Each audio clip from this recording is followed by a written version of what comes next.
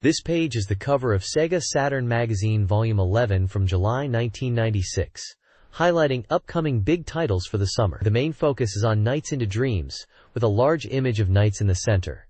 Featured games include Fighting Vipers, Virtua Cop 2, and Street Fighter Alpha 2. There's also a section listing other games, like Virtua Fighter Kids, Enemy Zero, Sakura Wars, and World Heroes Perfect. The bottom of the page shows characters from Virtua Fighter, promoting Virtua Fighter 3's current status, and mentions a special supplement called SEGA Saturn Hot Information, which seems to be a summer catalog of new Saturn games from SEGA. This page is focused on the unsettling psychological horror adventure game, D. You can see striking close-up portraits of two characters, really emphasizing their intense and slightly disturbing looks. The tagline in Japanese reads, "Unsatisfied madness is here," which definitely sets the tone for the game's eerie and suspenseful atmosphere. Beneath these portraits there's a full-body shot of a character standing in what looks like a reflective, watery environment, which is quite dramatic. And of course the SEGA Saturn logo is prominently displayed at the top and bottom, confirming this is all about the Saturn version of D. The next page introduces us to Toriko, a psychological horror adventure game that's being touted as a major release. Developed over 3 years by the novelist Kenji Takemoto, the game is described as a two candelas room set for the SEGA Saturn, and it really leans into creating an unsettling atmosphere. The text talks about how a peaceful, ordinary life is suddenly shattered by mysterious events, thrusting the player into a bizarre and disturbing world. It sounds like you'll be exploring the main character's mental state, delving into the depths of their psyche to unravel the mystery. The game promises advanced defocus effects and stunning full CG visuals to fully immerse you in its cinematic story. We can see a large close-up of a rather unsettling-looking 3D character, which is very much in line with the psychological horror theme established by D on the previous page. Below are some smaller screenshots showing what appear to be in-game environments with 3D graphics, further reinforcing the game's visual style. It's highlighted as a brand new release, priced at 6,800 yen, and categorized as an adventure game. Copyright SEGA Enterprises from 1996. It looks like Toriko is aiming to deliver a deep and disturbing psychological experience, continuing the trend of mature and story-driven adventures we're seeing on the Saturn. This page showcases a SEGA Saturn pre-release trial campaign, where you can experience upcoming games before their official launch. 4 titles are highlighted. Firstly, we have Nights into Dreams, launching on July 5th, with a special controller set and standard software versions available. The trial for Nights starts on June 28th. Next is Decathlete, set for release on July 12th, with its trial beginning on July 6th. Then there's Saturn Bomberman, launching on July 19th, and available for trial play from July 13th. Finally, Virtua Fighter Kids is featured with a July 26th release date and trial period, starting July 20th. The page emphasizes that these are highly anticipated titles, and encourages readers to visit shops to get the latest information. It mentions that by experiencing these software titles at participating stores, you can even receive original stickers as a present. The campaign period itself is stated as starting from Friday, June 28th. The text also mentions that the trial campaign will be held for 1 week prior to each software's release date. It's a push to get gamers into stores to try out these games before committing to a purchase, and to hype up these releases. This page is a directory listing stores participating in the SEGA Saturn pre-release trial campaign. It's organized geographically by region, starting from Hokkaido in the north and going down to Okinawa in the south, covering a vast range of locations across Japan. Each region lists numerous store names and their specific locations within that region. It appears to be a comprehensive guide for players to find their nearest participating store to try out the upcoming games mentioned in the previous page, like Nights, Decathlete, Saturn Bomberman, and Virtua Fighter Kids. Essentially, this page is a detailed store locator for the trial campaign. This page continues the extensive directory of stores participating in the SEGA Saturn pre-release trial campaign, listing numerous locations across Japan, organized by region. It's essentially a detailed guide for players to find participating stores in their area to try out upcoming SEGA Saturn games. The page lists store names and their specific locations within regions like Niigata Prefecture, Ishikawa Prefecture, Fukui Prefecture, Gifu Prefecture, Shizuoka Prefecture, Aichi Prefecture, Mie Prefecture, Shigaga Prefecture, Kyoto Prefecture, Nara Prefecture, Wakayama Prefecture, and Osaka Prefecture. It's a very comprehensive list but mostly just repetitive location data. This page continues the directory of stores participating in the SEGA Saturn pre-release trial campaign, extending the list across more regions of Japan. You'll find store locations listed for Hyogo Prefecture, Okayama Prefecture, Hiroshima Prefecture, Tottori Prefecture, Shimane Prefecture, and Yamaguchi Prefecture. Moving further south, the guide covers Tokushima Prefecture, Kagawa Prefecture, Ehime Prefecture, Kochi Prefecture, and then goes into Kyushu, with Fukuoka Prefecture, Saga Prefecture, Nagasaki Prefecture, Kumamoto Prefecture, Oita Prefecture, Miyazaki Prefecture, Kagoshima Prefecture, and finally Okinawa Prefecture. It's a very extensive list for players to find local game shops participating in the SEGA Saturn trial. This page is a full-page advertisement for Konami's Policenauts on SEGA Saturn. It's being advertised as the Bargain Edition and the Final Form, highlighting that this version is compatible with the Konami Light Gun. It boasts being the best port from the 98 version, 3DO, and PlayStation, and mentions exclusive editions for the Saturn, like extra movies and cuts. The release date is set for Friday, September 13th in stores, and it will be on 3 creeds, priced at 6,800 yen. If you buy the first pressing, you get a special hard case, a 32-page photo album with hardcover and early concept art, power memory seals, and bargain edition decals. They're also running a giveaway, where 100 lucky people can win a special Policenauts jumper. The bottom of the page lists Konami's office locations across Japan. This page is a striking full-page advert from Konami, continuing to highlight Policenauts on SEGA Saturn. It's a very dynamic image featuring the main characters from Policenauts, Kenji and Jonathan, each brandishing their signature handguns. Behind them, we can see the distinctive mecha units that also feature in the game, with one labeled Tokugawa. The overall feel is very action-packed and cinematic, emphasizing the game's thriller and sci-fi aspects. The bottom of the page includes standard Konami contact details for their offices in Tokyo, Osaka, and Nagoya, alongside a free deal phone number for customer support. It's clearly aimed at reinforcing the release of the Policenauts Bargain Edition, leveraging the visual appeal of the game's world and characters. This page is all about Tokimeki Memorial Forever with You on SEGA Saturn. It's a romance simulation game from Konami, and the advert features a real-life image of a girl smiling at the top, alongside text encouraging you to start your Tokimeki or heart-throbbing experience. It talks about high school life, meeting girls, and growing as a person, suggesting you'll find a wonderful version of yourself by graduation day. Below the title, Tokimeki Memorial Forever with You, are some small screenshots from the game showcasing in-game scenes like conversations and locations, highlighting the simulation aspect where you can confess your feelings to characters. The bottom half of the page shows a colorful group of anime-style characters, presumably the cast of Tokimeki Memorial. It also promotes the Konami official fan guide for Tokimeki Memorial, announcing it's coming out on July 26th. Right next to it, there's an announcement for the game's release on July 19th, with both a deluxe edition and a special edition hitting shelves simultaneously. The deluxe edition includes a Tokimeki character card, priced at 6,800 yen. The special edition is more premium, coming in a transparent binder case with original colored power memory, priced at 9,800 yen. It mentions that the CD label will feature different characters. Finally, at the very bottom are Konami's office addresses in various Japanese cities. Konami is bringing several games to the SEGA Saturn, including a puzzle game spin-off of Tokimeki Memorial, Tokimeki Memorial Taisen Pazurudama, releasing in September. A popular software lineup featuring titles like Snatcher, Gradius Deluxe Pack, and others is currently available. The ultimate form of Policenauts, a 3-Candela game with a first press bonus, is due out on September 13th. Finally, Konami is extending its Get the Software campaign, a scratch card promotion offering prizes like Konami Saturn games and goods, running until September 30th.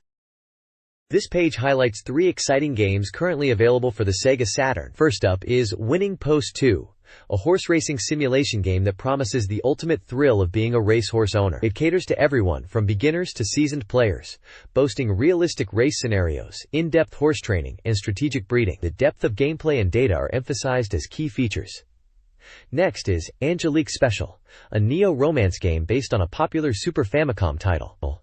It poses the question, will you live for love or become a queen? This game is geared towards girls and is packed with beautiful animations, captivating voice acting, and brand new romantic events and training elements. Finally, there's Nanatsu no Hikan, a 3D adventure game inviting you to open the door to darkness. This title focuses on mystery and suspense within a mansion with 7 rooms. It boasts impressive 3D CG graphics and sound, challenging players to unravel secrets and confront their fears. Each game's advertisement includes its price and a tagline to grab your attention. Winning Post 2 is described as just released, Angelique Special as now in love, and Nanatsu no Hikan as now on sale.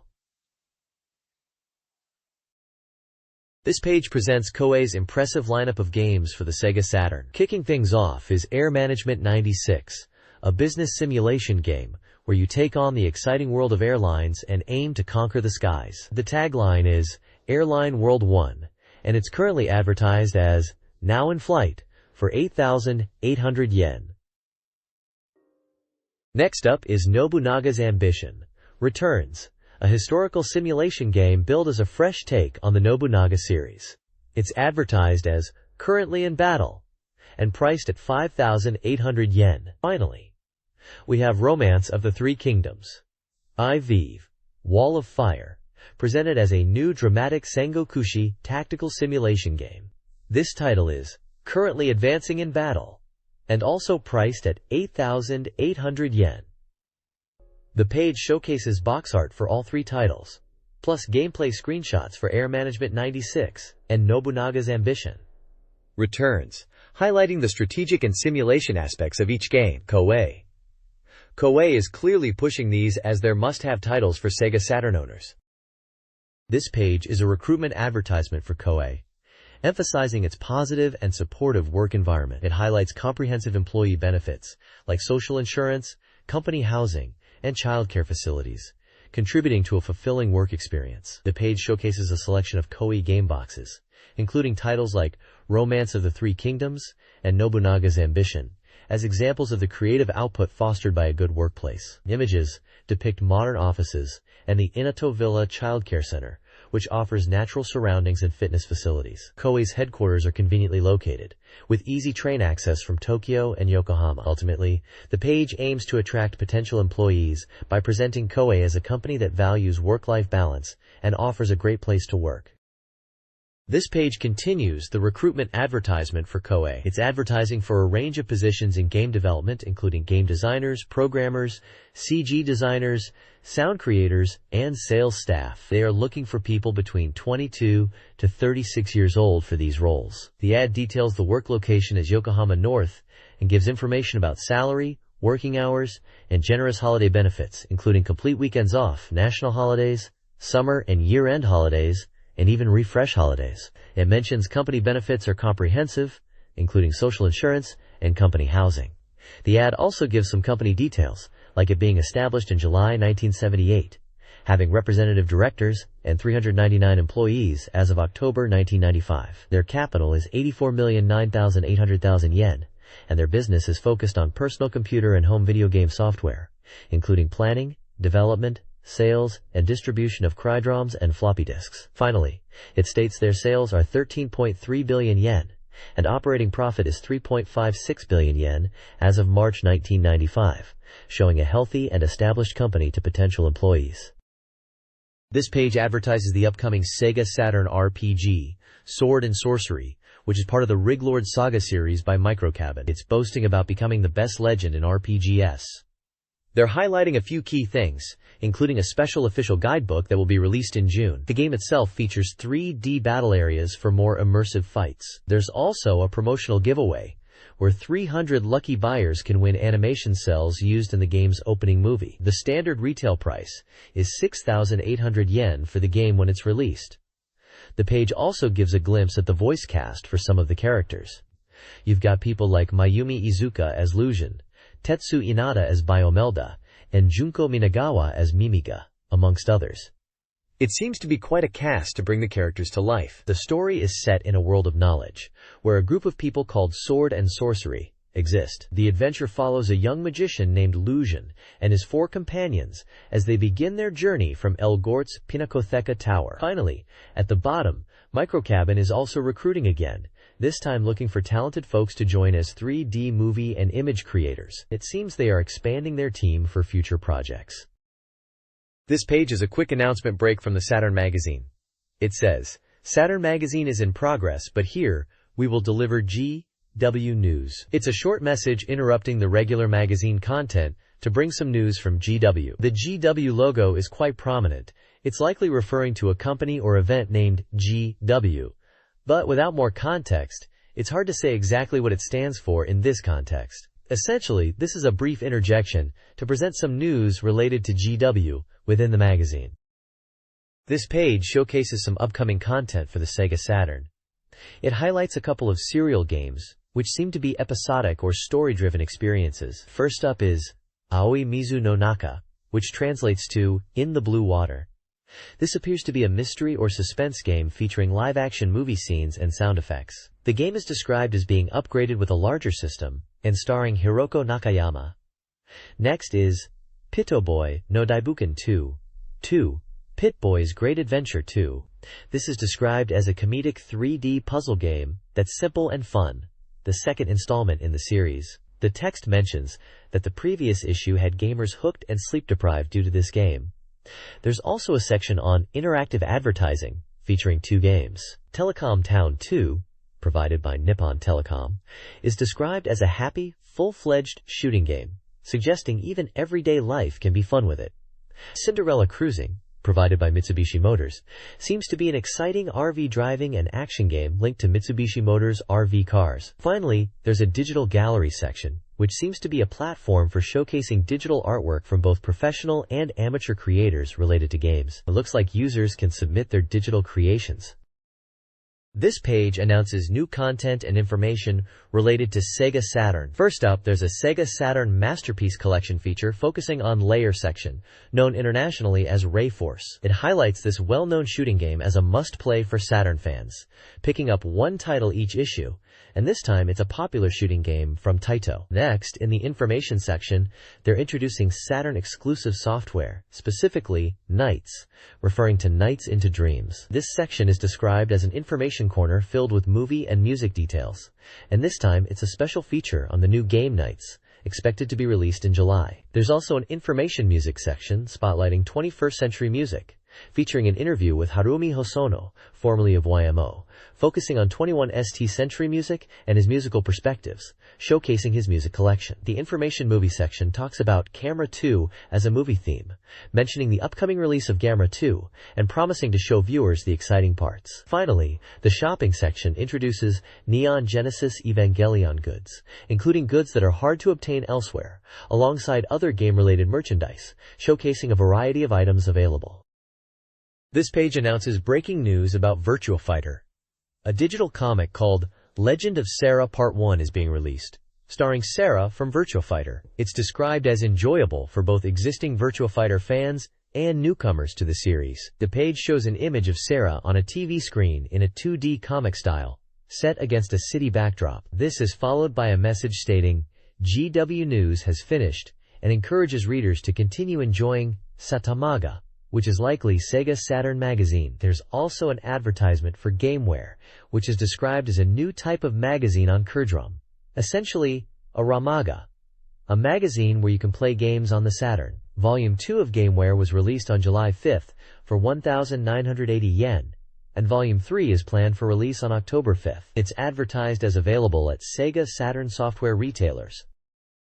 This page is a Victor/JVC advert promoting gaming accessories. It's split into 2 main sections. On the left, they're advertising game selectors for people who have multiple consoles. They're pushing the JX5, which lets you connect up to 3 consoles and switch between them with 1 touch, and also smaller, more compact JX3 and JXS3 selectors for 2 consoles. They're all about making it easy to switch between your consoles without messing with cables. The image features a mummy tangled in cables to highlight the problem these selectors solve. On the right side, it's all about headphones for nighttime gaming. They're advertising stereo headphones so you can game as much as you like, even late at night without disturbing anyone. The featured product is the HPW250's cordless headphone system using infrared, boasting a 7-meter range, wide reception, dynamic game sound, and power-saving features. They also show the HPG 300 wired gaming headphones, highlighting powerful sound from neodymium magnets, lightweight for comfortable long play sessions, and a long 3.5-meter cable. The image here is a vampire enjoying gaming with headphones to represent nighttime play. Essentially, Victor/JVC are offering solutions for both cable clutter and late-night gaming noise. The next page showcases the upcoming SEGA Saturn version of Ogre Battle, The March of the Black Queen. It's a strategy RPG, a genre very popular at the time, and this page is clearly building hype for its release. The page features the game's logo in both Japanese and English, along with eye-catching artwork showing a green dragon and a group of fantasy characters, typical of the Ogre Battle universe. It mentions the game is Episode 5 in the Ogre Battle saga, and highlights that it's scheduled for release this autumn. Interestingly, it also mentions Tactics Ogre, hinting at the connection between these two tactical RPG series from Quest, and that the Sega Saturn version is planned for winter release, suggesting maybe a slightly later launch for this console compared to others. Overall, it's a standard advertisement page designed to excite fans for this highly anticipated strategy RPG on the Sega Saturn. This page is an advertisement focusing on the Sega Saturn release of Ogre Battle, The March of the Black Queen. The bold text asks, revival or evolution, emphasizing that this isn't just a straight port. The advert highlights that the Saturn version vividly recreates the original game while taking it further. It details improvements like added scenarios exclusive to the Saturn, upgraded background music, and sound effects, along with realistic narration to make the story even more dramatic. Gameplay is also improved, with more intuitive controls and a deeper, more comfortable gaming experience. The page features artwork of characters from the game and screenshots showcasing the gameplay. It's clearly designed to generate excitement for the Saturn release of this classic strategy RPG. This page is showcasing a cool promotional campaign for the Sega Saturn game, The Tower. If you buy the game during the campaign period, you can snag yourself an original The Tower mug. They are only giving these out to the first 10,000 people, so you gotta be quick. The mugs look pretty neat, and there are 4 different designs to collect. They are themed around the characters and scenes you'd find in the game. One mug features a young couple falling in love at the movie theater. Another shows a movie theater scene. Then there's one for home, one with a kid on his way back from somewhere, an office mug, a businessman, and even a hamburger shop design. They are all based on the residents you manage in the tower, like young couples on dates, kids, office workers, and even people visiting the hamburger shop within your tower. The ad clearly wants to entice people to buy the Sega Saturn version of the tower, which is priced at 6,800 yen and is already out on sale. It's also advertising a tower user conference room that's open on NiftyServe for players to connect, and they've launched an open book internet homepage too. So if you were planning to get the tower for your Saturn, now is definitely the time to grab it and get a cool mug to go with it. This page is packed with game announcements. It's heavily promoting Strikers 1945 for the Sega Saturn as an arcade-perfect experience. They are really emphasizing the smooth gameplay and classic shoot-'em-up action. They mention it's set in World War II, featuring famous warplanes and loads of formation attacks and super weapons. It's slated for release on both PlayStation and Saturn on July 19th. Both priced at 5,800 yen. Next up is Donpachi, which they call a legendary shooting game, also for Saturn. This one is another vertical scrolling shooter, supporting 1 to 2 players, and it's the same price at 5,800 yen. Finally, there's a smaller ad for Devil Summoner series, specifically Devil Summoner Akuma Zensho. They are showing off some CG visuals of the demons from the game, and highlighting that it's exclusive to the Sega Saturn. It's compatible with the shuttle mouse and priced at 2,900 yen. All 3 of these games seem to be promoted as either already available or just about to hit shelves. This page is an advert for a Sega Saturn game called Body Special 264 from Yanoman Games. It's billed as a motion puzzle game, and the advert has a fun, summery vibe with a can design and text that shouts about it being a new summer release. The price is listed at 6,800 yen. It looks like a puzzle game where you piece together images of women, as the can features jigsaw puzzle outlines with pictures of women inside. The screenshots below show different game modes like Movie Puzzle, Battle Puzzle, and Puzzle Club, suggesting different ways to play. The names listed next to the can are Aki Hinagata, China Matsuda, and Akira Kyuchi, and it says appearance next to them, so these are likely the women featured in the game's puzzles. It definitely seems like a light-hearted puzzle game aimed at a specific audience. This page is showcasing a SEGA Saturn title that looks like a simulation game with a romantic angle, called Sentimental Graffiti. It boasts real-time simulation and features pretty anime-style artwork. The page details special features like reading battle strategy and panorama tactics, hinting at strategic gameplay. It also mentions 3D panorama view, suggesting impressive visuals for the time. Flexible class change and level up are mentioned, implying character progression. Intriguingly, there's a heroine select, where you can choose from 4 heroines: Luna, Riffany, Sophia, and Tiara Alice. The advert also talks about a limited first edition package, which includes special goodies like 3D hologram sheets, signed message cards, original posters, and telecards. There's a release date of August and a price of 6,800 yen. Screenshots show in-game scenes and what looks like gameplay interfaces. This page is all about the mayhem of Destruction Derby for the SEGA Saturn. The advert is shouting, "Collision!" in big Japanese letters, perfectly capturing the spirit of this crash shmup. It promises that next, the Saturn will be all about destruction, which is definitely what Destruction Derby delivers. The logo itself is styled with car parts, which is a cool touch. It's clearly a crash racing game, and it was slated for release in Japan in August 1996, but the price wasn't set yet. Published by SoftBank in Japan, this advert really highlights the destructive fun you can have in the game, with the image of crash test dummies in a car about to get wrecked. Sparks are flying, the windscreen is cracked. It's pure Destruction Derby. Chaos. This page is a full-page advert for Wipeout on the SEGA Saturn. It's screaming "Pursuit" in big Japanese letters, and it declares, "Next, Saturn will be wiped out." Clearly, it's going for high impact. They're calling it an anti-gravity racing game, which is spot on for Wipeout. The release date is set for June 28, 1996, at a price of 5,800 yen. And for all you completionists out there, they're also advertising a Wipeout Perfect Guidebook coming out in late June. It's published by SoftBank, and it really builds on the previous page's Destruction Derby vibe, solidifying the SEGA Saturn as the place to be for adrenaline-pumping racing games. This page is an advert for Nonomura Baiwin no Hitobito, which translates to People of Nonomura Hospital. It looks like a visual novel or adventure game with a horror or mystery vibe, given the slightly spooky hospital building in the background and the cast of characters. The artwork is very anime-esque, featuring a mix of male and female characters, some in nurse outfits and some in more civilian or perhaps sinister attire. There's a tagline that says it's available again at the cheapest retailers, suggesting a re-release, or perhaps it's just highlighting its wide availability. There's the SEGA Saturn logo prominently displayed, confirming it's for that system, and a Sero 18+ rating in the corner, indicating it's for mature audiences. The small text at the bottom contains standard copyright and legal information, mentioning SEGA Saturn, software, hardware, and disclaimers about the game being fiction. It also lists some general points like prices being suggested retail, photos may differ, and that the game is fiction, with names and groups being fictional. Overall, it's a pretty standard game advertisement, highlighting the characters and setting, emphasizing its availability for the SEGA Saturn and its mature rating. This page is an advert for Nonomura Baiwin no Hitobito, which translates to People of Nonomura Hospital.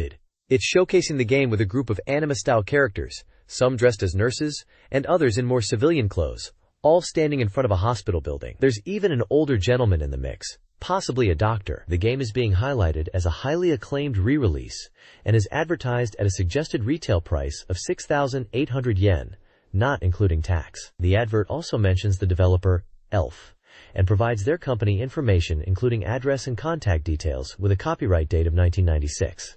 It seems to be re-emphasizing the game's availability and its good value for money. This page is an advertisement for Cyberdoll, a SEGA Saturn RPG from IMAX, scheduled for release on July 26th, priced at 6,800 yen. The ad features a striking image of a monstrous figure, emphasizing the game's dark and serious tone. It highlights the initial limited edition premium campaign, which includes original character artwork, a cyborg doll item chosen by lottery, and application tickets for original goods, promising a premium experience for early buyers. The text describes a futuristic setting called Xerosity, plagued by a virus and endless dark days, depicting a world on the brink of collapse and painted as a nightmare scenario. The character design is credited to Yasushi Narasawa. Below, the ad promotes two other products under Great Reviews and Continuing Great Reviews. Firstly, it advertises the initial limited edition of Farland's Story and Farland's Story Angel Song, which includes a bonus CD and is priced at 8,800 yen. Secondly, it highlights Irem Arcade Classics, a compilation featuring classic arcade titles like Kung Fu Master, Spartan X, 10-Yard Fight, and Zippy Race, available for 5,800 yen. Both sections emphasize the positive reception these games have received. The bottom of the page provides contact information for the publisher, IMAX. This page highlights strategy guides for popular SEGA Saturn games. At the top, it features the Virtualon Operating Manual, a guidebook for the arcade hit Cyber Troopers Virtualon, promising in-depth tactics, 3D CG illustrations, and explanations for both beginners and advanced players. It's priced at 1,500 yen. Below that, it showcases the Gungriffon Perfect Guide, a strategy guide for the mech action game Gungriffon. This guide aims to help players clear missions, understand robot mechanics, and master the game's world and terminology, priced at 980 yen. At the bottom, there are smaller ads for perfect guides for other SEGA Saturn titles like Virtua Fighter 2, Guardian Heroes, and The Tower, known internationally as Tower 2. These are all described as perfect guides, suggesting they are strategy books to help players master these games. Virtua Fighter 2 is priced at 1,100 yen, Guardian Heroes at 880 yen, and The Tower at 980 yen. This page is all about strategy guides and fan books. At the top, there's an advertisement for the Kyo Flying Squadron Action Chapter Strategy and Setting Material Collection. This seems to be a guide for Kyo Flying Squadron, promising strategy tips and character details, along with a bonus Kraydrum. The CD includes animation scenes, an original shooting minigame, boss introductions, and voice selections. It's priced at 2,500 yen and was scheduled for release in early to mid-August. Below that, there's a big feature for the Tsuchipai 2 OVA fan book. It looks like this book focuses on the Tsuchipai 2 OVA, including the first episode, and character information. It also comes with a pinup and interviews, and is already on sale for 1,800 yen. Finally, at the bottom, there are smaller ads promoting perfect guides for a few more games. These include a Tsuchipai Original Picture and Setting Material Collection, another Gungriffon Perfect Guide, and also the Cyber Troopers Virtualon Operating Manual, which was featured on the previous page, but this time it mentions a B2 poster is included. All these guides are currently on sale, with prices ranging from 980 to 1,900 yen. This page continues the theme of strategy guides and fan books, this time focusing heavily on the Super Real Mahjong series. Dominating the page is a large advert for the Super Real Mahjong PVI, original artwork, and setting material collection. It's packed with original illustrations and design documents for the game, and promises a large pinup poster as a bonus. They are hyping it up as perfect for fans, and mentioning it's scheduled for release in July. Below, there's a section promoting books that are already available and getting good reviews. This is mostly more Super Real Mahjong content. We've got a fan book covering Super Real Mahjong P2 and P2i, plus original artwork and setting material collections for Super Real Mahjong PIV and Super Real Mahjong PV. To round it off, there's even a Super Real Mahjong PV Paradise anthology comic book featuring all-star characters. It seems if you're a fan of Super Real Mahjong, this page has got you covered with all sorts of books to dive deeper into the series.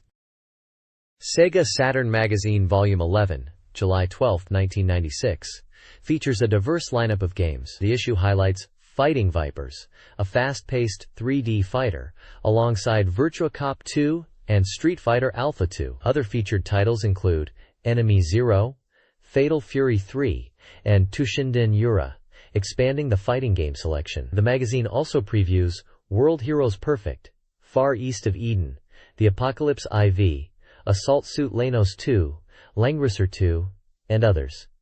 A major article, SEGA AM2 Express Neo, previews Virtua Fighter 3 with a multi-interview. The issue covers a range of genres, notably fighting games and RPGs, showcasing the variety of the SEGA Saturn's game library.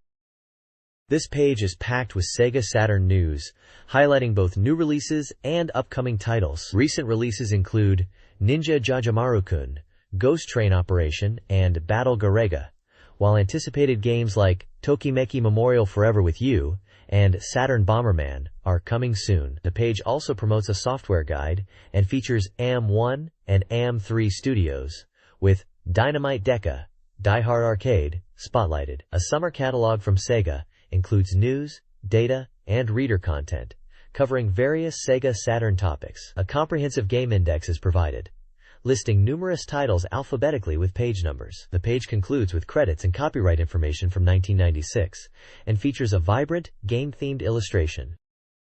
This page promotes a SEGA Saturn Early Experience campaign, where players could try out upcoming big titles at stores and receive original stickers. The campaign ran through July, featuring different games each week.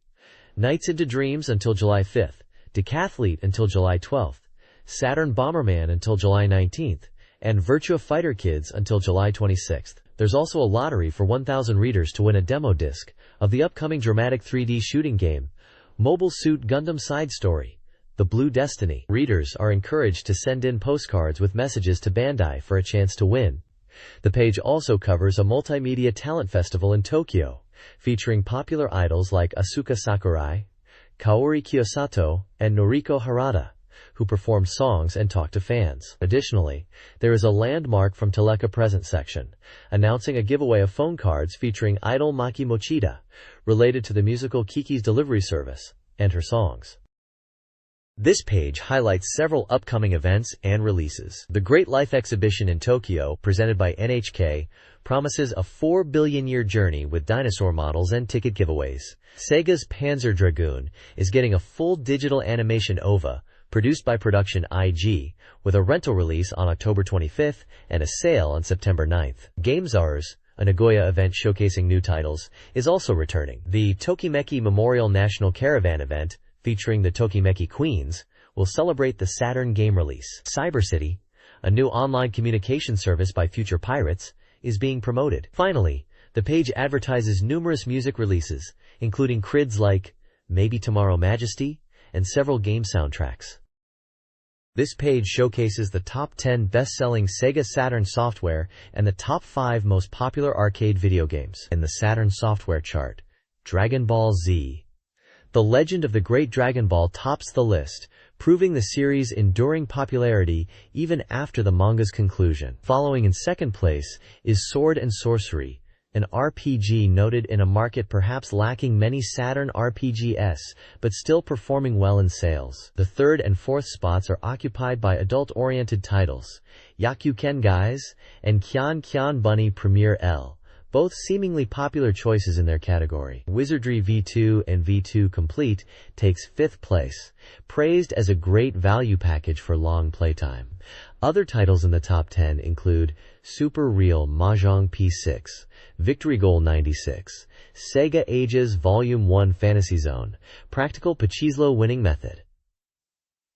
3. Enfida Remake, Emblem of Justice. The reviewer notes the software market seems healthy, with new titles consistently arriving and generating interest, and also wonders about the sales performance of new Saturn peripherals like joysticks. Moving to the arcade games, Virtua Fighter 2 remains the most popular title. It's followed by Cyber Troopers Virtualon, Street Fighter Alpha 2, Tekken 2, and Gunblade NY. The reviewer observes the high anticipation for Virtua Fighter 3 might be overshadowing other new arcade releases, but highlights the popularity of Last Bronx Tokyo version and a potential trend towards real weapon fighting games, also mentioning interest in a wooden sword fighting game called Sword of Kurohawa. This page details Saturn owners' desires and expectations. The top 20 desired conversions list is led by the Final Fantasy series, Resident Evil, and Tekken, showcasing strong interest in RPGs and fighting games. The top 15 most anticipated new Saturn software highlights Cyberbots, Sakura Wars, and Enemy Zero. The list includes Street Fighter Alpha 2, Virtua Cop 2, and Nights into Dreams, showcasing a mix of popular fighting games and Sega's own titles. The review praises Virtua Cop 2 as a guaranteed hit, and Saturn Bomberman as the ultimate party game. The page also features screenshots of upcoming games like Last Bronx and Raystorm. The market is considered exciting, with anticipation for releases, especially Fighting Vipers, predicted to heat up the summer to autumn period. This page presents the results of a SEGA Saturn Readers Poll, showcasing game rankings and reviews. The odds table Saturn A lists the top-rated Saturn games based on reader votes, with Panzer Dragoon Y at the top, followed by Idol Janshi Tsuchipai 2 Limited and Virtua Fighter 2. Other highly ranked titles include Sega Rally Championship, Virtua Cop, and Guardian Heroes. This section seems to highlight popular and critically acclaimed titles across various genres, like shooting, action, and fighting games. Moving on. The new arrival recommended horse race introduction section spotlights Metal Black. The reviewer praises its game system, graphics, music, and immersive qualities, calling it a pure shooting game and emphasizing the energy and exhilaration it provides. The new arrival counter horse race introduction section features Deep Fear and Radiant Silvergun. Deep Fear is described as a horror game with good atmosphere, but noted for occasional pacing issues and somewhat weak character animation. Radiant Silvergun is praised for its beautiful graphics and unique gameplay, with the reviewer highlighting its originality and the satisfying feeling of mastering the game. Finally, there is a VF2 Pinch section, which discusses Virtua Fighter 2 and its continued popularity, suggesting that even after new releases, it still holds a strong position and enjoys passionate fan support, even hinting at a possible shock or surprise related to the game in the future Readers' Race results. This page of the SEGA Saturn Readers' Race continues with reader-voted game rankings. Following up on the previous page, it features more reader scores. New arrival recommended horse race introduction highlights 3 games: Sword and Sorcery, an RPG praised for its classic feel but criticized for pacing; Explosive Hunter, an adventure game with a well-liked story but perceived as generic; and Ochan's Drawing Logic, a puzzle game deemed fun and addictive. The new arrival counter horse race introduction features Bar Chart Studio, a simulation game with mixed reviews, and Sega Ages Volume 1 Quiz Anteaser, a well-received quiz game. Finally, the new arrival single-hole horse race introduction reviews Black Fire, a shooting game with solid gameplay but dated graphics, and Virtual Casino, a table game collection considered functional but unexciting. This issue of SEGA Saturn Readers' Race features reader predictions and opinions. Readers offer their expected scores for upcoming games like Dragon Ball Z, Darius 2, Gundam Battle Assault, and Night Striker S, praising each for specific qualities. Discussions also include Virtua Fighter 3 and fan opinions on characters like Honey from Fighting Vipers, along with excitement for Nights into Dreams. A ranking of SEGA Saturn peripherals is presented, highlighting popular accessories. Hori is announced as a key player in the peripheral market. Contests encouraging readers to predict game scores, specifically Nights into Dreams, are detailed, with prizes offered. The current month's focus is on Devil Summoners, Soul Hackers, including winner announcements and a call for new predictions. The next page dives into a comprehensive analysis of Fighting Vipers. It's breaking down the game into 3 key areas: stage analysis, character analysis, and the character select screen. They're highlighting how stages are fully realized, with breakable walls and detailed backgrounds that reflect the arcade version. The character analysis is pointing out the armor mechanic, emphasizing that armor can be broken off during fights. They even show the character select screen, comparing the arcade and Saturn versions, noting how the Saturn manages to recreate the polygon characters while using a doctrined effect for faces due to hardware limitations. Characters like Picky and Raxel are featured. There's also mention of a toy show event that happened on June 6th, where Fighting Vipers was showcased, and it sounds like there's a lot of excitement for the Saturn release based on what was seen at the show. This page is all about Honey from Fighting Vipers, who they're calling the #1 polygon beauty right now. It's a deep dive into her character, highlighting her cosplay gal image, and focusing on her cute design. The page points out her profile details like her age and special move, the cat punch. There are several action shots showing Honey in gameplay, showcasing different moves and stages. You can see a comparison of the character select screens between the arcade and Saturn versions for characters like Grace, Bon, and Raxel. They're really emphasizing Honey's charm and idol-like qualities, praising the smooth polygon graphics. There's even a comment from the developers at AMR&D department, too, who say they aim to create a cute idol-style character, describing her as a cat girl. This page continues the All Character Check 2 feature, this time focusing on Picky from Fighting Vipers, who they are calling the youngest Viper, and highlighting his fast movements. He's described as a skateboard fighter, and the text emphasizes how to effectively use his skateboard in fights, suggesting it's key to victory. They mention his quick combos, and using the skateboard to launch opponents into the air. There's a profile for Picky listing details, like his name, age 14, sex, male, height, 162 centimeters, weight, 50 kilogram, and specialty as skateboard attack. The page shows various action shots of Picky in gameplay, using moves like board bash and walk thrill. There's also a section titled AMR&D Department, too, which discusses Picky's design. They mention his small build and distinctive lines compared to other characters. They aim to make him visually appealing, using polygons, and focused on refining his animations for the final version of the game. The bottom of the page displays character select screens for Tokyo, Sandman, Jane, Honey, and Picky, showing both arcade and Saturn version variations for each character.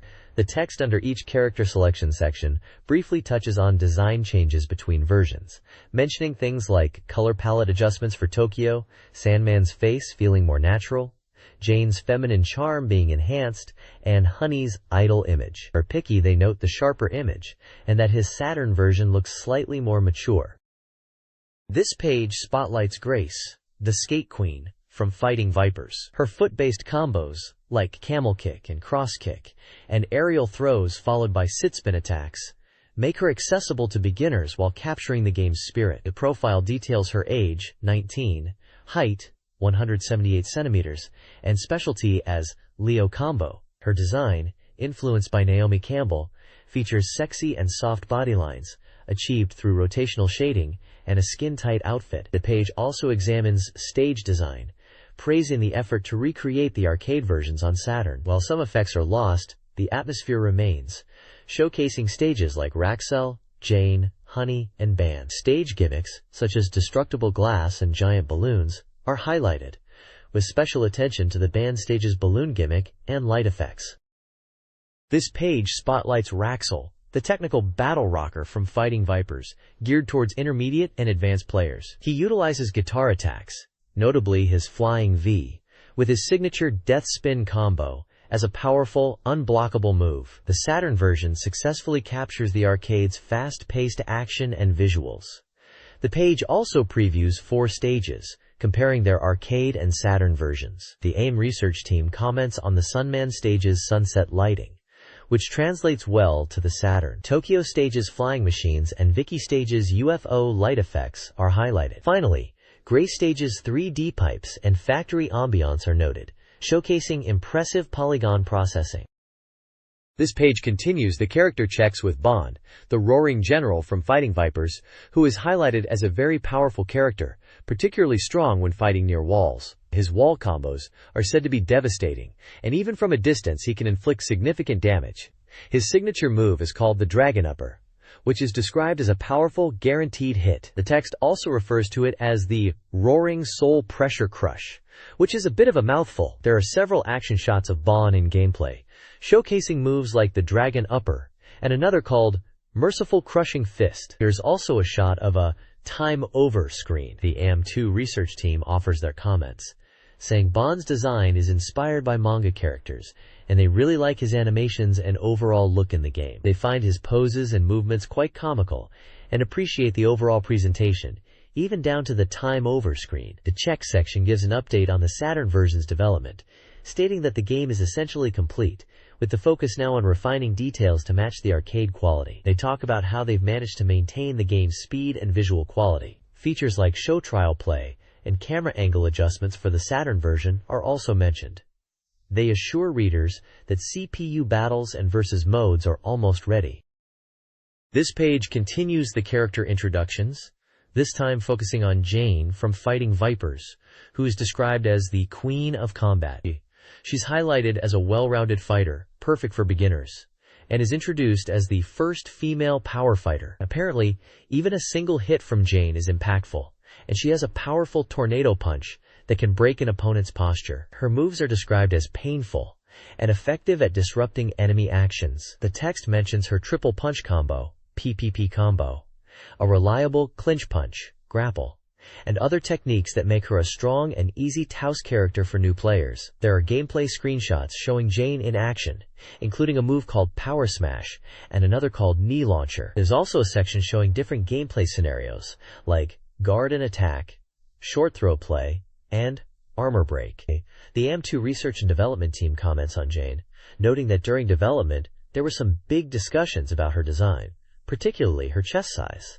They mentioned the team aimed for a fighting girl image, and initially, she had a more comical, smiling face, but they wanted to make her cooler and more mature, which led to her current appearance. They also discussed the armor break mechanic, mentioning that armor parts can be broken with continuous attacks, and that special moves can cause armor to fly off, adding to the excitement. This page introduces us to Tokyo from Fighting Vipers, and he is described as a fighter who is strong with aerial combos and spin kick attacks. The article highlights his ability to launch opponents and then punish them with powerful air combos, emphasizing his strong combo game and ability to keep his opponents guessing. We get to see screenshots of some of his moves like the rose spin high and triple spin, really showing off his agile fighting style. The AM2 research and development team gives us some insights into Tokyo's design, mentioning how much effort went into refining his facial features to get the look just right. It's interesting to hear that they brainstormed many names and even got feedback from the female staff at SEGA to decide on Tokyo. They also touch on the character modeling, mentioning that it is still being refined for the final version of the game and that they are committed to polishing the game further, particularly focusing on character expressions and the overall quality of the character models.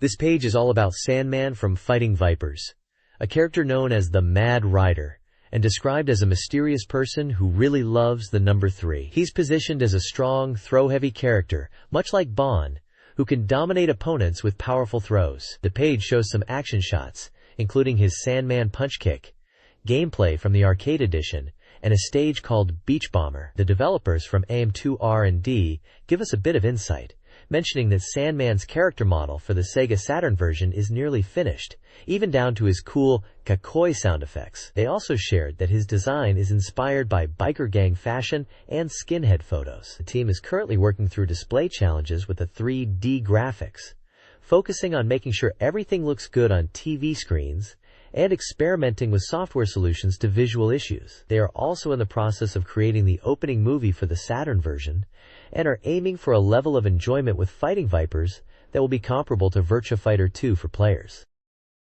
This page is a special report announcing the completion of Nights into Dreams. It's stated to be 100% complete and launching on July 5th. With the tagline, "The door of the dream world opens," there's a feature called Sonic Team Interview, celebrating the game's development completion. The interview features key Sonic team members, producer Yuji Naka, director and character designer Naoto Oshima, and main planner Takashi Iizuka.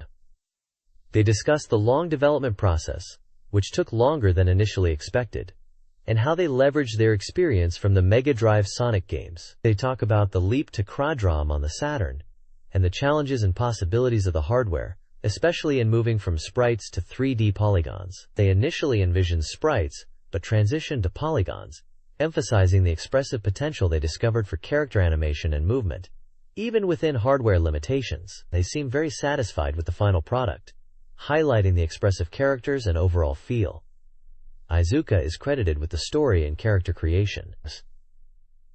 Aside from the interview, there are side panels showcasing a staff message, a new gameplay screenshot hinting at an options screen, and mention of release Kinyum prizes being offered. The game details box confirms the July 5th release date, lists the price at 5,800 yen for the standard edition and 7,800 yen for a limited set, confirms Sega multi-controller support, and categorizes it as an action game. It's published by Saturn Soft. This report provides a detailed look at various screens from the completed Nights into Dreams. It covers the character select screen, highlighting the requirement to clear the first dream to unlock the other character. The select diary, save, load menu, and option screen are also briefly mentioned. A significant portion focuses on producer Yuji Naka's insights on the two-player mode, explaining its development after prioritizing the single-player experience. The Dream Data screen showcases in-game progress. The report also features developer reflections on the game's development, emphasizing the transition to polygons and the central role of dreams and subconscious exploration, aiming to create a unique and fantastical world. Finally, the page concludes with a congratulations to a team member, a reminder of the July 5th launch date, and the game's box art. This page continues the deep dive into Nights into Dreams from Sonic Team, focusing on two key aspects: score attack and the dream world concept. In the Score Attack Burns section, we hear from Shimura Takahito from Sonic Team, who was responsible for map and advatar design. The topic is Score Attack, emphasizing the game's replayability and the challenge of getting high scores. There's a fun dialogue between two brothers, discussing score strategies in Nights. One brother boasts about getting 30,000 points, and the other brother explains the importance of linking rings and chips to maximize your score, suggesting aiming for around 28 links in the first course. They highlight how satisfying flying is Nights and the cool flight paths are. The Dream World is in Saturn section, features Matsumoto Takuya, in charge of system-related programming, discussing the game's dreamlike world. He explains the core concept of flying freely in dreams, something humans can only experience in their minds. He describes the visual beauty of the dream world, with light and shadows creating stunning scenery that blurs the line between reality and dreams. He expresses his happiness in sharing this dreamlike experience with players through Saturn and Nights. The page also includes screenshots showcasing gameplay, including one from the Frozen Bell stage, and a score chart demonstrating high scores achieved in that level, further emphasizing the score attack aspect. Key points are highlighted, stressing the game's replayability and its uniquely established concept and world. This page continues exploring the allure of Nights into Dreams, with insights from the Sonic team members responsible for graphics and visuals. In the graphics section, designer Okano Toyoko talks about the Nightopia Men, referring to the Nightmare characters, and how they are designed to be unique and expressive. She emphasizes the detailed scenery and the overall worldview expression as key to the game's charm. She mentions wanting to create a circus-like atmosphere with the Nightmare's movements and personalities, aiming for a fun and engaging experience for the player. Moving to the visual section, movie director Nishiyama Munehiro discusses the opening movie and the encounter between Nights and the two children, Elliot and Clarice. He highlights the impressive opening movie as a key element that immediately captures the player's attention, emphasizing the character's natural emotional expressions. Nishiyama points out how the movie aims to convey the meeting between Nights and the children in a memorable way. The page also highlights key points, noting the refined design of even the smaller characters, and the attention to character expression and camera angles in the movies. These elements, along with the BGM and sound effects, are crafted to create a cinematic feel. We can see some gameplay screenshots showcasing the vibrant dream worlds, and movie stills demonstrating the expressive characters. This page focuses on the sound and music of Nights into Dreams, and also includes some promotional giveaways for readers. In the sound section, Kumagai Fumihiro from Sonic Team discusses the game's sound design, emphasizing how it aims to recreate the feeling of dreams with sound. He mentions that the music and sound effects evolve alongside the gameplay, creating a sense of immersion. He talks about the careful attention to detail, from subtle nuances to impactful sound effects, and how the sound design enhances the dreamlike atmosphere of Nights. The key point highlights that the BGM also evolves with the gameplay, becoming more engaging as the player progresses. There's also a staff comment about the dramatic scene on the page, which is described as depicting Nights and two children in a town-like setting, creating an image scene for Nights. The page announces the upcoming release of the Nights into Dreams soundtrack CD on July 10th. It also features a special giveaway for readers of Satamaga, offering prizes like Sonic team-signed artwork for 3 people, a Knights 3 million units Kingdom set for 10 people, and promotional non-sale creeds for 20 people. Finally, the page includes an image from the game showcasing Knights with Elliot and Claris, and credits for the modeling and art direction to various individuals. This page is a special report on Virtua Cop 2 for the Sega Saturn. It's touted as a super hyperpace port. The report mentions the game is 20% complete and is being developed by AM2R&D, Department No. 2. It highlights that Virtua Cop 2 aims to be an arcade-perfect port for home consoles. The page features screenshots showcasing gameplay, including a boss battle in the first stage against Bull. There are also developer comments discussing the game's progress since the Tokyo Toy Show, where it was first revealed. The team initially wasn't planning to exhibit at the toy show, but decided to show a playable demo. They were encouraged by positive player feedback, noting comments like, "It's interesting," and "It feels like Virtua Cop 1." They mention ongoing development to improve various aspects, including graphics, quality, and processing. The article also points out Stage 1's later half, highlighting a car chase sequence and intense urban battles. The developers suggest players should expect more enemy characters and diverse actions in this stage. There's a Go to Next Page prompt at the bottom right, indicating this article continues.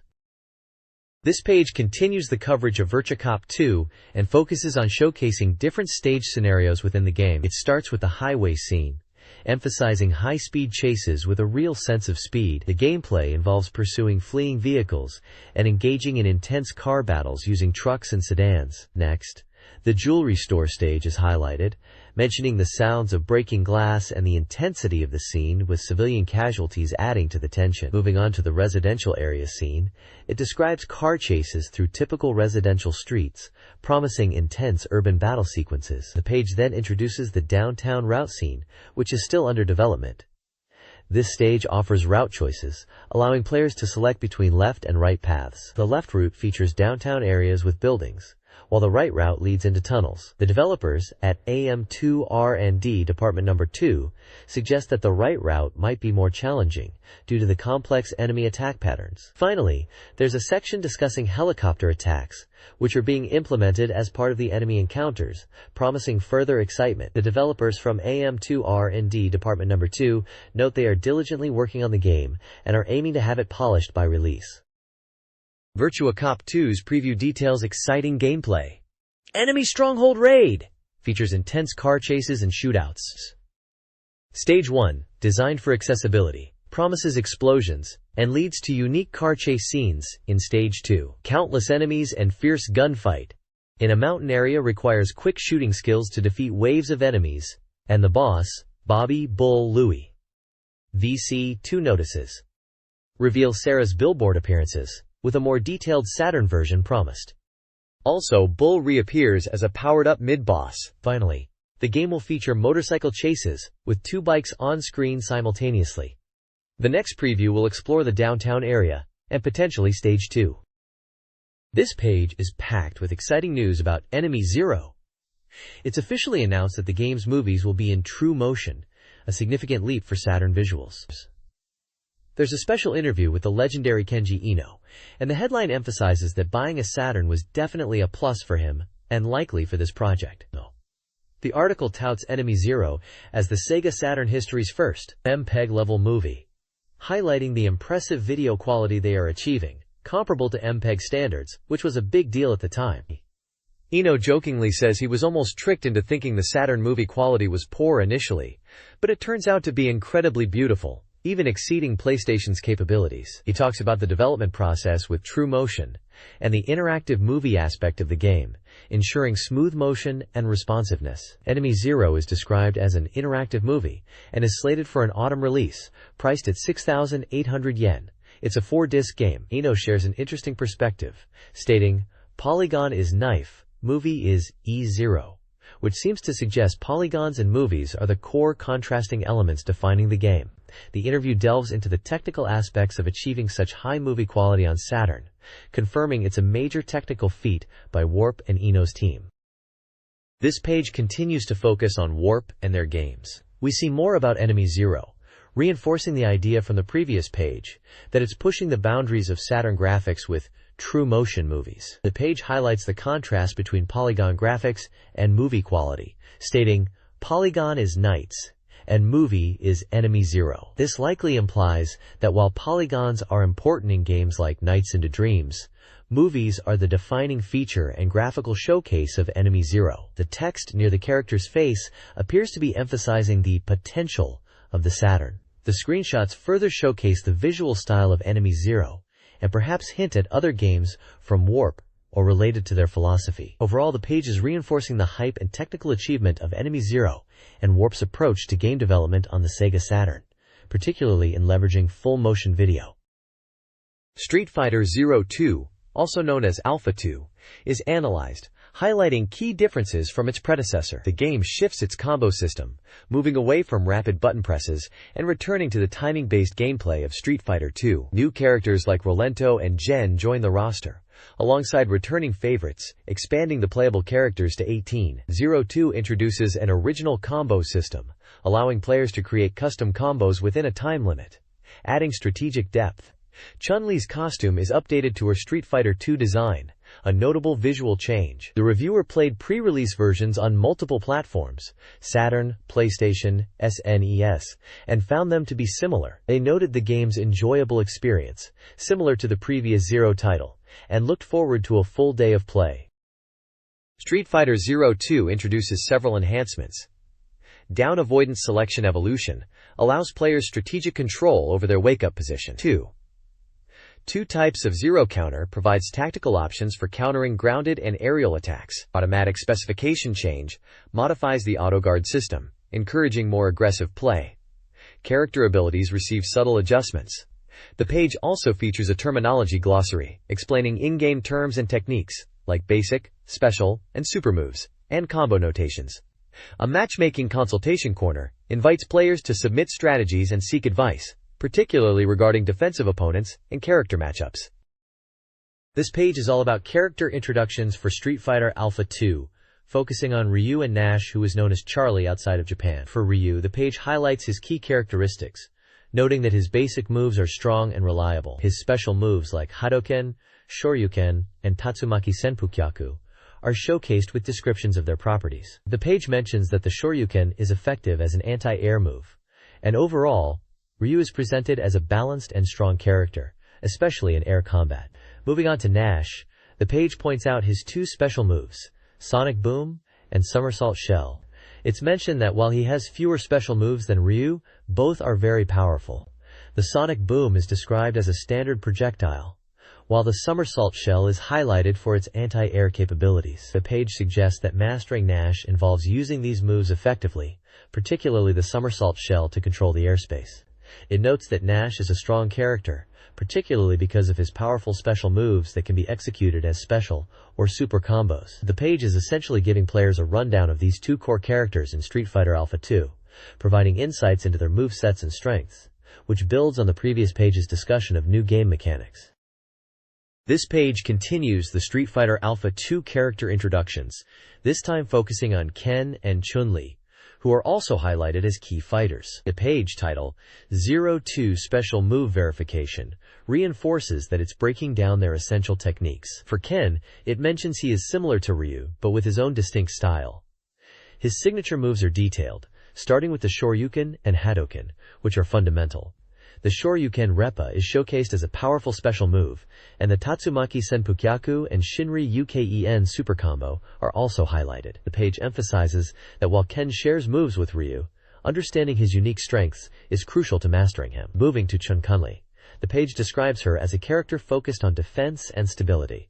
Her command input special moves and unpredictable aerial tactics are noted. Her signature move, the Hyakuretsu lightning kick, is shown, along with the Kikoken projectile, the Tenshokyaku, Senretsukyaku, Kikokusho, and Hazan Tenshokyaku are also presented as key parts of her arsenal. The reviewer suggests Chun-Li is strong and versatile, especially in air combat and with her super combos, making her a powerful choice for players who prioritize both offense and defense.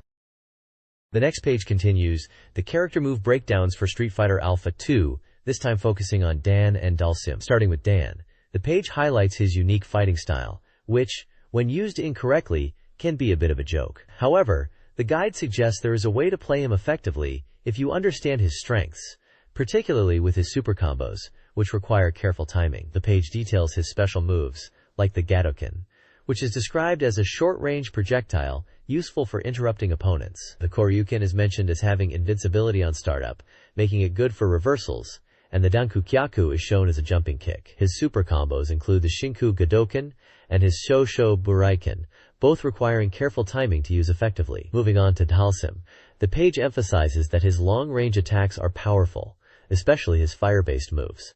However, it warns that reckless fire use can be detrimental. The guide breaks down his moves like Yoga Fire, a projectile for zoning, and Yoga Flame, a close-range flame attack. Yoga Teleport is mentioned for strategic positioning. Yoga Strike and Yoga Blast are also listed. And finally, the Yoga Inferno super combo is described as a frontal fire attack that needs to be guarded against and is effective for pushing the opponent back. The reviewer suggests mastering Dalsim's zoning and long-range attacks is key to playing him effectively. This page continues the character breakdowns for Street Fighter Alpha 2, now focusing on Zangief and Sakura. First up is Zangief, highlighted as a powerhouse with devastating throws, a key element of his fighting style. The page details several of his signature moves. The double lariat and quick double lariat are mentioned, showcasing their effectiveness as anti-air attacks and quick strikes. The screw pile driver is described as a powerful command throw, and the atomic suplex and flying powerbomb are also listed as grappling techniques. The Banishin flat and flying body attack round out his special moves. His super combos are also mentioned, emphasizing their significant damage output. The reviewer notes that Zangief excels at getting in close to utilize his throws and powerful attacks. Moving on to Sakura, she's introduced as a high school girl who is surprisingly strong. The page highlights the similarities in her moveset to Ryu, suggesting she's a very capable fighter. Her special moves are detailed, including the Hadoken projectile and Shuken, which is likely her version of the Dragon Punch. Shunpukyaku is also listed, presumably a hurricane kick-style move.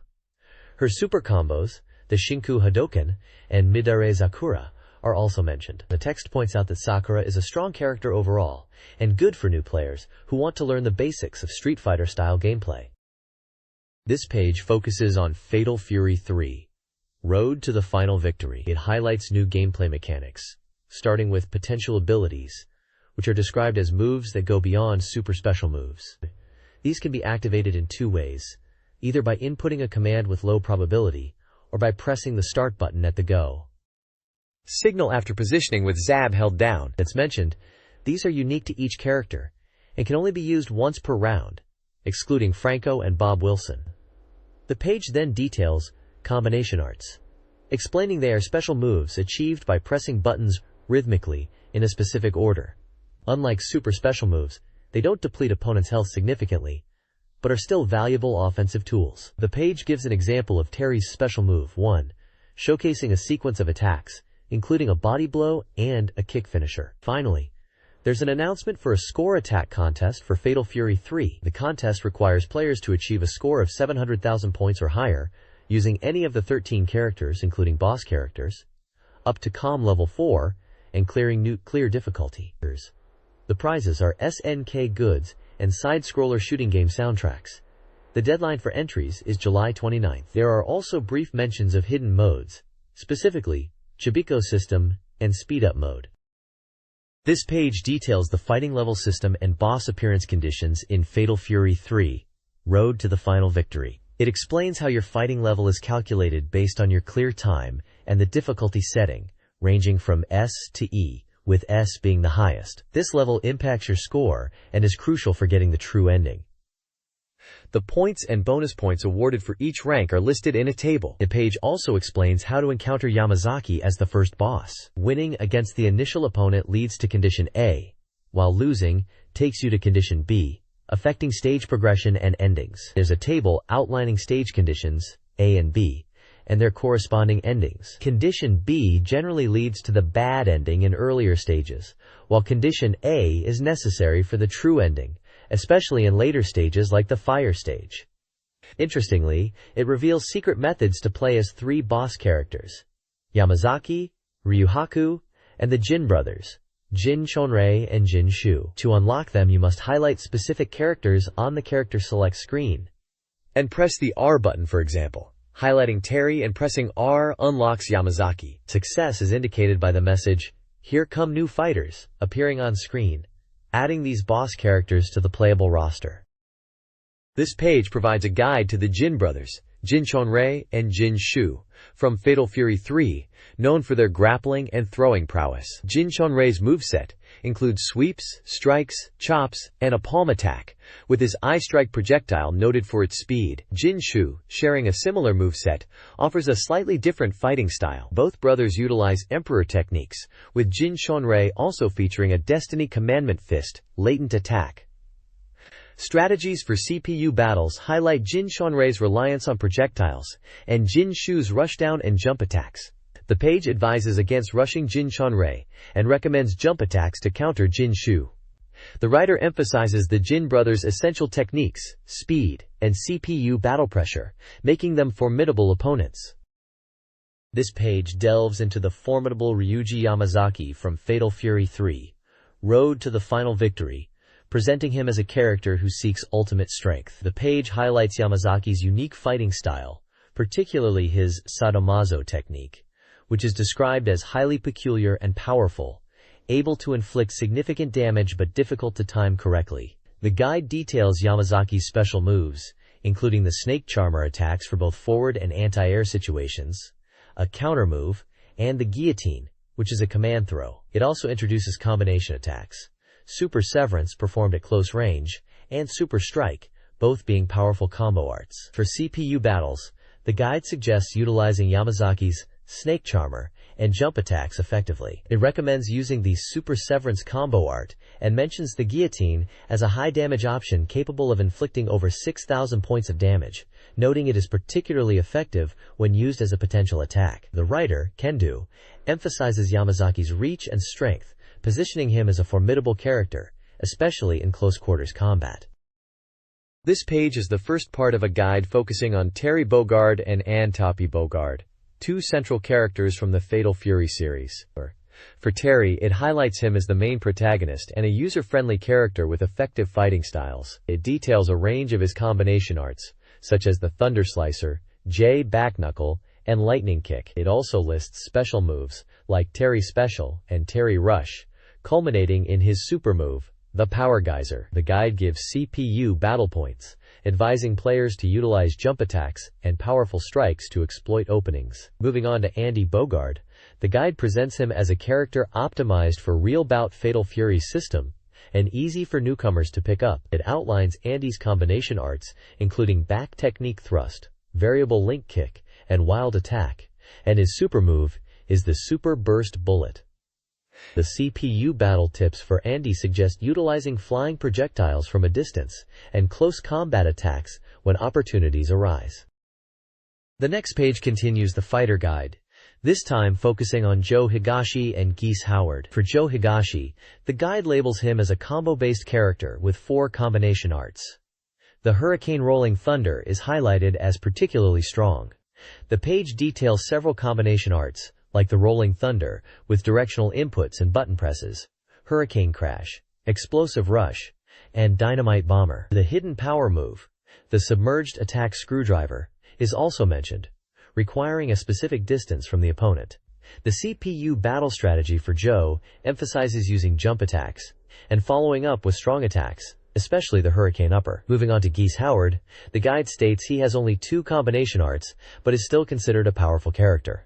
It mentions the importance of canceling moves into special techniques. Combination arts listed are the Thunderbolt Kick and Martial Arts Water Wheel Leg Thrust. Geese's hidden power move is the Super Combination Raging Storm, a multi-hit attack. The CPU battle tips for Geese suggest using the Whirlwind Fist move to control the opponent and utilizing counterattacks. It also mentions that Geese has several patterns for CPU fights, including throwing the opponent after the Whirlwind Fist. The guide concludes by recommending Joe and Geese as strong characters, especially for players looking for plan number 1.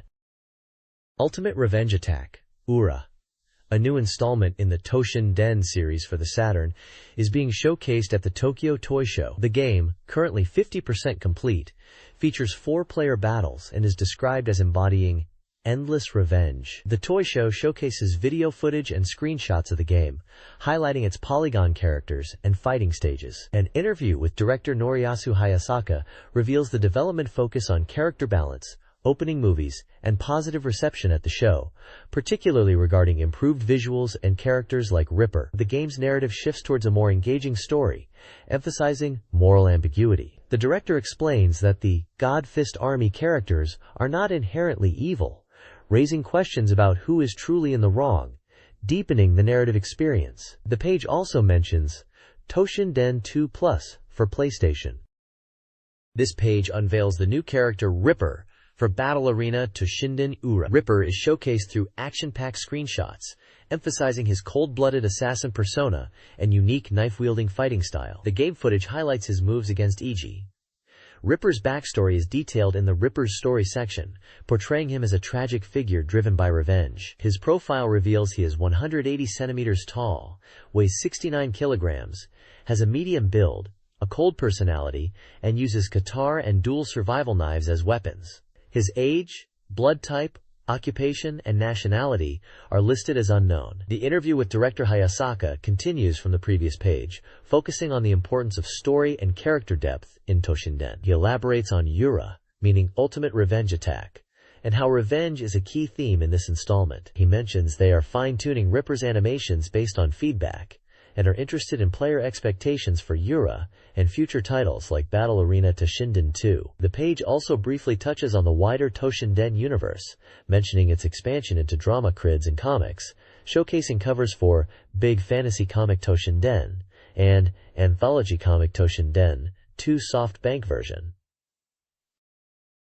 This page is a special report announcing the upcoming SEGA Saturn release of World Heroes Perfect. It's set to launch on August 9th, and the big news is that you can play as boss characters right from the get-go, which is a cool bonus.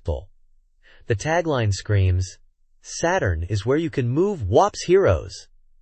There's a report from the Tokyo Toy Show where someone played an early 60% complete version. They mentioned the game's movement felt a bit slow, perhaps due to them being used to faster-paced games recently, but they were still excited and looking forward to the final release, especially hoping for faster loading times. The page also highlights extra attacks as a new feature, emphasizing the individuality of each character's fighting style and special moves, adding depth to the combat. It mentions new strategies and elements have been added compared to previous World Heroes games for Neo Geo, promising a more engaging and strategic fighting experience. The screenshots give a glimpse of the action and some of the characters in their signature moves. This page continues to highlight the Saturn version exclusives for World Heroes Perfect. It mentions a special X menu that's like an expert manual, packed with command lists, fighter profiles, and even illustrations and graphic collections previously featured in magazines, calling it a real treasure for fans. Next up, they talk about making the fighting experience more comfortable. The Saturn version allows for customizable button configs, which is great, and also the normally 3-button extra attacks can be mapped to just 1 button for easier execution. They mention adjustable difficulty levels too, so players of all skill levels can jump in. Then they introduce Chibi Character Mode, exclusive to WHP. Apparently, if you hit both the extra attack buttons and the taunt button together, your character transforms into a chibi version in battle. While in chibi form, special moves might be initially restricted, but you can still use them. They suggest that being smaller could even be advantageous. This chibi mode was apparently inspired by the Neo Geo version, but enhanced for Saturn. Finally, there's a big call for fan submissions. They're looking for anything WHP-related illustrations, cosplay, handmade goods, even attempts to recreate Jan's sword. They're offering posters and 80K merchandise as prizes, and even SEGA Saturn magazine goodies like joysticks. They are encouraging creative and passionate fans to send in their work by August 20th. This page introduces some of the heroes who are causing a stir on the Saturn. First up is Izumo Ryoko, described as a martial artist aiming to surpass the half-demon, likely referring to Hanzo. Her ultimate secret move is called Izumo Ryuko Onigurumi. Next we have Fuma Kotaro, another fiery character who also aims to defeat his rival, again mentioned as half-demon. His ultimate secret move is the Fuma Magic Ninja Arts, Ultimate Secret Arts, Explosive Burning Ultimate Secret Arts. Then there is Rasputin, presented as a mysterious clergyman who teaches the importance of love. His ultimate secret technique is the secret garden of love. Following Rasputin is Madman, who senses an ominous feeling. His ultimate secret art is named Heavenly Great Light Blast. Lastly, we see Hattori Hanzo, who is described as being at the end of intense training and still remembers his past rivals. His ultimate secret move is also Heavenly Great Light Blast, but specified as the IGA Ninja Arts Ultimate Secret Arts version. Each character section features a screenshot from the game showcasing their ultimate moves in action. It looks like these are all characters from the fighting game World Heroes perfect on the Saturn, based on the style and context. The page highlights the variety of fighters and their powerful special attacks. This page previews more characters from the fighting game, likely World Heroes perfect. The showcased fighters include Kinryu, a movie star seeking martial arts recognition, whose ultimate move is the Godly Dragon Continuous Ring Kick. Genghis Khan, who respects opponents, boasts the Super Majestic Tiger Eruption Flash.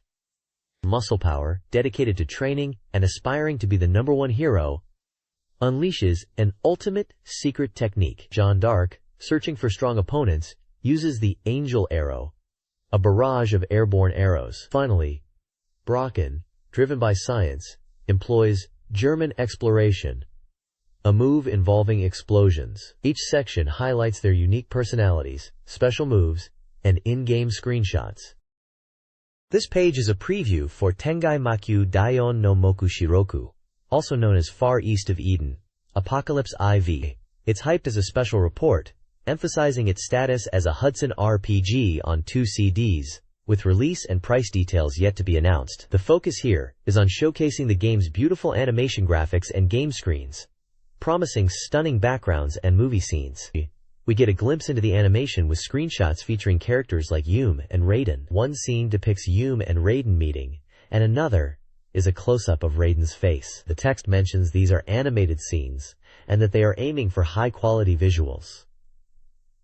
The page then shifts to the game's setting, declaring, "Everything starts here! Raiden arrives at Alaska map." It explains that Alaska is the starting point for Raiden in the game. The opening story involves Raiden arriving in Alaska to help Red Bear, a village chief. He takes a boat but encounters an accident due to a blizzard and loses consciousness. When he wakes up, he's in Anchorage Village, at the village elder's house. The initial enemy is described as a pure silver blizzard, highlighting the area's harsh environment, which is depicted in the map screenshots below, showcasing both a close-up area map for gameplay and a wider overall map. It points out the entrance to a maze-like area visible on the overall map. This page continues the preview of Far East of Eden, Apocalypse IV, and it highlights a few key gameplay elements. First up, it mentions the game has a day and night cycle, explaining that time flows in the game world, and this affects events and even the types of enemies you'll encounter, depending on whether it's day or night. Next, it jumps to California, specifically San Francisco, and talks about a minigame available in a fortune-telling tea house called Dosukoi. This minigame is paper sumo wrestling. Apparently, you can freely change your viewpoint during the game and win items based on your rank and strength against opponents. The description emphasizes the excitement of battling high-ranking sumo wrestlers. The page then moves on to the second area of the game, Montana and Seattle. Here, you'll encounter a new companion named Yuno. She's described as a demon warrior and one of the 3 demon soldiers. Apparently, when the Thunder God appears, Yuno, also known as the Demon Warrior, becomes a formidable ally. She is from a fire tribe lineage and holds a secret. The text suggests that Montana is a village inhabited by Native Americans, and that Yununo lives there alone in a log cabin. There are also screenshots of totem poles and what appears to be a battle scene with a bison in a snowy environment. This page introduces Tournament Leader, also known as Virtual Golf, a polygon-based golf game for the SEGA Saturn. It's being highlighted as a user-friendly and full-fledged golf experience. They are emphasizing the easy controls and the fact that up to 4 players can play at the same time. There's a focus on the variety of ways to play, stating there are 5 game modes to choose from in total. These modes are detailed as practice, for single player to get the hang of things, shot out, which seems to be a 2-player team-based mode, tournament, where you can compete in a massive 60-player event starting as an amateur, derby stable, which sounds like you're betting on your performance, and skins challenge, where prize money is up for grabs. Virtual Golf features realistic golf courses, specifically mentioning 4 courses: the Bowery, set in southern England, Kilmarnock in Western Ireland, and Penperrow and Glenlockery. The Bowery and Kilmarnock are described as amateur courses, while Penperrow and Glenlockery are for pro players. Adding to the realism, the game boasts a TV-like announcer who provides commentary, just like you'd expect from a real golf broadcast, even mentioning that the announcer is similar to those on morning TV golf shows. The screenshots give a glimpse into the different game modes and courses, showing off the polygon graphics and gameplay. This page is about Haunted Casino, which is described as a horneted casino game. It's slated for release on September 13th, priced at 7,900 yen, and is categorized as an adventure card game for 1 player. The tagline translates to, "Don't you want to enjoy a dangerous game by betting your soul?" The article highlights the game's atmosphere with a mysterious female dealer and scenarios set in a casino. It mentions RPG elements and 3D sound to enhance the gameplay. The sweetest room is the theater room, presided over by the Queen of the Palace, Jupice Quintina. The casino is said to contain various rooms, including game rooms, theater rooms, and guest rooms, with magic items and ghosts adding to the atmosphere. There's a section introducing several female dealers. Besides Jupice Quintina, there are Annabella Michau, Lynn Chandra, and Pamela Unity. The game itself is described as authentic casino gameplay, featuring poker, blackjack, roulette, and other games. The reviewer emphasizes the appeal of the game being the combination of a real casino experience with erotic and beautiful woman dealers. Messiah is developing Heavy Armor Mobile Suit Lanos 2 for the SEGA Saturn, a sequel to the Mega Drive/Genesis original and a spiritual successor to Cybernator. Slated for a November release, the game is currently 40% complete with an undecided price. The game puts players in control of Inos across missions, featuring new mechanics like screen magnification based on weapon use and quick weapon switching. The story connects the narratives of the previous titles, set in 2123, during a conflict between the Zenith Federation and the Sunrail Republic. Captain Sunrail and the 12th Special Armor Corps are key figures. Gameplay screenshots showcase mech battles. The game will also include an auto-aiming system. Dialogue snippets hint at mission preparations and fortress readiness. This page delves deeper into the gameplay mechanics of Heavy Armor Mobile Suit Lanos 2. It highlights the game's innovative system where the camera zooms in and out based on the weapon range you're using, a key visual feature. The article also explains the auto-aiming system, making combat more accessible. Weapons are categorized into 3 types: armor-piercing projectile attacks, A, laser and other energy-based attacks, B, and missile and explosive attacks, C, each effective against different enemy types. Weapon selection is tied to button assignment, encouraging players to switch weapons strategically depending on the combat range and enemy type. The screenshots illustrate how the view changes from close-range combat within a forest to long-range engagements with distant enemies. Excitingly, the article reveals that there will be more than 5 playable mechs, and even hints at the inclusion of Valken, the mech from Cybernator, suggesting deeper connections to the series. The first mech players will use is the Reynos Mk2. The writer expresses anticipation for more information about the available mechs and storyline, emphasizing the depth of gameplay players can expect. Langrisser 2 is nearing its late August release, priced at 6,200 yen. The game features a polished opening movie with animation by Urushihara. The scenarios involve strategic battles with unique objectives. Scenario 3 focuses on protecting villagers from undead glove monsters to recruit Gilbert. Scenario 4 has the player rescuing characters like Pierre from General Gale's Imperial forces, requiring careful unit positioning against flying units. The gameplay follows a loop: preparation, buying items, equipping troops, scenario start, story events, battle, positioning units, selecting actions, and scenario end, victory or defeat, leading to the next scenario or retry. Screenshots showcase the town menu, dialogue scenes, and tactical battle maps, promising a classic Langrisser experience. The next page provides a first-half map check for Langrisser 2i, previewing the first 9 scenarios of the game. It uses map screenshots and short descriptions to highlight the gameplay in these early stages.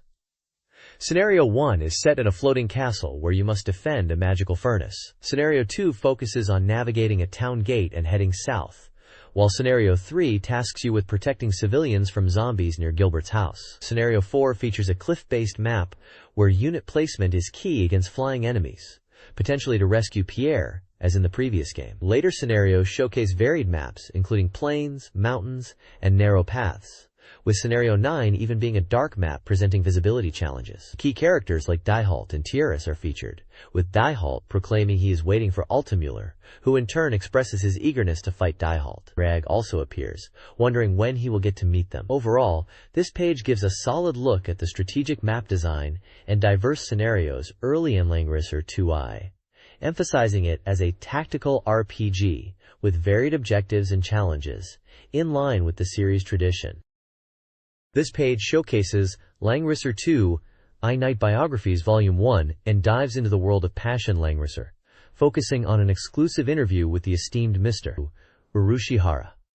The interview is a deep dive into his thoughts and feelings about the Langrisser series, specifically Langrisser 2i. He talks about receiving fan letters, his design process for characters, and his impressions of the voice actors, including a funny anecdote about being asked to sign a fan's rear car window. The page also highlights a Langrisser 2i Boys contest, a popularity poll for male characters in Langrisser 2i.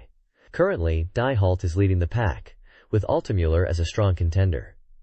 Fans are encouraged to vote for their favorite Langrisser 2i guy.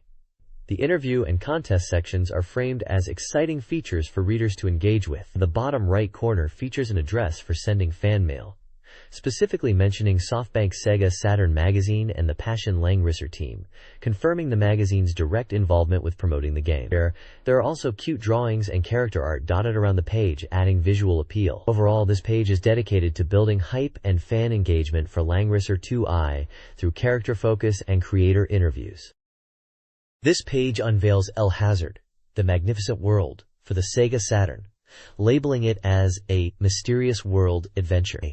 It's highlighted as a special report, with the game being 85% complete, and is a Pioneer LDC title scheduled for release on August 9th, priced at 6,900 yen. It's a one-player adventure game for all ages. The page showcases various screenshots from the game, featuring characters and scenes that suggest a mix of fantasy and adventure elements. The text around the screenshots emphasizes words like beautiful girl, wild hope, and adventure. It seems the game's prologue is set in a science lab at night, where the protagonist, who loves experiments and inventions, creates something from a discarded object on his way home from school. This object becomes a communication device that connects to another world. The text then suggests the story involves a girl praying to save this world, and the protagonist gets enveloped in a flash of light, leading to a different dimension. There are smaller screenshot panels with dialogue snippets that hint at in-game conversations and situations, like characters expressing shock, confusion, and determination. It looks like there are elements of mystery and danger, with talk of a crisis and exploring an unknown world. The overall tone seems exciting and adventurous, promising a journey into a magnificent world. This report details the adventure game El Hazard, the Magnificent World, focusing on its story and gameplay mechanics. Chapter 1 introduces Fujisawa-sensei, transported to El Hazard after a girl's prayer, and his encounter with Ezeal, who rescues him from monsters. They journey towards Free-Teria, the capital. Chapter 2 sees them investigating rumors of monsters and a revived demon god, leading to a dramatic meeting with Princess Rune Venus. The game emphasizes player choice. Checkpoints highlight the importance of time management, time concept, relationship building, favorability affecting character endings, and party selection, partner selection, influencing the narrative and unlocking different story branches. Isiel, a skilled and beautiful character, is prominently featured.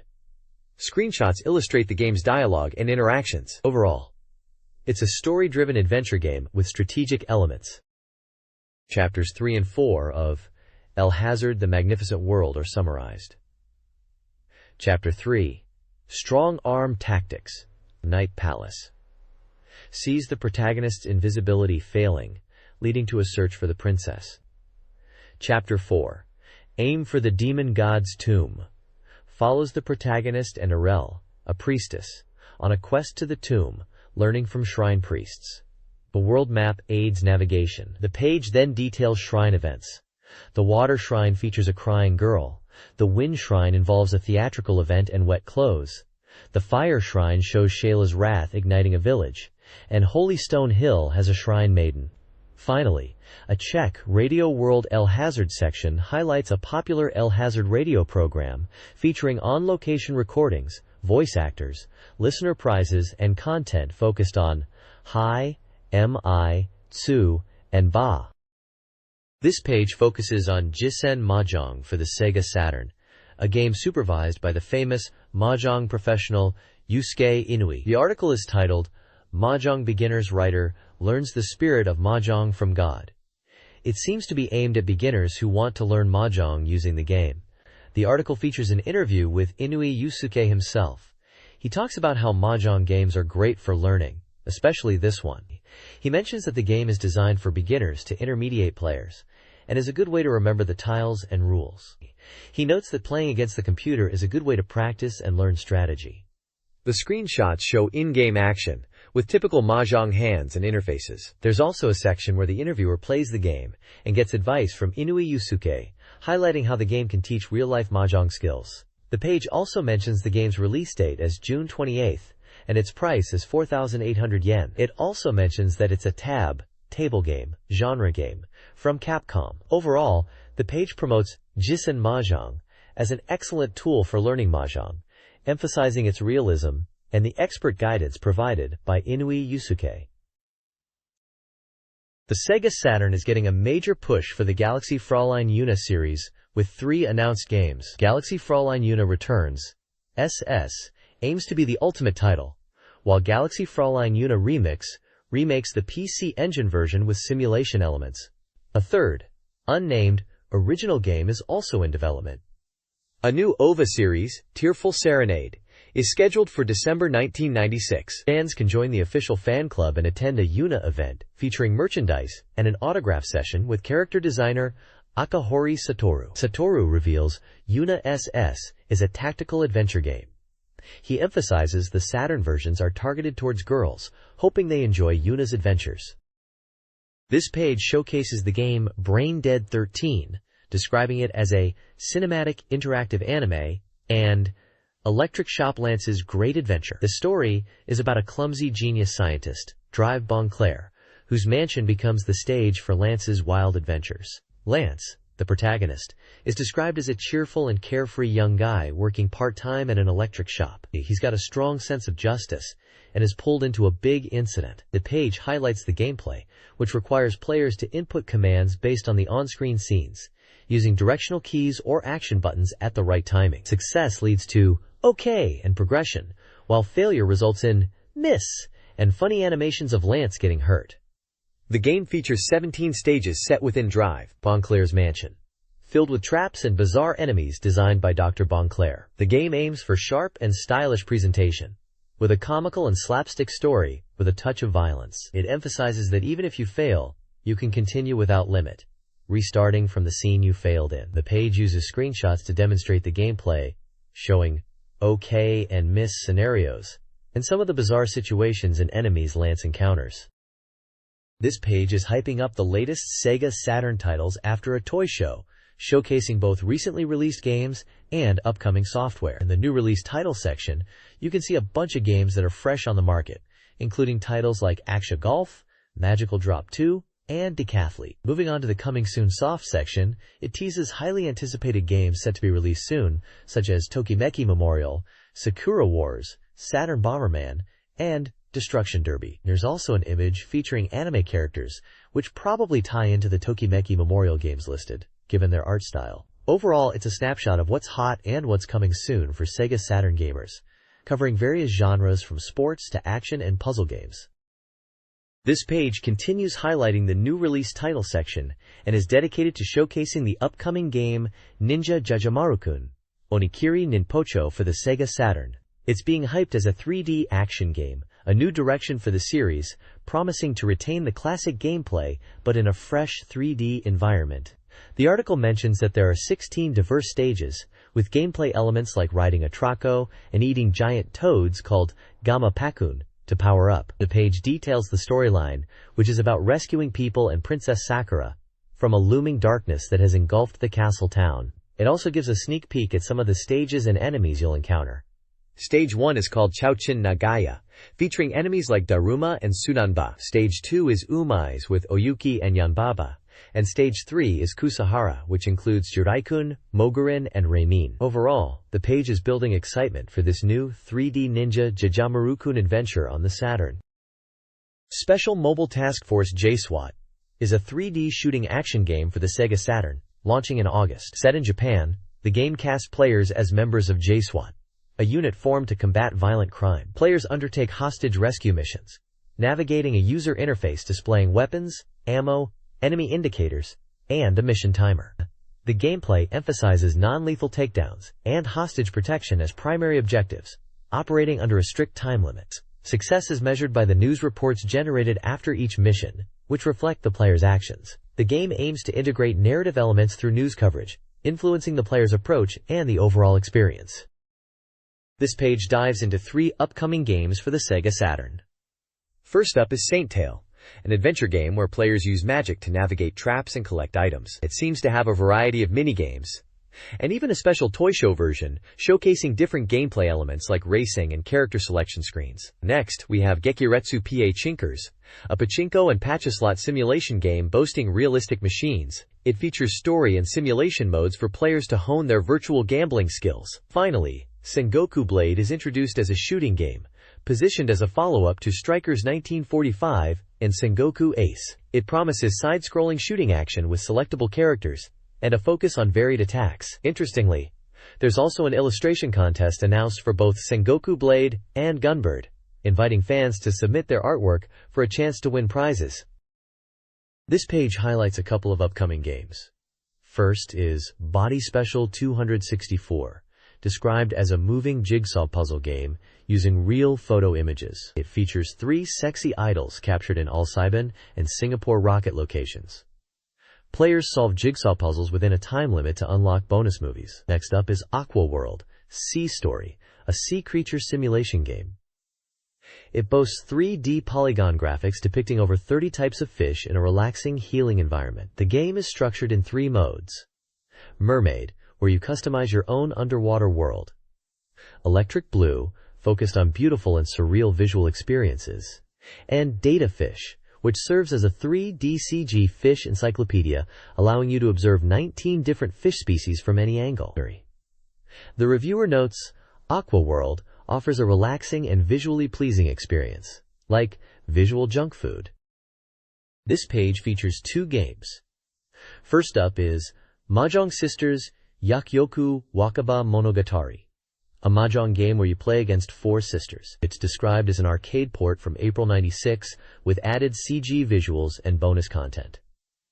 The reviewer highlights the real-time character expressions. It seems players can unlock HAFE scenes if they win, and the game includes bonus challenges with slot and quiz minigames for even more rewards. The magazine gives it a 70% score. Next is Aksha Golf, scoring 80%. This game brings authentic English golf courses to the Saturn, featuring motion-captured player movements for smooth gameplay. Game modes include Pro Tour, Amateur, Practice, and others totaling 8, allowing up to 4 players simultaneously. The game boasts detailed settings and multiple camera angles and 3D graphics, creating a realistic golf experience. This page showcases 2 more games for the Sega Saturn. First up is Japan Super Base Classic 96, a fishing game that aims for realism. They've even got real JB Pro anglers involved as supervisors and appearing in the game. It's all about realistic fishing techniques and locations. The game uses actual manufacturer's gear too, emphasizing its commitment to realism. The reviewer mentions it stands out among other fishing games, especially for those wanting to experience real fishing. It gets a score of 70%. Next we have Kyosuba Ichiba Data Stable, a horse racing simulation that scores a perfect 100%. This game is for racing fans eager to analyze data. It seems to be a simulation focused on predicting race outcomes, using an extensive database. The game lets you input various factors to refine your predictions and explore different race scenarios, going beyond what's possible in real life. The reviewer seems impressed with the depth of the simulation and the ability to analyze race data to predict outcomes. It's described as a simulation that really lets you experience the thrill of horse racing strategy. This page presents 4 new titles coming to the Sega Saturn. Kicking things off is Zero Yan Champ Duziji, a drag racing game focused on intense, short-distance 400 meters races. It's all about speed and full-throttle action. The game captures real drag racing footage from events held in Sendai, aiming to recreate that hot racing atmosphere in the game. Next up is Spot, featuring the 7-Up mascot Cool Spot. This action title uses a quarter-view perspective with beautiful Hollywood-style backgrounds. You'll be controlling Spot as he goes on an adventure. Moving on, we have Magical Drop 2, the Saturn port of the popular arcade puzzle game. The sequel includes various game modes, including a story mode. You can choose from 10 characters and battle against the CPU, with different endings depending on your character. Finally, there's Yellow Brick Road, an adventure game based on The Wizard of Oz. This game lets you explore the world of Oz, encountering characters like the Tin Man, the Cowardly Lion, and the Scarecrow. You'll be collecting weapons and items, solving puzzles in the Emerald City, and unraveling the secrets of Oz by following the Yellow Brick Road. The graphics are highlighted as being beautiful, promising an immersive gaming experience. This page highlights a couple of new titles coming to the Sega Saturn. The main spotlight is on Atlanta Olympics 1996, a game featuring 15 Olympic events, including the 100 meters and 400 meters sprints, discus throw, pole vault, long jump, triple jump, swimming, weightlifting, rapid-fire pistol, fencing, hammer throw, shooting, archery, and others.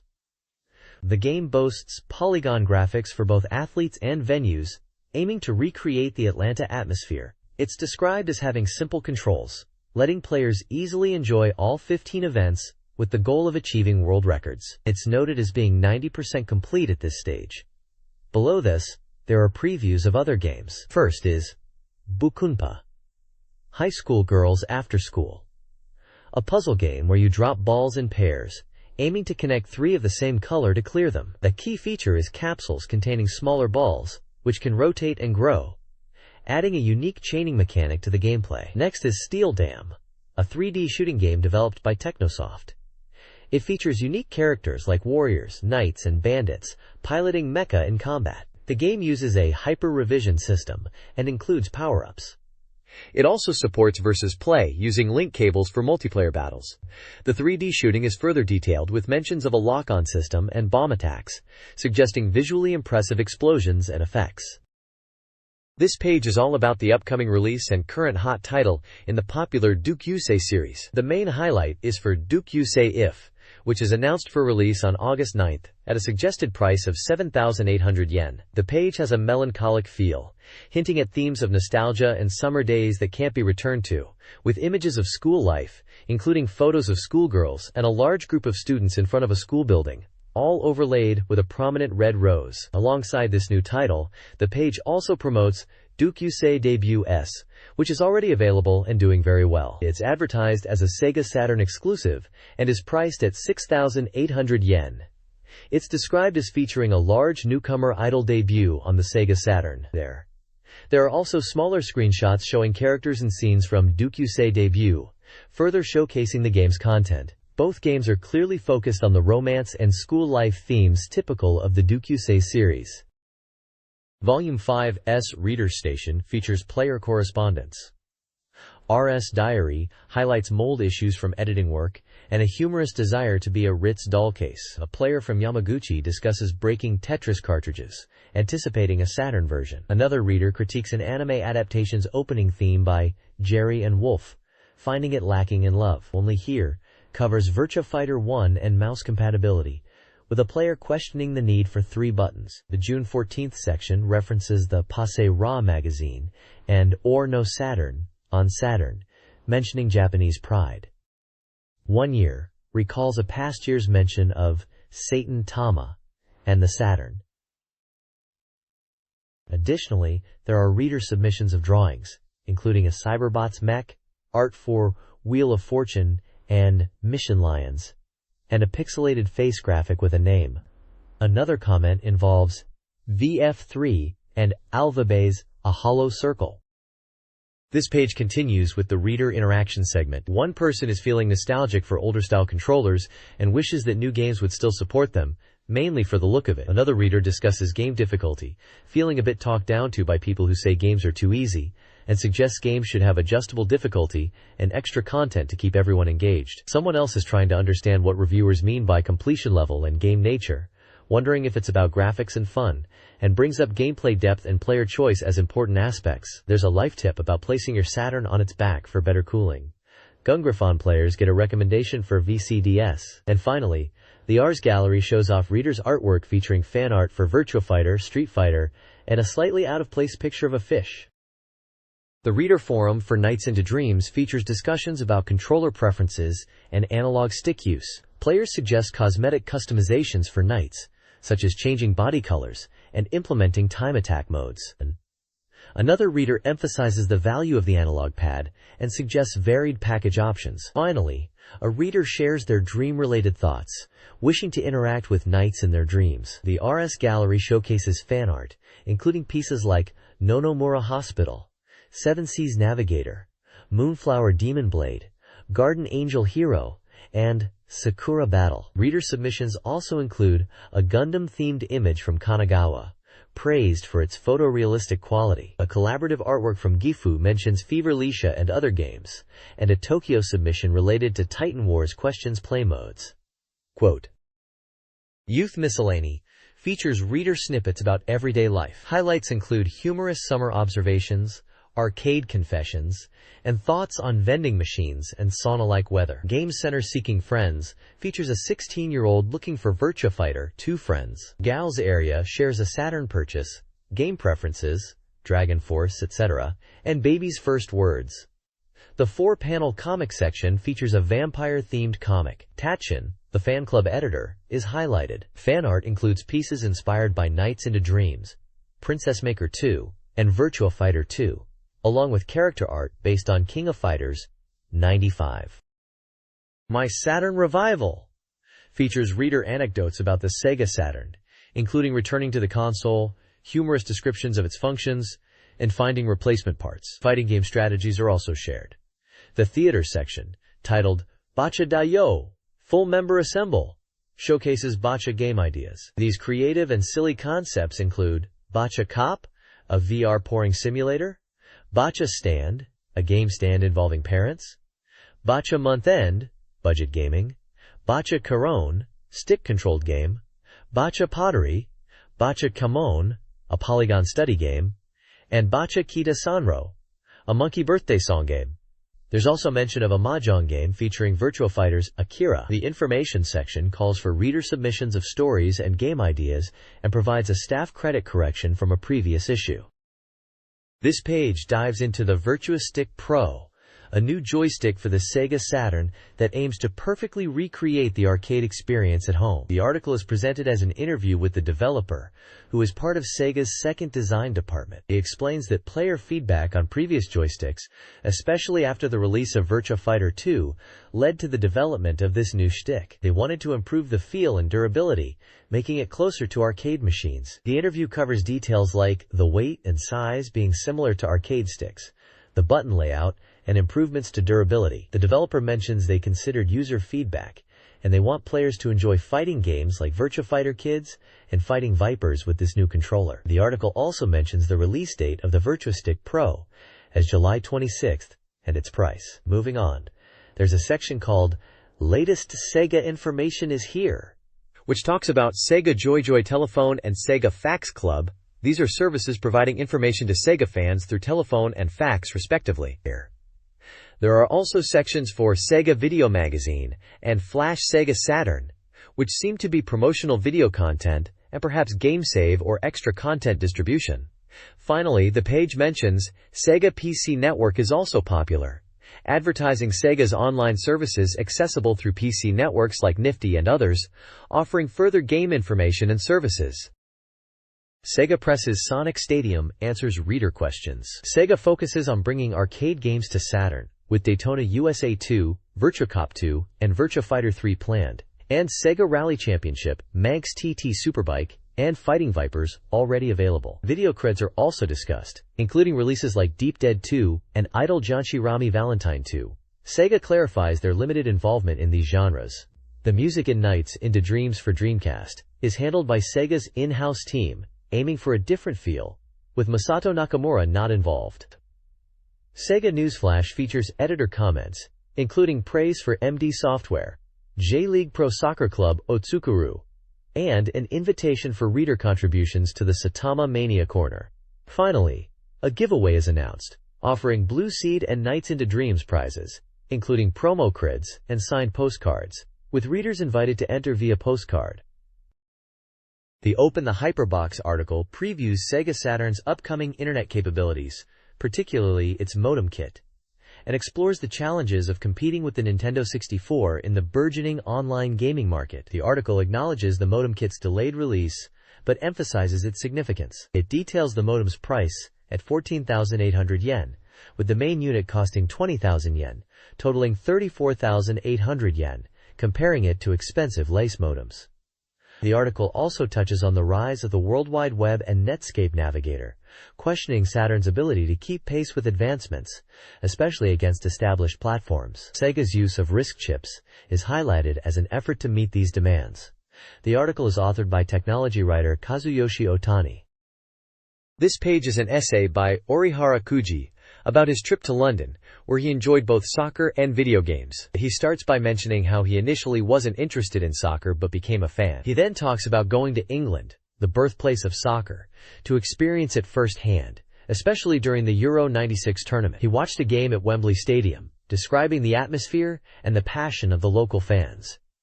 He also spent time playing games in London.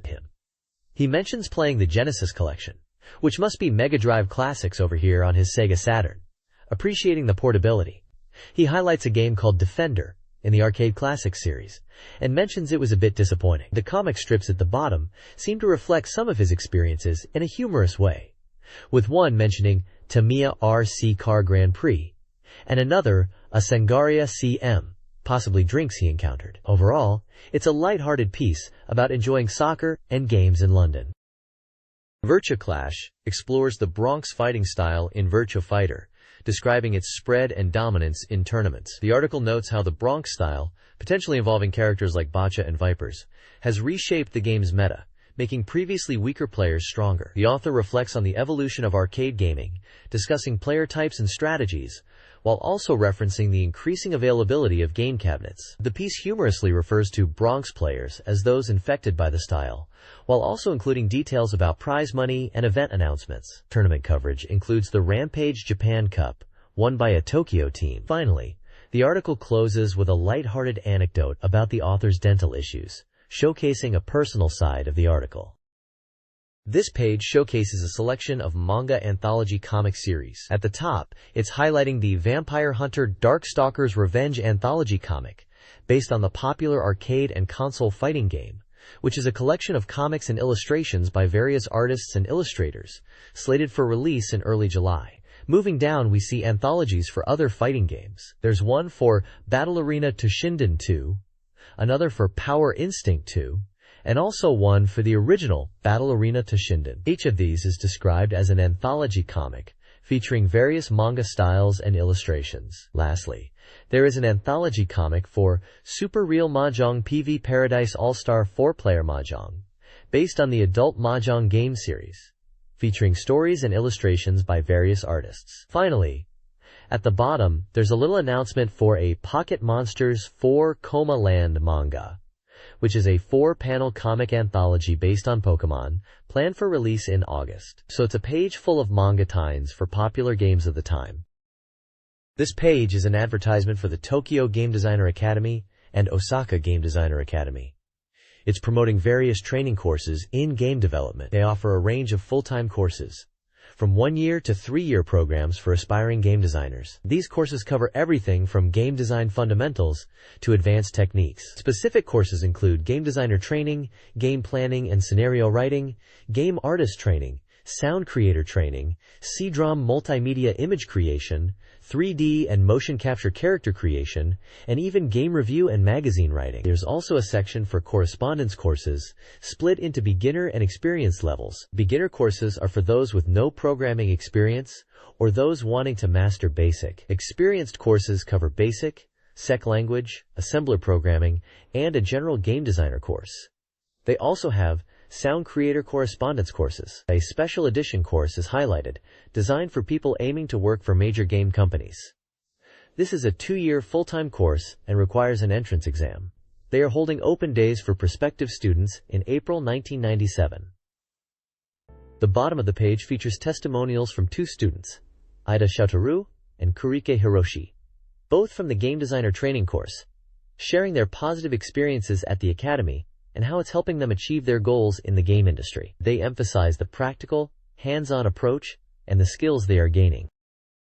This page showcases 2 games. First up, at the top of the page is the action title, Kiki Kai Kai, Odo Edoma Tengai, which could be translated as Mysterious World Strange Tales, Great Edo Strange Tales, Lively Drama Edition. This game is already available in stores for 5,800 yen. It's presented as a dramatic action game set in Edo period Japan, featuring stages that include clockwork castles, haunted mansions, and aquariums. The adventure stars characters like Miki-chan and Manyuk-chan and promises anime-style cutscenes. There's also a 1,000,000 yen Great Operation Prize campaign for purchasers of Kiki Kai Kai, Edo Edoma Tengai, offering prizes such as a signed illustration, a game-themed mousepad, a special edition videotape, and an original phone card, with different quantities available for each. The bottom half of the page is dedicated to the golf game Tournament Leader. This title invites players to test their golf prowess in a tournament setting inspired by Scotland. It boasts up to 4-player simultaneous play. Key features mentioned are user-friendly controls, tournament and team battle modes, varied camera angles, and even in-game commentary by TV Asahi announcers Mori Shimeta and Ohayashi Yuko. Tournament Leader is scheduled for release on August 23rd at a price of 5,800 yen. This page is all about the Sega Saturn game Dragon Ball Z: The Legend. It's a vibrant page showcasing artwork, with Cell taking center stage at the top, looming over Vegeta below, all set against a very energetic background. The text on the page proclaims the game is revived on Sega Saturn and promises a new battlefield for players to engage in. It's described as an active playing animation game, and the great news for fans is that it's advertised as now on sale for a price of 5,800 yen. This page is showcasing the Dragon Ball Z game, promising a perfect and flawless Dragon Ball world. It boldly declares, "Rewrite the legend," and emphasizes the game's immersive qualities, highlighting the 8-directional 3D action and active playing animation that perfectly recreates famous battles. The text boasts about the intensity and realism, suggesting it's the exciting new experience fans have been waiting for. The page encourages players to fully enjoy the charm of the Dragon Ball world until the very end. There are descriptions of 3 screenshots. The first is titled, Heterogeneous Martial Arts Experience Space Auto Battle, describing the large-scale 3D battles where you can freely roam the battlefield and experience multiple fights in the same area, something unique to Dragon Ball. The second is, because there are companions watching over you, it's even more exciting, explaining that alongside the auto battle screen, an overview visualizes other warriors' actions, letting you feel the passion of those watching the fight. The last one, it's out, the ultimate Kamehameha, showing how special moves from both Z fighters and enemies are vividly reproduced with polygon effects, listing examples like the Spirit Bomb, Big Bang Attack, and Destructo Disc. The page also includes a Bandai Station phone number and the Bandai Company logo. This page shines the spotlight on Clockwork Circus, a brand new action puzzle game making its Japanese debut. It's proudly announced as being overseen by none other than Alexei Pajitnov, the creator of Tetris. There's even a quote from a reviewer stating, "Clockwork Circus, timing is everything." The ad highlights this as a fresh action puzzle experience from the mastermind behind Tetris. It's coming out in July for PlayStation and Saturn, and in August for 3DS. The standard price is listed as 5,800 yen. We can see some wacky claymation-style characters, really quirky and colorful, and screenshots showing off the gameplay, which looks like a puzzle game with moving elements. It's mentioned that there are a whopping 50 stages, and the tagline asks if you can escape this bizarre world. It seems like they are really emphasizing the unique and challenging nature of the game. The ad also mentions something about Alexei Pajitnov creating Tetris, so maybe everyone already knows him. But even then, this new game sounds like it will be another hit. This page is showcasing a collection of SoftBank gamebooks. We're starting with the Ultimate PlayStation Soft Catalog Volume 1, which is a complete preservation edition. It covers PlayStation software from December 1994 to May 1996. It includes evaluation charts. They're advertising it for 980 yen, releasing on June 29th. It mentions new games coming out by summer 1996, totaling 144 titles, and highlights advanced PlayStation titles and peripheral catalogs. There's even a section called All That's High-Tech Junky Low-Tech Yankee Returns, showcasing 400 bargain items. Next up is Windows 95 Game Power Magazine, which focuses on Sega's entry into the Windows 95 market and their gorgeous triangular relationship with Sega and Windows 95. It features articles on Windows shopping on the internet, game frontlines, E3 reports, and interviews. Game titles mentioned include King's Quest V2, Command & Conquer, Lunatic Dawn, shogi games like Kakigi Shogi 2 for Windows 95 and Sotsugyu 2. The Hive Wars, Daisen Ryaku V, possibly Advanced Wars Versus, and Rebel Assault 2, among 26 other titles. A CD-ROM demo is included, featuring Virtua Fighter PC, Mortimer, Golly, Ghosts, Goal, Pitfall, and Y Pressure. Moving on, there's Train Simulator, a guide for Windows 95 and Macintosh that teaches you everything about train simulators. It features the Chuao Line, Tokaido Main Line, and Tohoku Main Line. Lastly, we have the Doom Hacker's Guide for customizing the world of Doom. It explains how to create and customize Doom levels, and comes with a cry drum. The Thor Rockrolling Race Time Attack contest results are announced, showcasing impressive skill with many players finishing within a minute. The top 3 winners are from Tokyo, 24.68 seconds, Chiba, 28.05 seconds, and Fukuoka, 28.31 seconds. The page lists the top 10 rankings.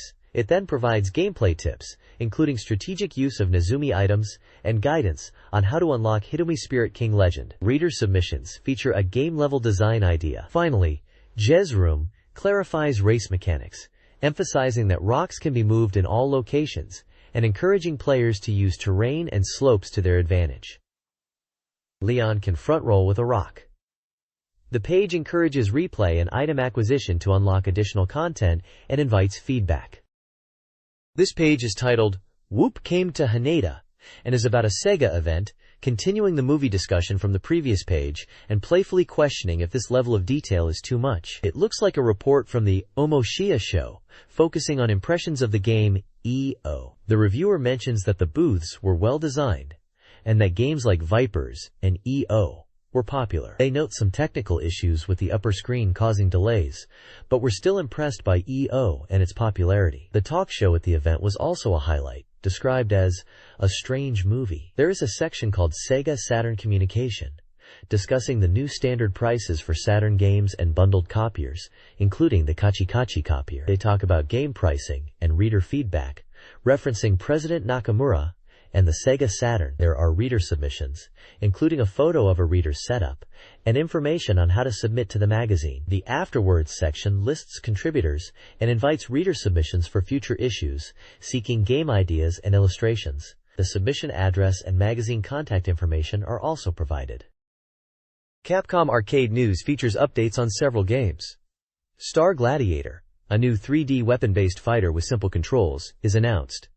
A Try Arcade Next Consumer section promotes Dungeons & Dragons, Shadow over Mystara, with a character popularity poll and fan art. Sakura's Burma Heart Lecture 2 provides Street Fighter Sakura gameplay tips, focusing on offensive strategies like jump attacks and foot sweeps. The Street Fighter Major Scoop Special Part 2 highlights fan art and excitement, also mentioning Super Puzzle Fighter 2X.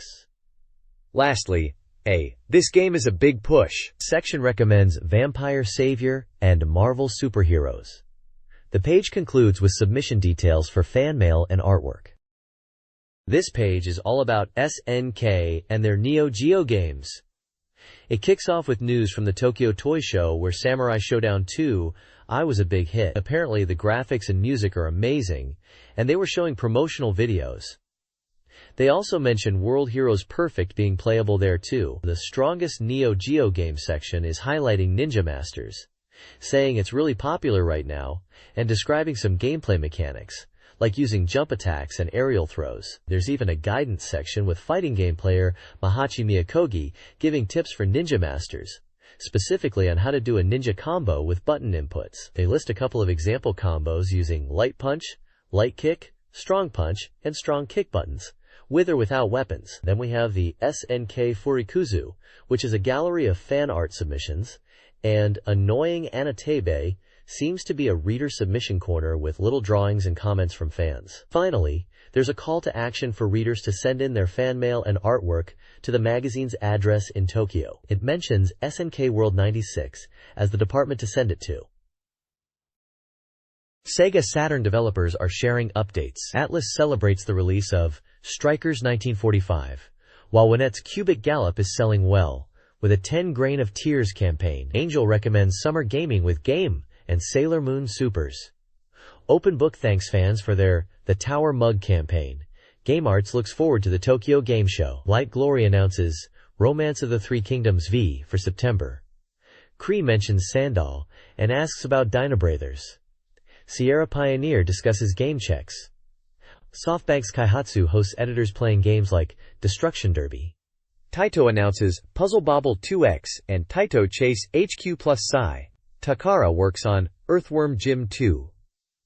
Toho Emi is developing Master of Monsters Neo Generations, nearing screen capture. Summer is heating up the Japanese gaming scene. Nagazat is hosting events in Tokyo, while Japan Create shares game news via radio. Bandai focuses on Mobile Suit Gundam Gaiden. Back-in Video promotes indoor PC gaming from PC Softy and Kaxer. Vic Tokai highlights Playboy Karaoke. And Victor Entertainment celebrates Advanced Variable Geo, potentially forming a fan club. Bing is preparing for Tokyo Game Show despite a water tank incident. BMG Victor recommends indoor gaming with Magic Johnson's Super Slam Dunk and Kareem Abdul-Jabbar one-on-one basketball. Microcabin promotes Sword and Sorcery, running a cell phone card giveaway. Multisoft is refining DEF CON 5 based on player feedback. Mizuki and Yanoman send summer greetings, with Yanoman promoting their Game Heaven program. Umedia asks about holiday plans, and licensee Space/Etheski seeks Saturn game postcard ideas. This page is packed with upcoming SEGA Saturn releases for July and August. It's a new software schedule, so we're looking at a heap of games hitting the shelves soon. In July, we've got everything from accessories like the SEGA Saturn floppy disk drive and multi-controller pack, to games across all genres. RPG fans will be excited for Ray Earth and Astral Domain, while shooting game enthusiasts can look forward to Sonic Wings Special. Decathlete is there for sports fans, and Wipeout for racing.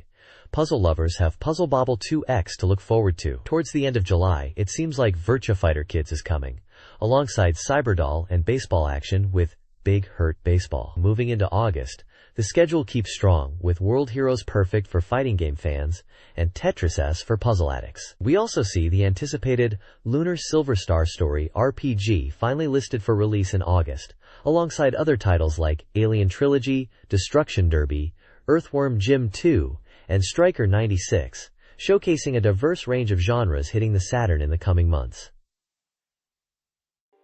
There's even a making of Nightruth, which sounds intriguing for adventure game fans. Overall, it's a busy release period for Saturn owners, with a great mix of games on the horizon.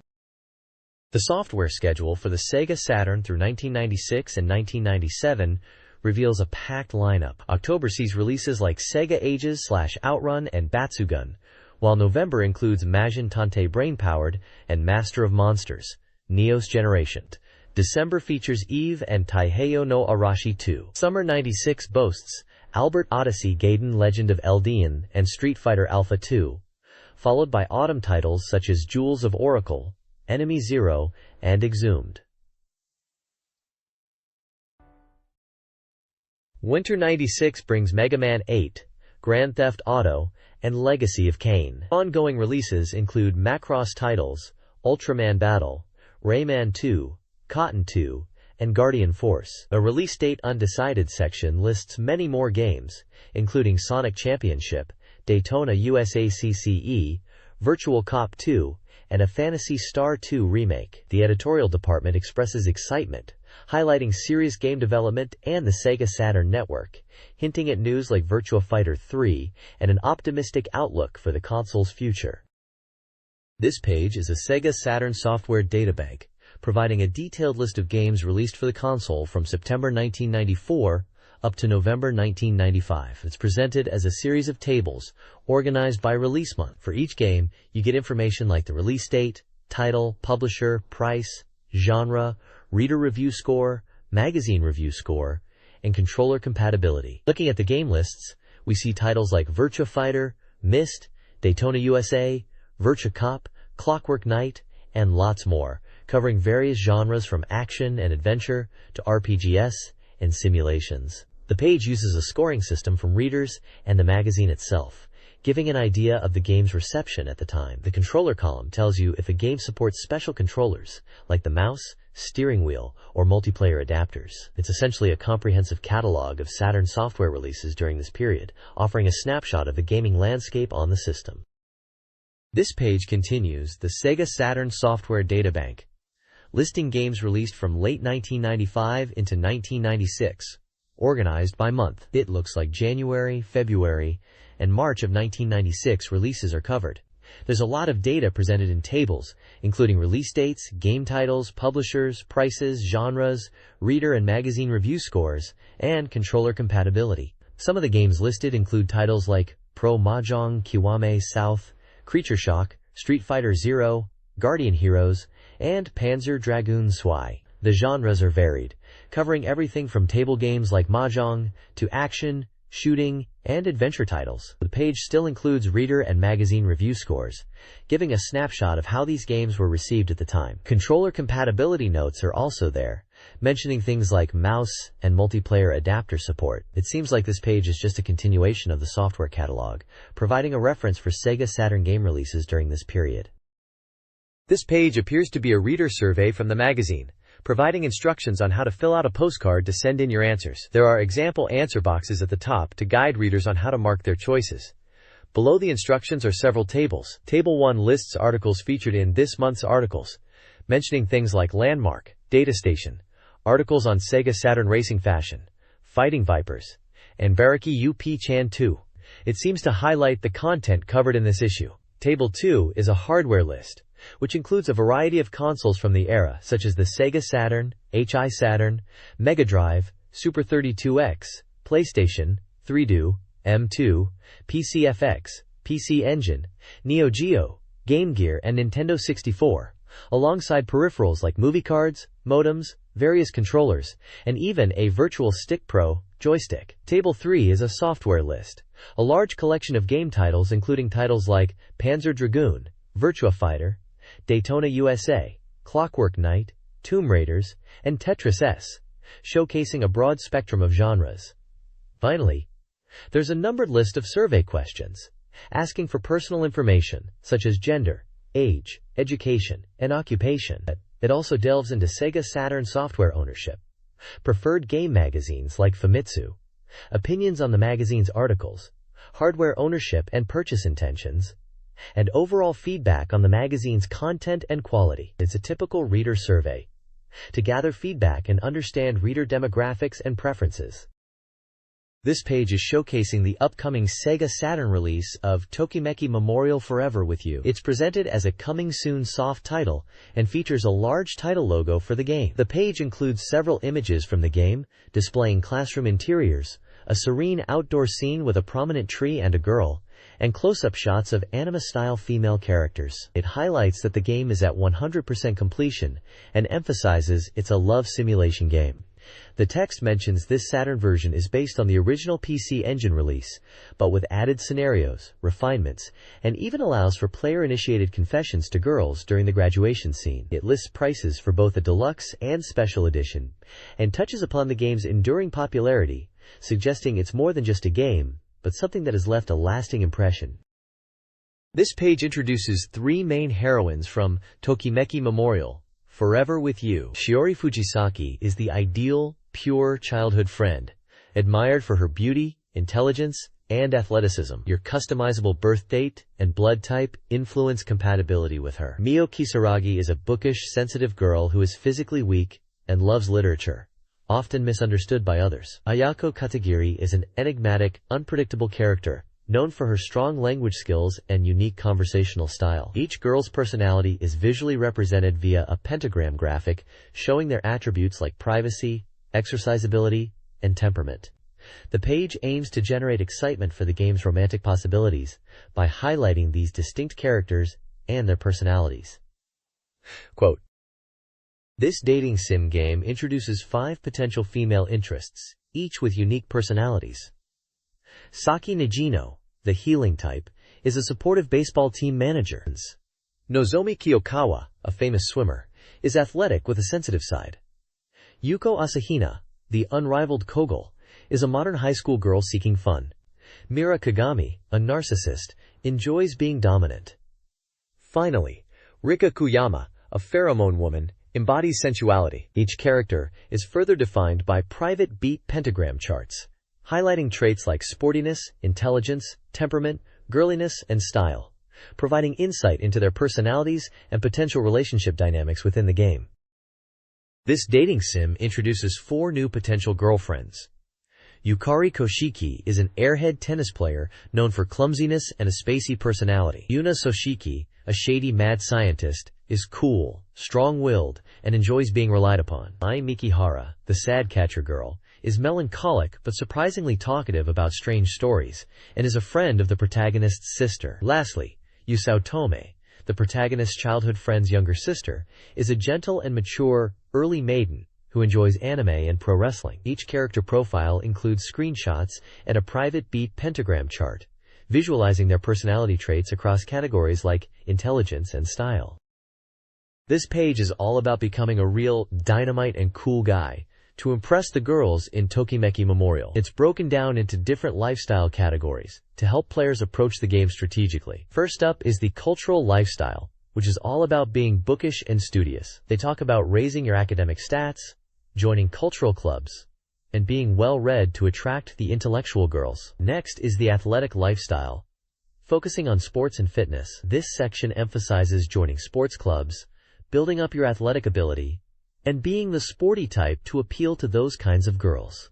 Then there's the playful lifestyle, which is about having fun, being sociable, and a bit of a prankster. This one suggests hanging out in game centers and amusement spots, being good at games, and generally being a fun and engaging person to attract girls who like to have a good time. Finally, there's the superior stylish lifestyle, which is about being sophisticated and mature. This one's about cultivating elegance, being perceptive, and being a bit mysterious to attract more mature and refined girls. The page also includes a section called One Important Thing, which boils down the essence of dating in Tokimeki Memorial to believing in love itself, suggesting that your conviction and approach are key to success in the game's romantic pursuits.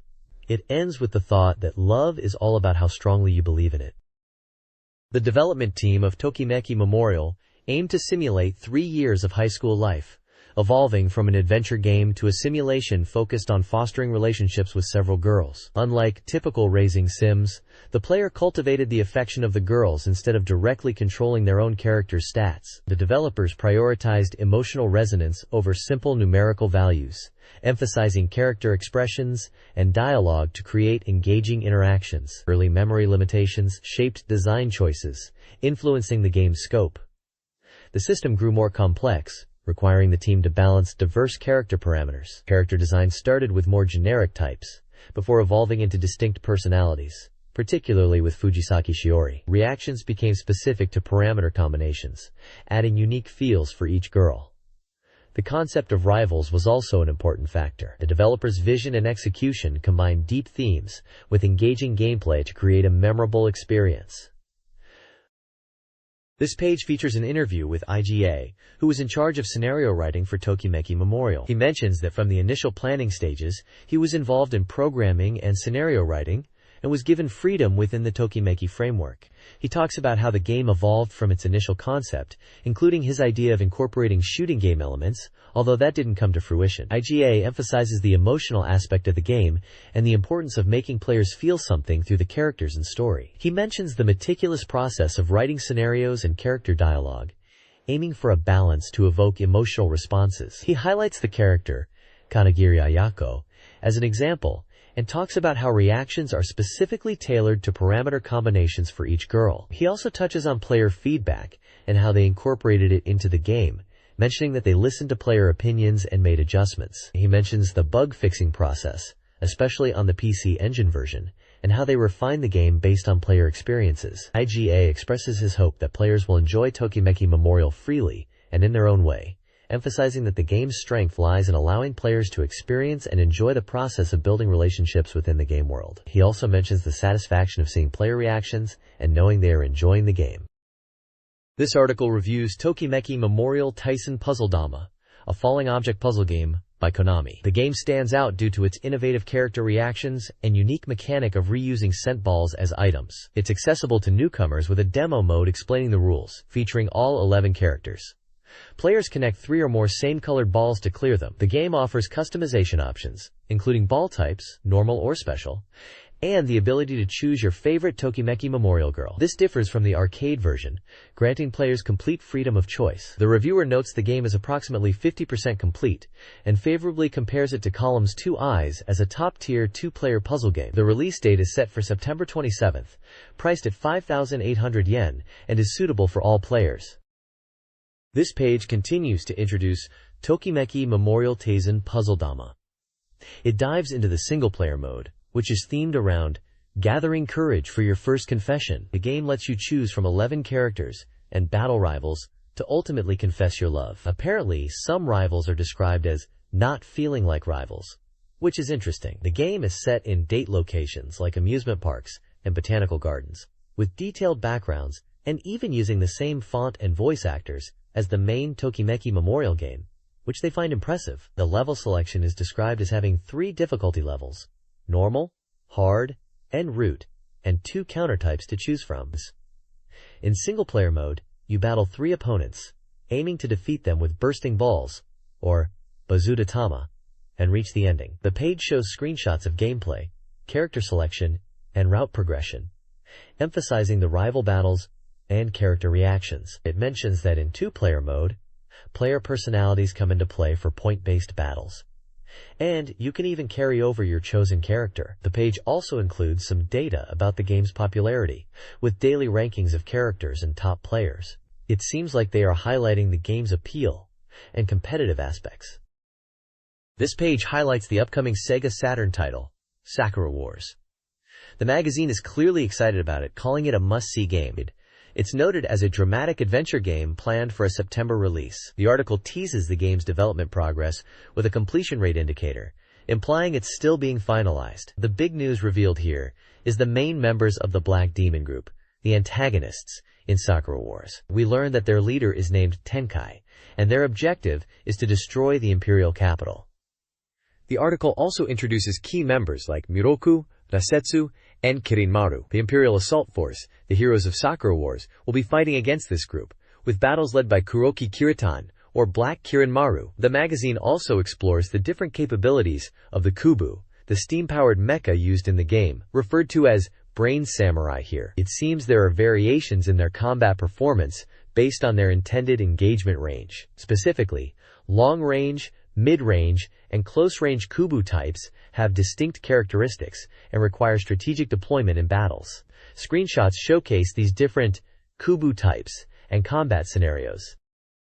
The Capture the Death King's form page introduces 3 key antagonists from Sakura Wars' Black Demon Group. Crimson Miroku, a beautiful and cunning demon tool user, pilots a demon-powered machine and uses demons for attacks.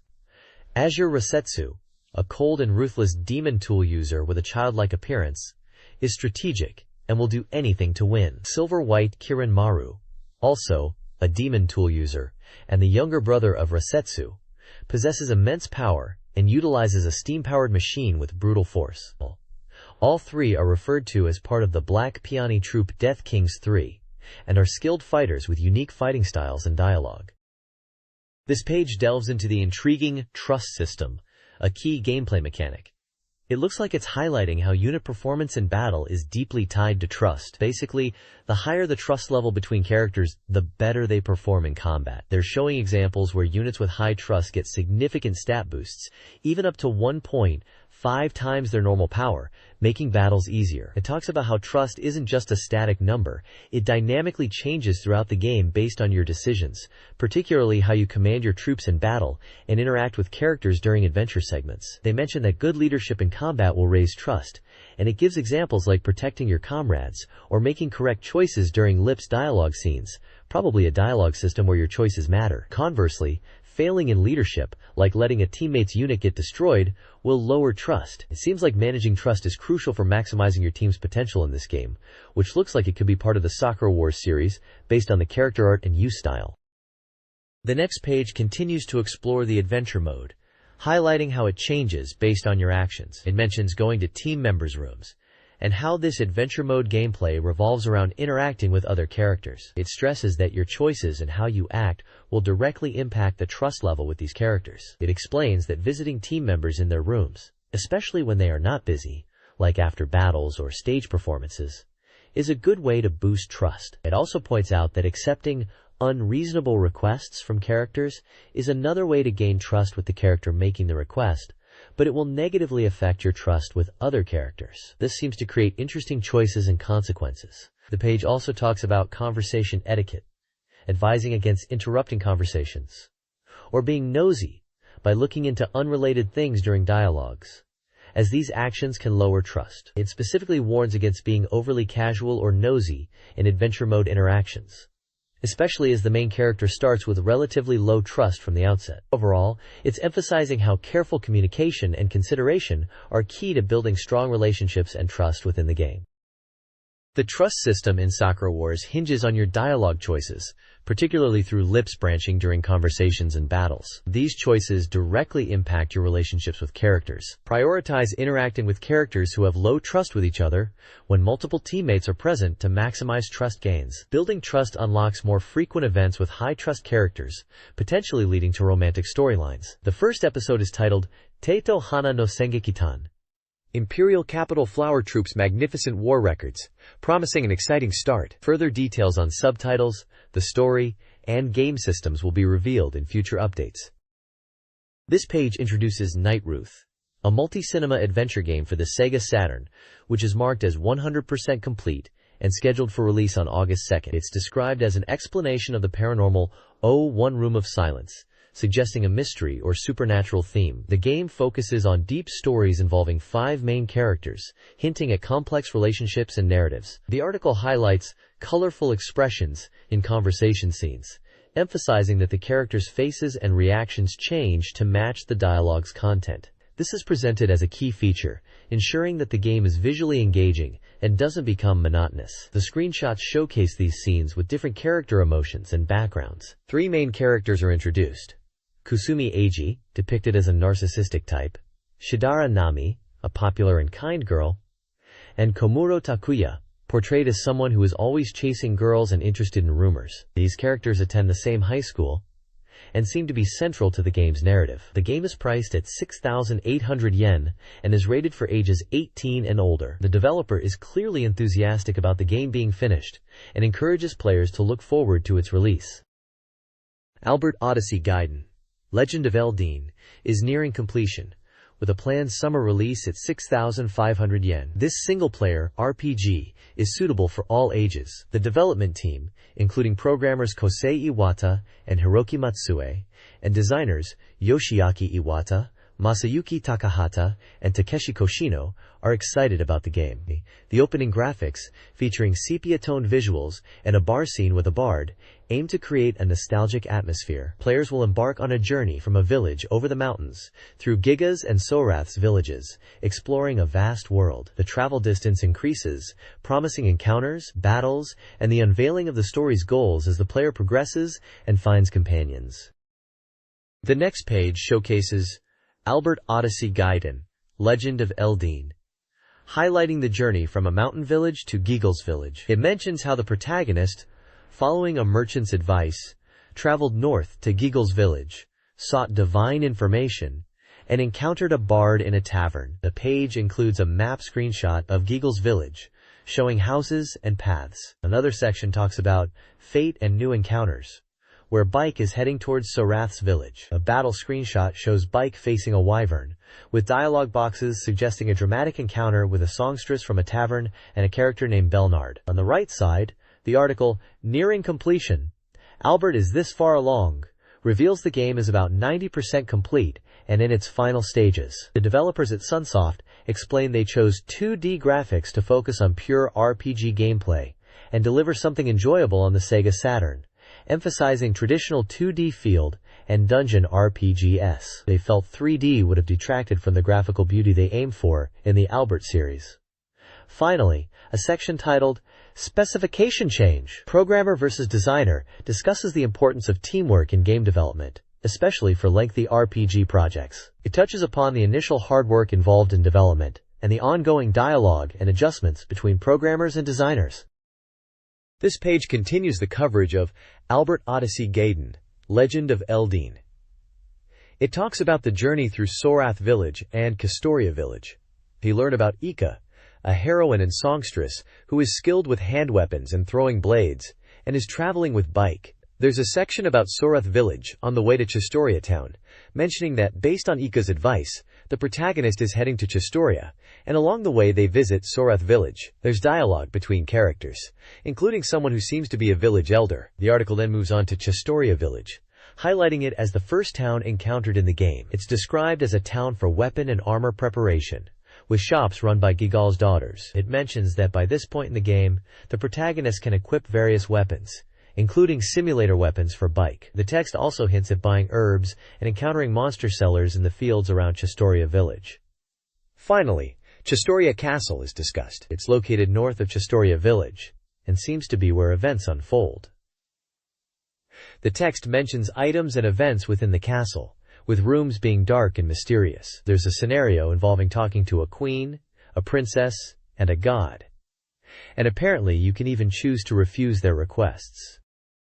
This page explores Sorath Village in Albert Odyssey Gaiden, where the protagonist searches for a shrine maiden, Corlus. Instead, they find Corlus's daughter, Leosaganos, who confirms the impossibility of reversing Lamaya's petrification. The Sorath Church is central, offering items like weapons, including Devil Girl-themed ones, and possibly cures for petrification.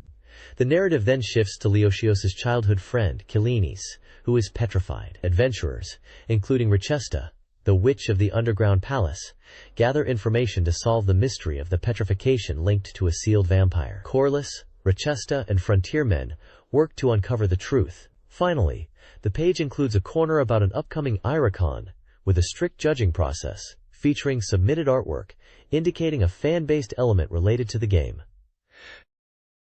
This page is all about Ogre Battle, the March of the Black Queen, a strategy RPG. It's a basic lecture or guide focusing on unit formation. They're highlighting that you can have up to 5 characters in a unit, emphasizing the importance of unit composition and strategy in battles. The page outlines 4 essential commands: checking character stats, adding or removing characters from a unit, formation setup, and class changes. It's basically a beginner's guide, breaking down the fundamentals of building and managing your units in Ogre Battle. There's also a section called Beginner's Guide, talking about online help, which seems to be in-game help messages to assist players with understanding commands and item effects, something they thought would be very useful. It's all about getting players familiar with the core mechanics of the game and getting them started. Fight It Out explores Ogre Battle's strategic depth. Liberating cities is key to weakening the Empire and raising the Chaos Frame, representing popular support. This likely influences gameplay, boosting recruitment or resources. Battles involve dispatching units and can be chaotic. Players strategically use tarot cards, purchased from shops, for powerful effects. Boss battles against powerful leaders require careful planning. In battle, characters move automatically, requiring players to issue commands and target enemies strategically. Information gathering is crucial. Visiting cities and talking to townspeople yields items, funds, and new allies, making city interaction vital. This page announces the upcoming SEGA Saturn game Dark Savior, teasing the first scenario's highlights. It's described as a hard-boiled bounty hunter RPG, and at the time of this magazine, it was 80% complete. The developers at Climax are excited about it, and the game was planned for release on August 30th, priced at 5,800 yen. It's a single-player game, and supports the SEGA Saturn controller. The article highlights the first scenario, set in the dark cyber world of Dark Savior. They talk about the heroine Koyuki and a shocking photo they've obtained of her, hinting at a dramatic turn in the story. The screenshots show in-game environments and dialogues, showcasing the game's isometric perspective and world. Lastly, the page explains how saving works in Dark Savior. If you get a game over, you'll be returned to your last save point, so frequent saving is encouraged. To save, you need to find a black bird in towns and dungeons and talk to it. This black bird is called Black Snakebird and is a member of the Snakebird team.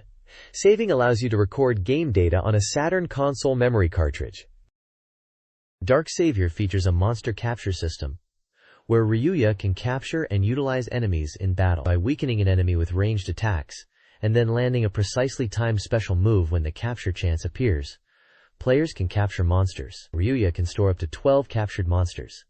Upon capture, Ryuya gains the monster's abilities, appearance, and special moves. Captured monsters, represented by their faces, can be used from the next battle. Success in capture is rewarded with strategic advantages. Stronger monsters make battles easier. The capture system also requires players to choose their monster carefully, as Ryuya has inherent weaknesses. The article highlights the variety of monsters to capture and the importance of strategic selection to maximize the game's combat potential. This page showcases the game Gekka Mugentan, which translates to Moonflower Illusion Tale, presented as a full-fledged mystery adventure. It's a 2CD title, developed by SEGA AM7, boasting a complex story that promises player satisfaction. The game took 3 years to develop, highlighting SEGA's dedication. The page emphasizes the game's immersive atmosphere and unique gameplay. It mentions a defocalizing function, which allows players to blur the focus, creating a sense of distance or depth. The story centers around a protagonist named Fred, who suffers from amnesia and is searching for the Moon's Town, guided by orders from Gordon, the ruler of Mist Town.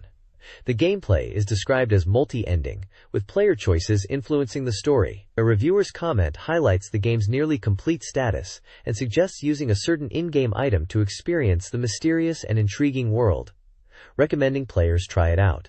The page also features screenshots showcasing the game's visual style, characters, and environments, emphasizing the atmospheric Town of Mist setting. This page continues to introduce the game Gekka Mugentan, highlighting some of its key features. It talks about a defocus function, which is used to create a dramatic, cinematic feel in certain scenes, blurring the background to emphasize depth and focus, making it feel like you are watching a movie. Another feature is the serif replay function, allowing you to listen back to important dialogue and hints if you miss them, especially useful for solving puzzles. It also mentions an item select system, which is standard for adventure games, where you collect items to solve mysteries. You use the X button to bring up the item select screen, choose an item, and then use the A button to confirm. Using items in the wrong place will result in a no-use message. Finally, it showcases a memory select function, which is for replaying scenes. By using the Z button, you can access a scene replay mode to revisit important dialogue and moments. This is presented as a great way to review crucial information you might have missed. The Moon Cradle section details a game set in a legendary lunar city where wishes are granted. Players, starting as the protagonist Fred, will explore Moontown, a place of forgotten memories and ethereal inhabitants. Characters like Ray, a protector with secrets, and Meg, a guiding figure, inhabit this mysterious locale. The game features a multi-ending system, shaping the narrative's conclusion based on player choices, item usage, and relationships. Solving mysteries and interacting with characters influences the story's path. Multiple playthroughs are encouraged to experience varied endings, with a best ending promising bonus content. The page concludes with a tantalizing question, prompting players to discover their unique fate in Moon Cradle. Saturn Bomberman is lauded as the ultimate party game for the SEGA Saturn, supporting up to 10 players. The game offers unlimited ways to play, perfect for solo or multiplayer experiences. Players can select from a colorful cast of characters, including classic Bomberman colors, and unique figures like Honey, Takahashi Meijin, and characters from other Hudson games. Battles are highly customizable, with options for match play, B-League, single or tag modes, adjustable player numbers, and stage sizes. Gameplay rules can be tweaked with battle counts, time limits, random block placement, sudden death, and unique modes like Devil, Miso Bomb, and Bomber Catcher. Tag mode is recommended for wide stages, encouraging team strategy. 9 diverse stages are available, each with its own characteristics, designed to suit various playstyles. The page concludes with an image of a victory screen. This page is all about the upcoming SEGA Saturn game, Doki Doki Pretty League, IIF. It's described as a full-fledged dating sim, where you'll be exploring the town. The game is 90% complete, and was already being advertised on TV. The article emphasizes exploring the game's town, Yabuki Town, which is the main setting. The Saturn version offers 2 map display sizes, a standard normal size map, and a shrunk size map, to show more of the town at once. The article highlights various locations within Yabuki Town that you'll be able to visit, which are described as great date spots. These locations include Yabuki Station, described as a central point with photo opportunities and lots of fun places around. The movie theater, showcasing different types of movies you can watch. The amusement park with rides, a pool and date potential. The cabaret club Cat's Eye, described as an adult-oriented spot. And Yabuki Town Park, a large park ideal for romantic dates. The article suggests you'll encounter 17 girls and 3 male friends throughout your exploration of these locations. This page explores the world of Doki Doki Pretty League IIF, focusing on Sakifumachi, formerly Yabuki Town, and Sakifu Academy. Sakifumachi serves as the game's central hub, featuring a detailed map with key locations like the protagonist's home, classmate residences, and date spots, including the Kujirakawa brothers' house and a 4D house. The page tours specific locations within Sakifumachi, such as the protagonist's home, Cafe Otimtim, Towatari Clinic, Sakifumachi Station, the flower shop, and the pharmacy. The Fujita manufacturing plant near the academy is also highlighted. The second half details the expansive Sakifu Academy, showing the school gate, staff room, infirmary, pool area with swimsuit-clad club members, broadcasting room, and classroom. The game emphasizes its dating sim aspects by showcasing the diverse environments players will explore. This page delves into SEGA Sports Decathlete, focusing on strategies for the shot put and 400 meters run events. The page emphasizes that timing the A button press is crucial for success in the shot put event. It highlights 2 recommended characters. Alexei Rijal from Russia, described as visually impressive and powerful, and Jeff Janssens from England, a more strategic player excelling in shot put but perhaps less visually striking. The page offers shot put strategy tips from AM3 Research and coach Kyoichi Ishizaki, stressing the importance of mastering the best timing for power and angle, noting there are countless timing variations. It also gives Buddha's Stone Bowl text point advice, which focuses on reading the meter movement accurately to ensure distance in shot put. The article boasts that players can easily beat world records in the game, and includes screenshots demonstrating gameplay and record-breaking moments. Finally, it mentions the game's 100% completion status and release date of July 12th. Along with a price of 5,800 yen, it's described as a sports action game, supporting 12 players, and is available for all ages. This page continues the SEGA Sports Decathlete coverage, shifting focus to the 400-meter race and how to secure victory. It emphasizes that pace distribution is key, specifically managing stamina to run fast and efficiently. The article suggests that starting conservatively to conserve stamina for a strong finish is generally the best approach. The page details 2 pace strategies. Pattern A, which aims to deplete stamina precisely at the finish line, and Pattern B, a medium-paced run with a final sprint in the second half. Pattern A is described as very difficult, often resulting in stamina depletion just before the goal. Pattern B, the recommended strategy, involves a moderate pace in the middle section, building up to a final sprint while ensuring some stamina remains. There's advice from AM3 Research and coach Kyoichi Ono, stating that in the 400 meters, consistent button presses are vital, focusing on rhythm over mashing. The Demon coach Ono's training emphasizes start-dash rhythm, not overly powerful starts, and maintaining consistent rhythm like a metronome for best results. 2 recommended characters are Ellen Reggiani from France and Li Huang from China, both highlighted as strong choices with excellent techniques for the 400 meters and other running events. The page concludes by mentioning that experiments showed running to deplete stamina exactly at the goal is incredibly difficult, and often leads to stamina running out just before the finish line.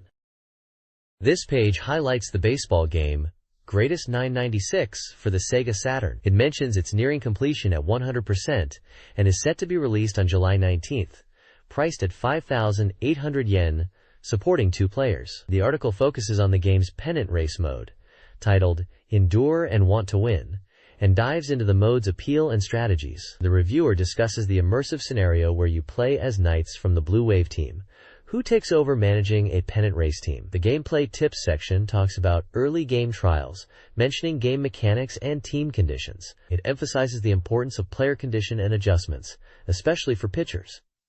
The article touches upon the feeling of victory and player development as you progress. At the bottom, there's a game screenshot showing coaching advice during gameplay, emphasizing mental aspects and pitcher condition. A table on the left shows game data, likely from the pennant race mode. This is a preview of a Sega Saturn baseball game featuring 12 Japanese teams. The Central League teams include the Yakult Swallows, strong batting, Hiroshima Carp, solid defense and offense, Yomiuri Giants, powerful offense, Yokohama Bay Stars, balanced, Chunichi Dragons, stable, and Hanshin Tigers, strong batting but weak pitching. Pacific League teams are the Oryx Blue Wave, Ichiro, strong hitting, Chiba Lotte Marines, strong pitching, Seibu Lions, balanced, Nippon Ham Fighters, good offense, uncertain overall, Fukuoka Daiei Hawks, strong batting, weak defense, and Kintetsu Buffaloes, offensively strong with Mashiai Daisen strategy. Each team preview also features advice for fans on how to best utilize each team. This page introduces the upcoming Sega Saturn Cyberpunk RPG, Cyberdoll, which is 90% complete. It's mentioned that the game's story will be more focused compared to previous system introductions. The narrative begins with the protagonist's encounter with Lara, who is his partner.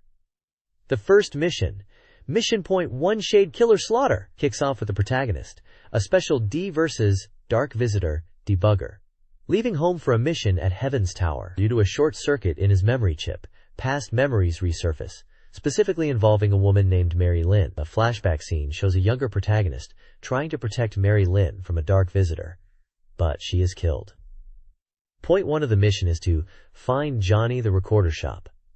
Johnny, at the Recorder Shop, acts as a save point in the game, offering to record game data onto a chip. The mission objective is to find a messenger named Shade Killer in the town.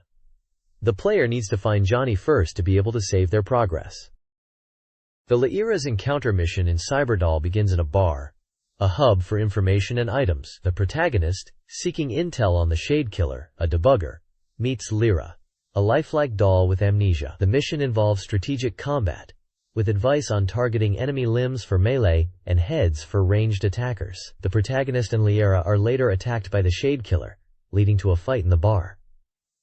Defeating the Shade Killer rescues Lyra, who asks to stay with the protagonist. The game offers character customization, body tune, through a repair pit, allowing players to upgrade their character with parts that enhance speed, vision, armor, or life. The mission concludes with Lyra's rescue and the beginning of their partnership, showcasing the game's mix of story and customizable action.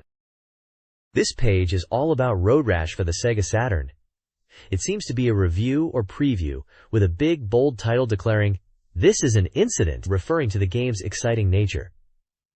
The page highlights the game's high score of 90%, praising it as a must-have for Mega Drive fans.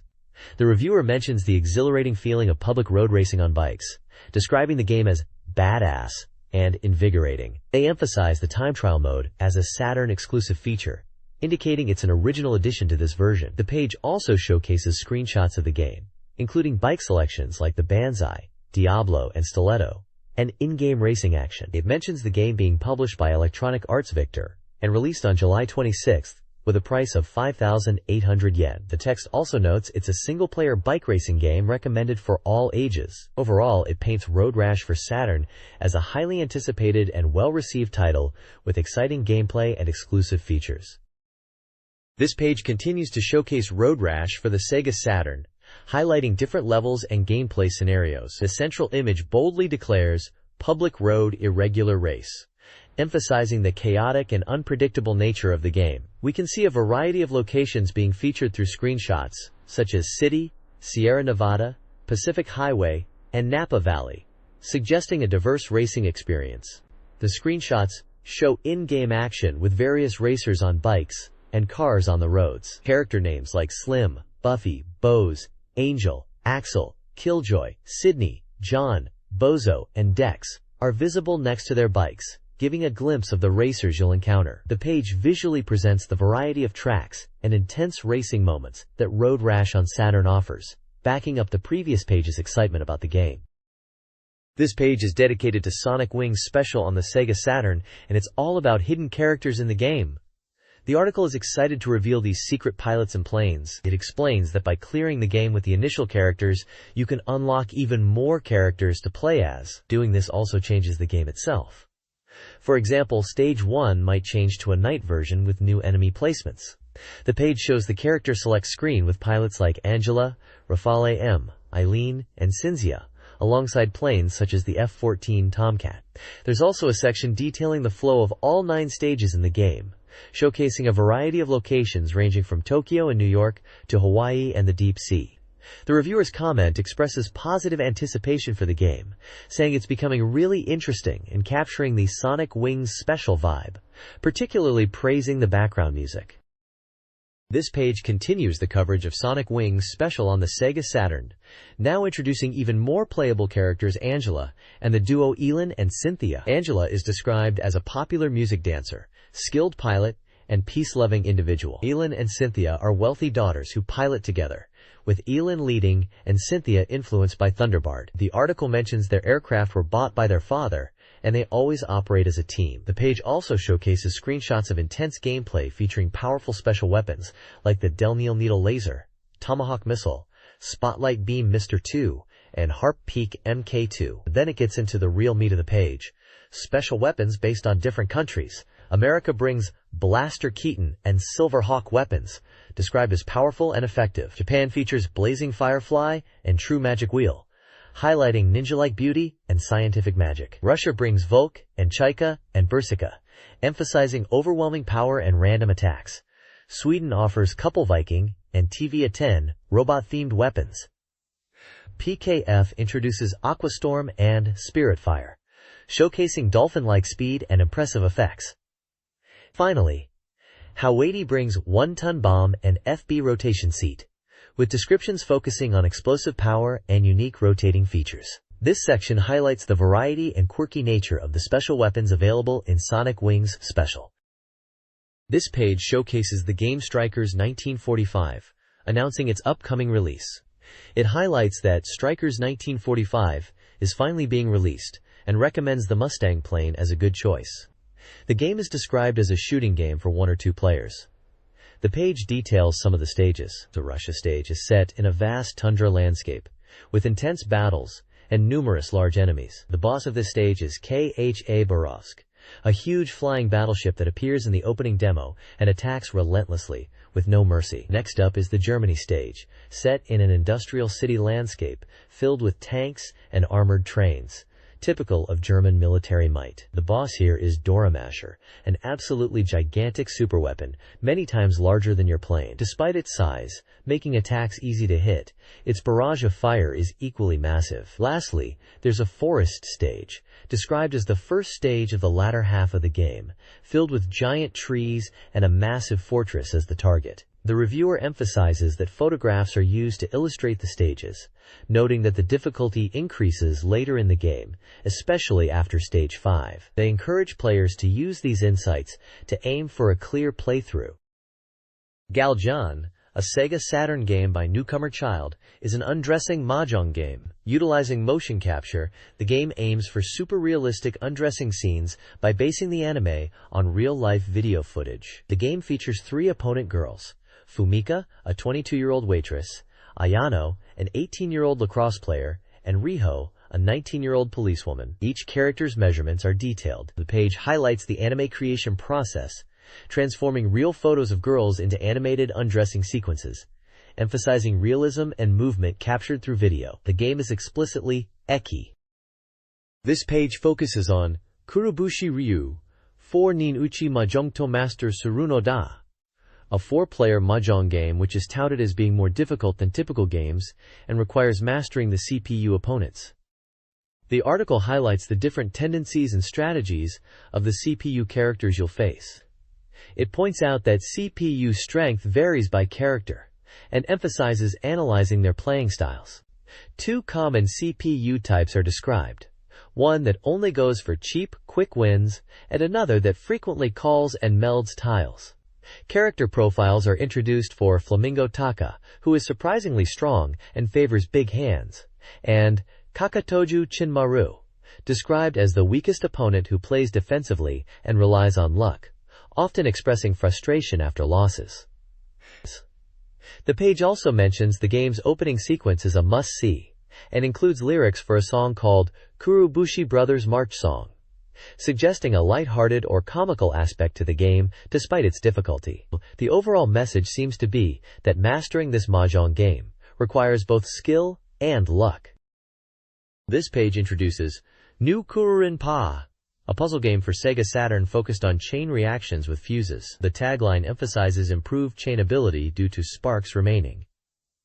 The core gameplay involves strategically placing falling fuses to ignite and eliminate blocks. A key improvement from previous versions is that fire blocks now act as fire packs, meaning they persist and allow for chain reactions. The game features a time limit and competitive play against opponents. The page highlights different block types and their uses, including bomb blocks to create explosions. There are 10 playable characters, increased from 8. With updated graphics and unique special items. The reviewer recommends characters like Felice and Ojo-sama Kaori, and mentions both story mode and versus modes are available. For newcomers, there's a practic mode to learn the basics of block clearing and chaining. A how to play section explains item usage, emphasizing character-specific special items and their timing. Finally, the game includes a chain record feature to save high scores based on chain counts, allowing players to track their progress and improve their chaining skills. This page is focused on the upcoming SEGA Saturn game, Destruction Derby, and it's all about chaotic crash racing action. The headline screams, "Run! Destroy! Anything goes crazy race." They are boasting a 120% exhilarating crash race experience, emphasizing that it's not just about speed, but destroying your rivals. There are 3 types of cars to choose from, and the game features multiple modes. Stock car racing seems like a more standard race, but the real fun starts with Wreckin' Racing and Destruction Derby, where spinning out or crashing opponents earns you points. You get even more points for making them undrivable. There's also a time trials mode for those who want to focus on speed, but even then, crashing is still a part of the game.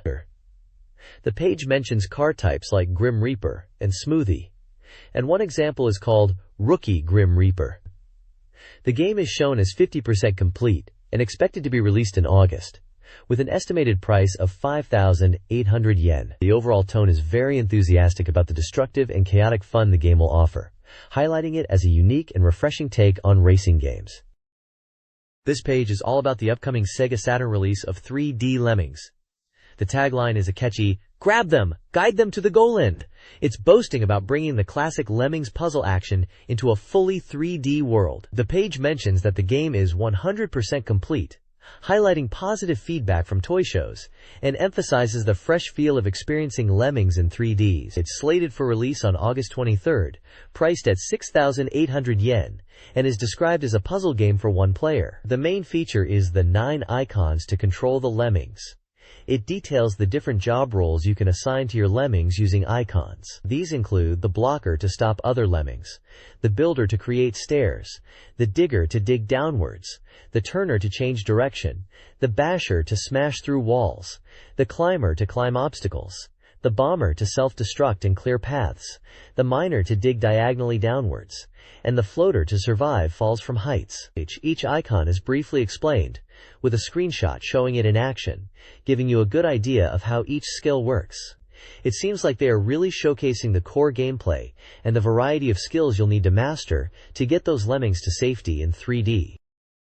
This page showcases Ryuraku Sangoku Engi, a historical real-time simulation game for the SEGA Saturn, where strategic thinking is key to victory. The game is set during the Three Kingdoms period of ancient China and focuses on leadership and decision-making. The page emphasizes that effective personnel management is crucial. Generals are categorized into three types: combat-oriented, politically inclined, and versatile. And it's important to assign them roles based on their strengths. Diplomacy is also highlighted as a vital element, explaining how negotiating with other factions can be economically beneficial and help expand your territory without military force. The game features city building with 10 different facilities, including the palace, military academy, and market, each serving a specific function to manage resources, train troops, and develop the city. Economic strength, driven by commerce and agriculture, is presented as a path to victory, with internal affairs being managed by assigned officials. Military actions are initiated by organizing units of up to 10 commanders, and combat strategies are important for success in battles. The reviewer's comment in the completion degree 100% box mentions the game is quite detailed, perhaps even for hardcore strategy fans, and priced at 6,800 yen. It's described as a strategy simulation game for one player. This guide offers strategy tips for the challenging SEGA Saturn game Shinobi X, known as Hisatsu in Japan. The game emphasizes careful play and mastery of the controls, particularly from stages 3 and 4 onward. The guide advises against rushing, instead recommending learning enemy patterns.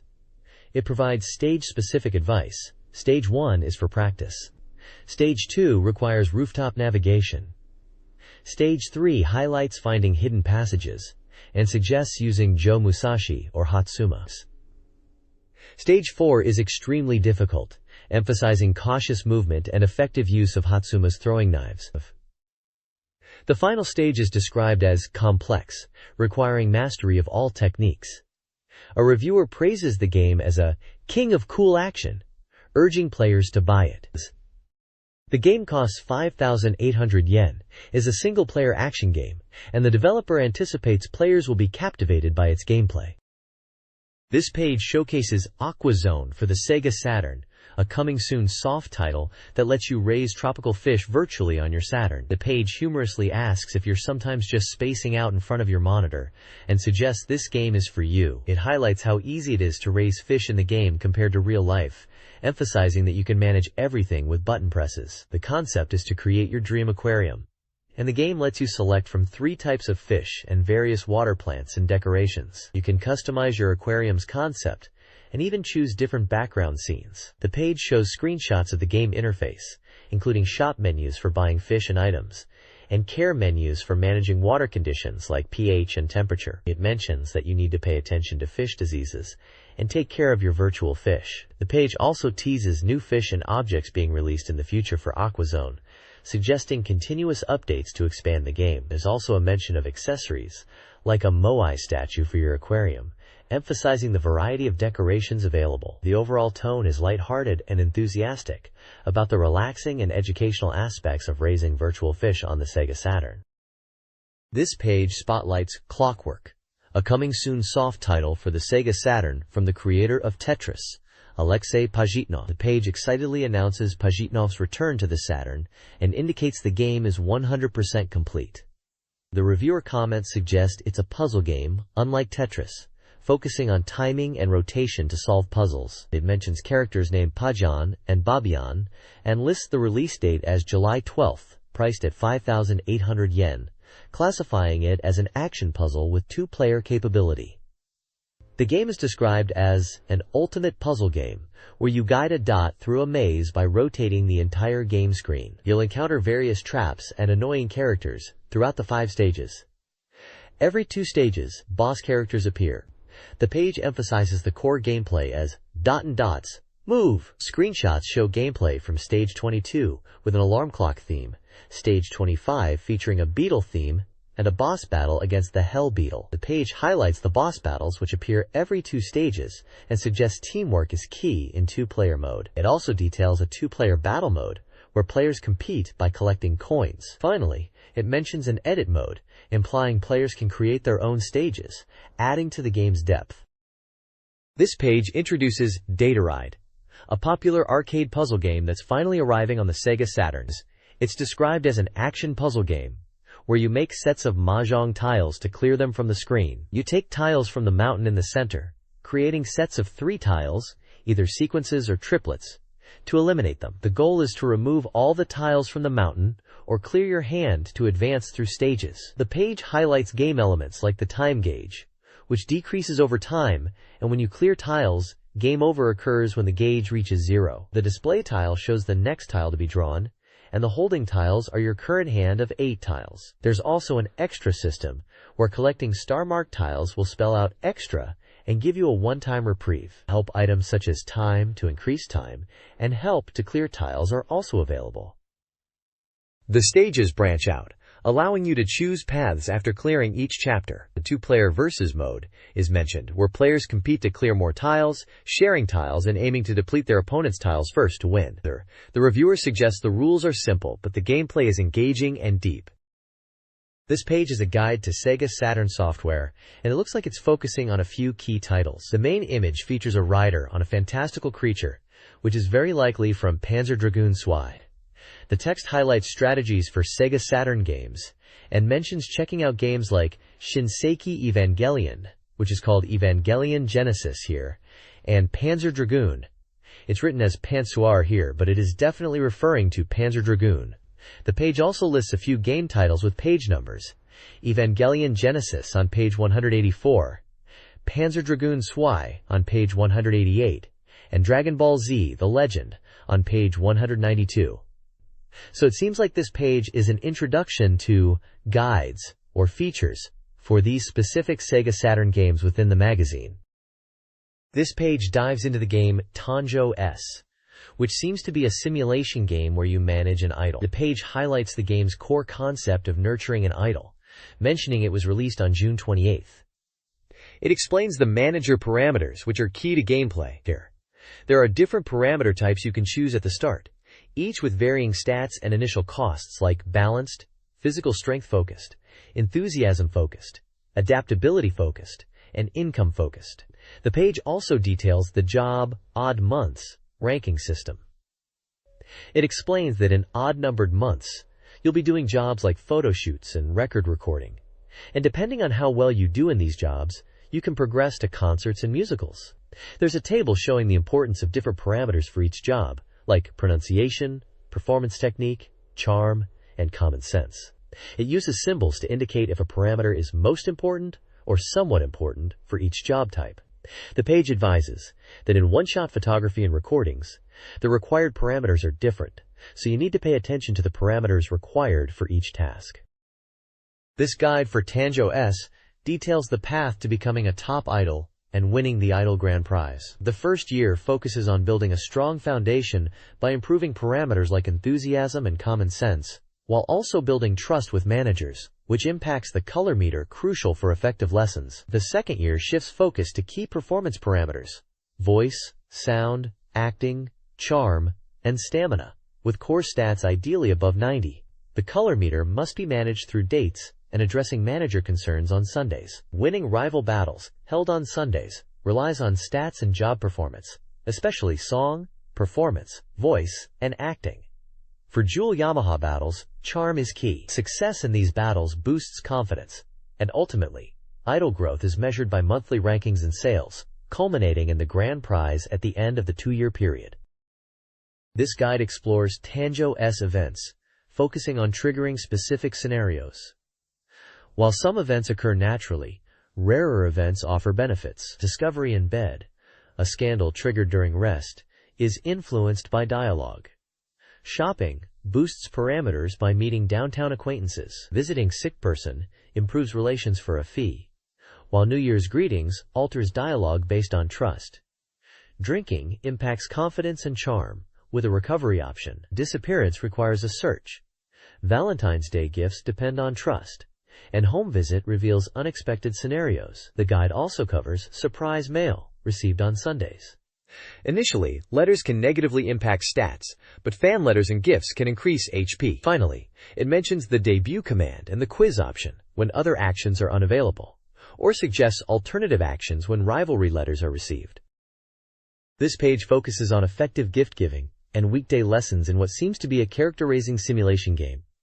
possibly related to the Tanjo S events discussed previously. The top section highlights that gift giving is a powerful way to build trust with the characters. It lists 5 gift types, from cheap convenience store bentos that offer a slight confidence boost and HP recovery, to expensive home karaoke sets for major confidence, sound, and vocal improvements, though they note the karaoke is not available for manager types and is pricey. Below, there's a detailed table breaking down weekday lessons and how they affect character parameters. This table shows 20 different activities, ranging from vocal and sound training to shopping and even sabotage, and illustrates how each lesson impacts stats like HP, stamina, confidence, trust, common sense, enthusiasm, vocal, sound, acting, and charm, using arrow symbols to indicate the magnitude of change. For example, vocal training boosts vocal skills significantly, while impacting stamina and confidence slightly negatively. The table also includes activities like rest and manager rest,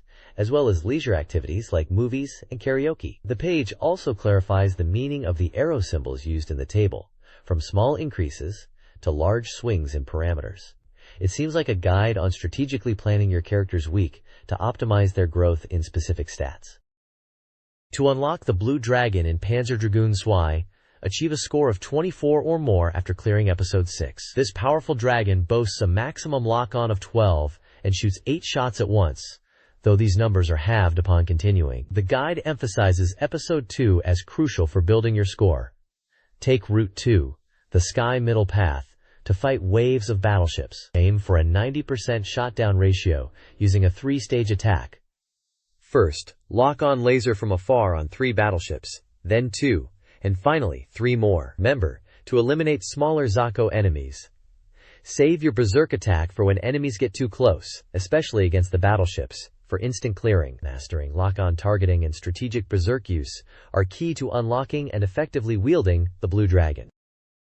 This guide provides strategies for achieving high shot-down ratios and scores in Panzer Dragoon Zwei, focusing on Episodes 3 and 4. In Episode 3, the guide emphasizes defeating all enemies, including Zako, to avoid score penalties.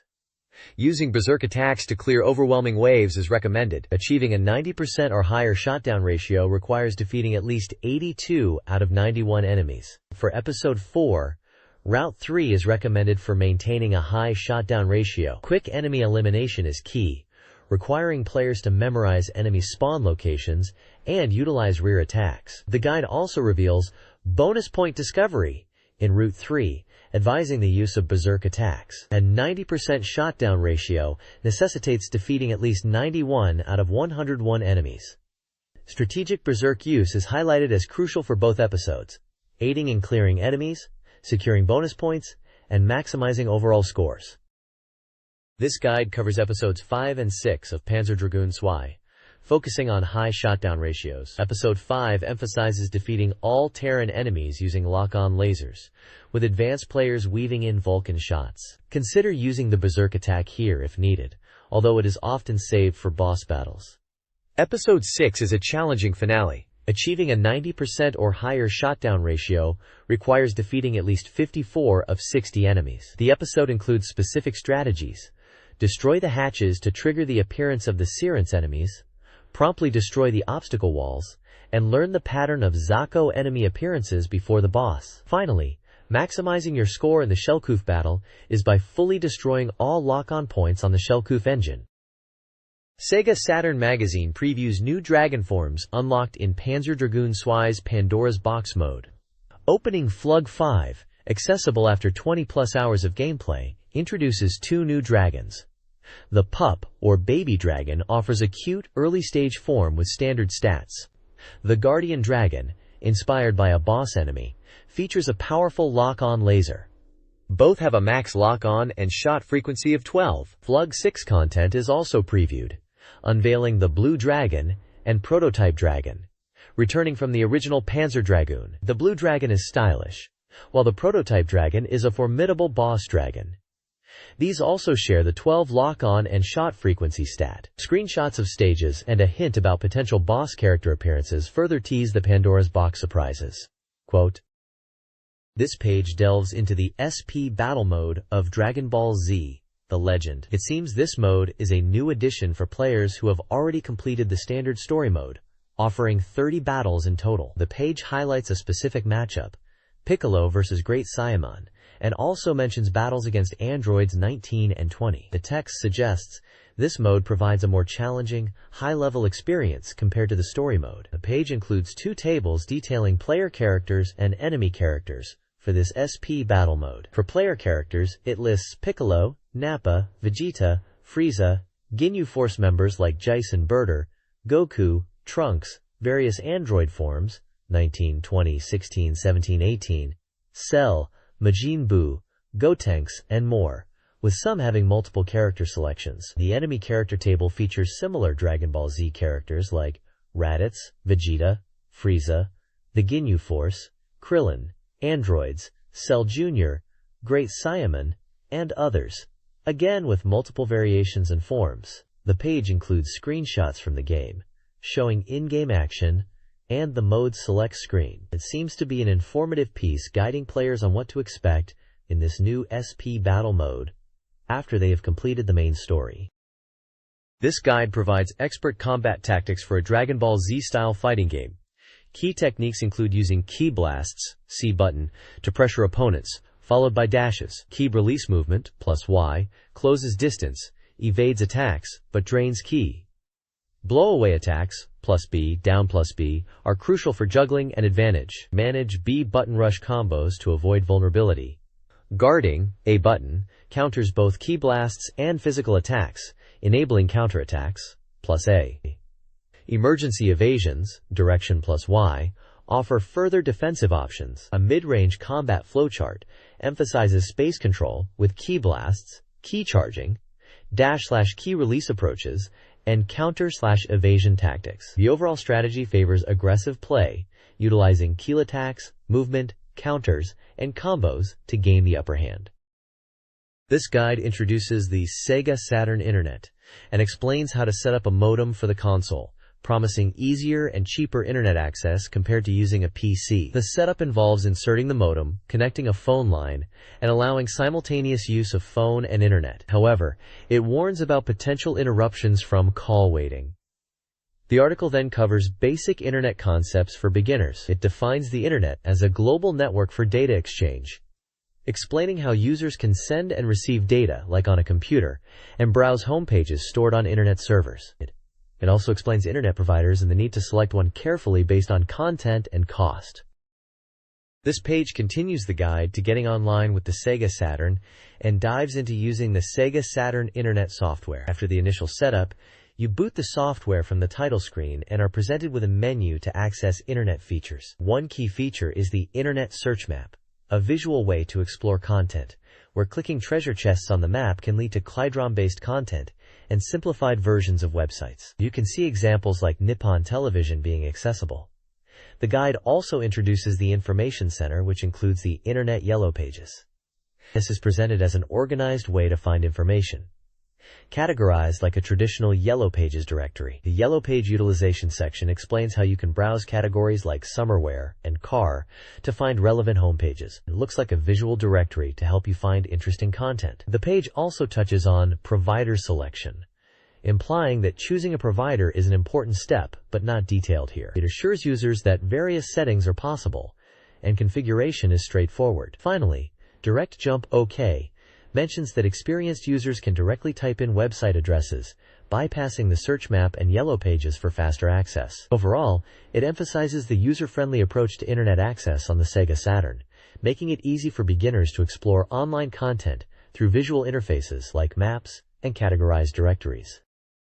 This page is a special lecture featuring an interview with a representative from AppLinks discussing the future of Saturn Internet. The representative talks about exploring new ways to play games online, moving beyond just text-based communication. They envision a future where voice communication is integrated into online games, allowing players to hear each other and see their characters interact during battles. The discussion touches on features like online high scoreboards and downloadable content. The interview mentions the Internet Yellow Pages and technologies such as Netscape and Shockwave in the context of Saturn Internet. For more technically minded users, there's a Point for Experts section detailing communication speeds like 14.4K and TCP/IP protocols. It explains that even with slower speeds, The Saturn's internet setup allows for comfortable browsing and online experiences. Lastly, the page notes that the next article will focus on accessing Nifty Serve using the SEGA Saturn's internet, and there's an image showing a SEGA Saturn with the Netlink adapter connected.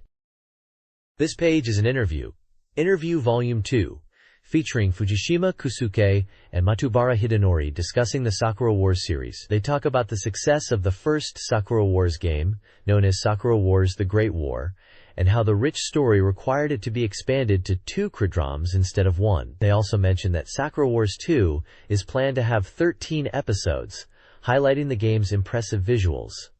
The interview touches on the potential for media expansion, such as OVAs and a TV series, emphasizing the importance of strong characters and engaging stories in the games. They mention the good relationship they have with SEGA Saturn Magazine and the positive fan feedback they receive. They contemplate the possibility of a Sakura Wars OVA and are open to exploring various media opportunities, noting that the quality of the animation is assured because Fujishima himself is checking it. They also discuss the possibility of adapting Sakura Wars into an OVA format and the importance of fan feedback from outlets like SEGA Saturn Magazine.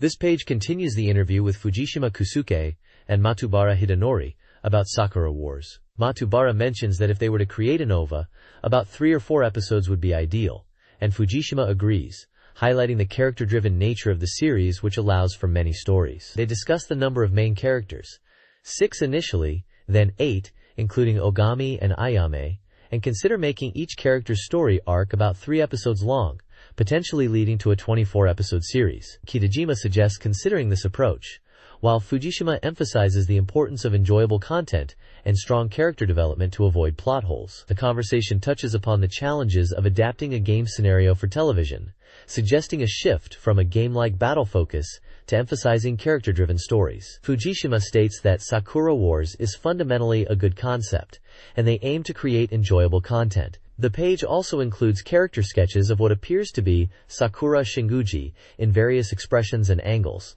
along with detailed drawings of the Spirit Sword Brilliant Sakura and its components like the hilt, tsuba, guard, and scabbard. It provides annotations about the sword's design and features, like pattern winding is black thread winding, scabbard is black lacquer, and blade pattern is black base. This page continues the Sakura Wars discussion, talking about adapting the game into anime. They're thinking about focusing on character stories rather than just battles. Fujishima and Matsubara are still involved in the conversation. Kitajima seems interested in the idea of a longer series focusing on character arcs. The page also features design sketches, mostly of Sakura Shinguji's face, from different angles and with different expressions. There are also detailed drawings of her spirit sword, Brilliant Sakura, showing off the handle, guard, and scabbard, with notes about the design details like the black thread on the handle and black lacquered scabbard. There are also comments in text boxes where they talk about working in the studio, with Matsubara mentioning having meals there, and designers sometimes showing up late. He mentions the studio feeling like a hideout. Fujishima talks about drawing posters in the studio and eating yakisoba. He also mentions feeling like a goddess summoner when drawing. They discuss having tea on the terrace and enjoying the studio atmosphere as being very Japanese. Towards the bottom right, there's a picture of Okumura Katsuyuki, credited as Sakura Wars animation producer, who says that as a user he definitely wants to see the animation too.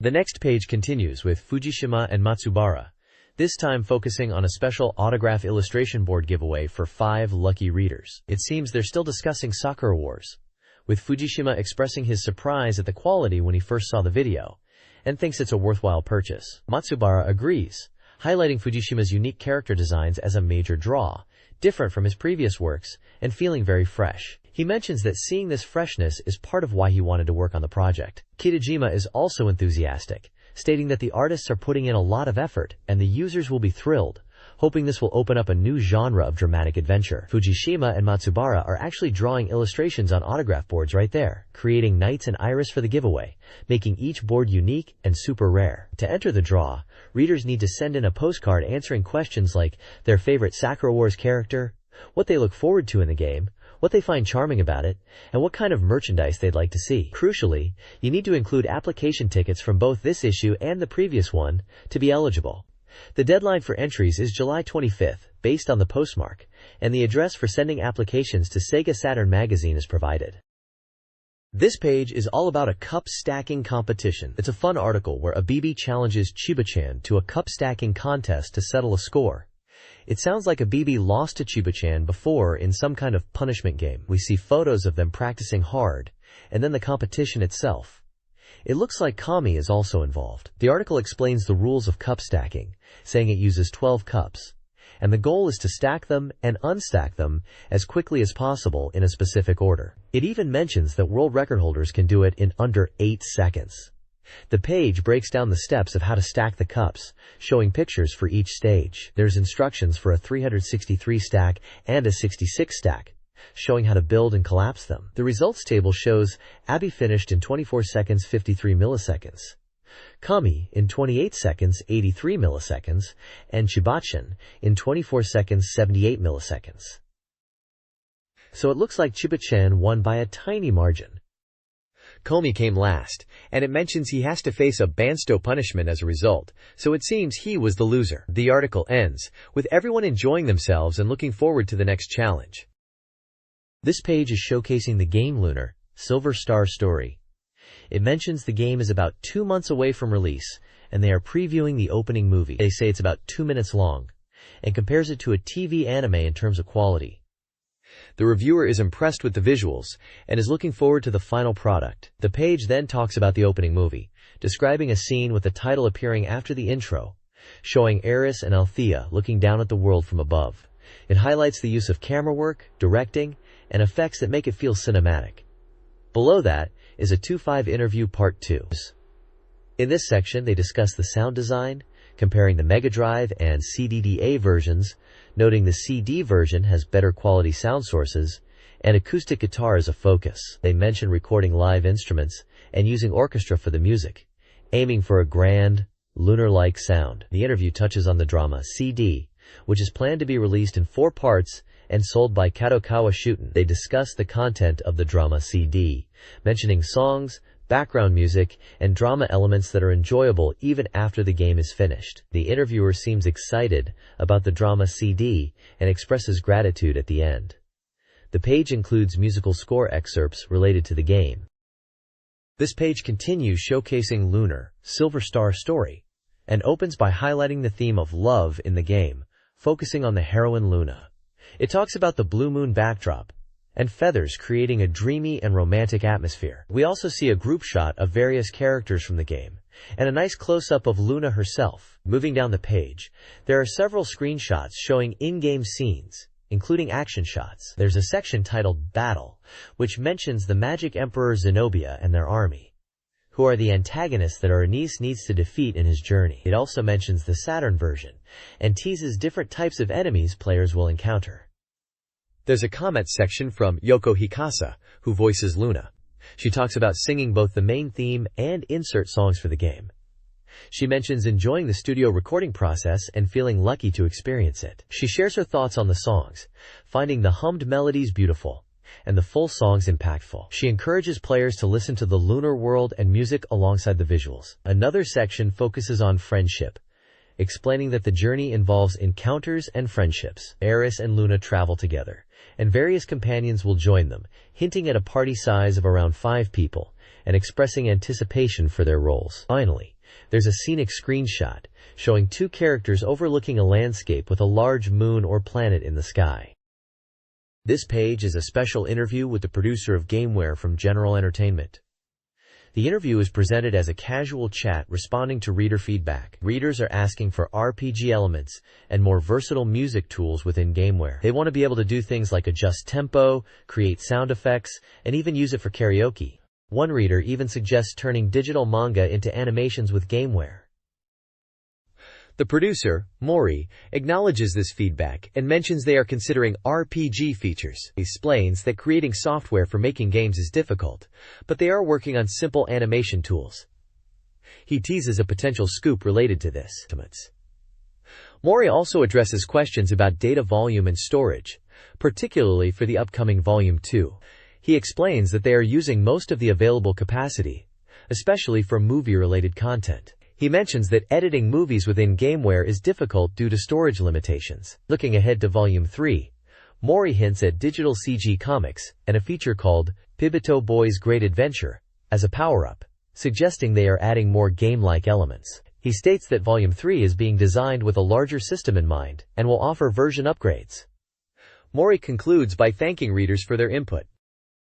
This page features reader feedback on GameWare commercials, calling them CM Banashi. Readers seem to enjoy collecting old Sega commercials and find them nostalgic and historically valuable. They appreciate seeing these commercials and suggest creating a special segment dedicated to them. In the next GameWare news section, there's an exciting announcement. GameWare Volume 2 is set to release on July 5th. It's hyped as easy to play and fun, with connected gameplay. This new volume will feature content like the sequel to Pibito Boy's Great Adventure, 3 titles, and even a Virtua Fighter comic developed by Sega AM2. They're promising a comprehensive information corner, with a long interview, and even touch on some taboo subjects. The theme is technology of past, present, and future, all in one place. Movie editing content will be included, specifically mentioning Gamera 2, and there will be a mail-order corner for related goods. Finally, in the column written by Higuchi Yasuto, who handles GameWare information, he talks about his struggles with the Saturn's D-pad. He mentions that he's not very skilled with it, and expresses frustration. However, he was blown away by the analog control after experiencing the Nights into Dreams promo video. He describes the Nights control as unbelievable, and highlights that even in GW2, they conducted a long interview with the main planner about it. He concludes by mentioning genre bending, moving pictures, and Mr. High Fashion, showcasing the diverse possibilities of GameWare. This page dives into a club diagnosis feature from the Sega development team, focusing on a user-submitted soccer club called Satos Mistral, managed by Mr. Hanishi. The club representative is seeking advice because they're struggling with the age and compatibility of their top-level players, especially the goalkeeper, which is causing issues outside of the goalkeeper position during training. The Sega team's diagnosis is broken down into sections, evaluating the club's location, manager, scouting, goalkeeper, defenders, midfielders, forwards, and overall playing style. They point out strengths, like the attacking manager, who emphasizes wing play and relies on foreign players, good scouts adept at finding J-League connections, and a top-class goalkeeper. However, they also highlight weaknesses, noting inconsistent defenders who need stable play, and a midfield lacking defensive midfielders and creative passing options. The advice section emphasizes understanding player personalities and styles, highlighting that the club currently leans towards a South American and European style split, which isn't quite cohesive. They suggest focusing on a unified style and improving communication, especially given the presence of 4 foreign language players and the age-related concerns. The page also includes a password section, likely for in-game content related to this feature. Finally, it announces the Sega Cup final results, with Mito Hollyhock defeating Tokyo Gas. There's also a call for readers to submit their own clubs for diagnoses, inviting them to send postcards with club information. This page showcases the latest title from Sega, AM1 and 3 Research, focusing on Dynamite Deca, which we know internationally as Die Hard Arcade. The headline screams, "Rescue the President's Daughter from the Terrorist-Occupied Building." It's described as a new title from AM1, emphasizing its fully textured mapped 3D polygon graphics, a step up from traditional 2D action games. They highlight the dynamic camera work and 3D world. Controls are simple, with an 8-way lever and 3 buttons for punch, kick, and jump. Motion capture is used to create realistic character movements. The page emphasizes the game's depth of techniques, urging players to master various moves and weapons found throughout the stages. They also point out visual scenes between stages, where player input determines success or failure, leading to different outcomes in fights. The reviewer from Satamachek expresses excitement, having played it at a private show, praising its action game feel, straightforward gameplay, and use of polygon graphics and dynamic production/presentation to create a unique world atmosphere. They mention the game runs on the STV board and express anticipation for a Saturn port. There are screenshots showing gameplay and the visual scene segments with success and failure outcomes. This page delves into Last Bronx Tokyo Bangaichi, highlighting it as the talk of the town and now in operation. It unveils new system features, starting with 2 SAP color characters. Apparently, players were keen to use 2 P colors, especially in versus com battles, and Last Bronx delivers. To use a 2P color, you simply hold the start button and then select your character. For example, Yusaku changes from red and blue racing wear to a sporty blue, while Zaimoku gets a bandana and his shirt and pants colors change, becoming darker. Joe's shirt goes from white to healthy-looking blue, Nagi's shirt changes from purple to vibrant red, Tommy's jacket becomes blue. Yoko's pants and vest become gray and colorful respectively. Lisa's costume turns blue from pink, and Kurosawa's suit changes from white to black. Next up is the reveal of Survival Mode. In addition to normal play, Last Bronx features a survival mode where your health doesn't recover between stages. It's described as a life or death mode, and the command to access it during character select is pressing punch, kick, and guard buttons while holding start. The page shows a survival mode result, screen displaying scores. Lastly, there's a prize campaign for 10 lucky people to win a Last Bronx poster. It mentions it's a memorial item for the game's launch, a special AM3 Last Bronx poster with original artwork, and encourages people to apply via postcard. Last Bronx delves deeper into its gameplay with 3 key features: challenge interrupt, guard break, down attack input, follow-up attacks, and throws, character-specific attacks using weapons. Throws are emphasized as a core technique. The page focuses on basic and combination techniques for all 8 characters, showcasing Yusaku and Joe. Yusaku, a technical character, uses a staff and features moves like shoulder tackles and the PPPK combo. Joe, a speedy attacker, uses nunchaku with quick movements and close quarters combat prowess, highlighted by moves like force swing combo and PPP continuous combo. The page emphasizes the diverse movesets and combo potential, showcasing unique fighting styles for each character. This page continues the Last Bronx character introductions, now focusing on close combat strategies for Nagi, Tommy, and Zaimoku. It emphasizes how to effectively use each character's unique weapon in close quarters. Nagi, wielding Says, is presented as a fast and agile character, with moves like Queen's Leg Hug and Head Scissors, demonstrating grappling and close-range attacks. Her combo examples highlight quick strikes and varied attacks. Tommy, using a battle stick, is about controlling distance. His moves like Broken Style and Impact show a mix of strikes and weapon reach. The page details how to utilize the battle stick's length for both offense and defense in close combat.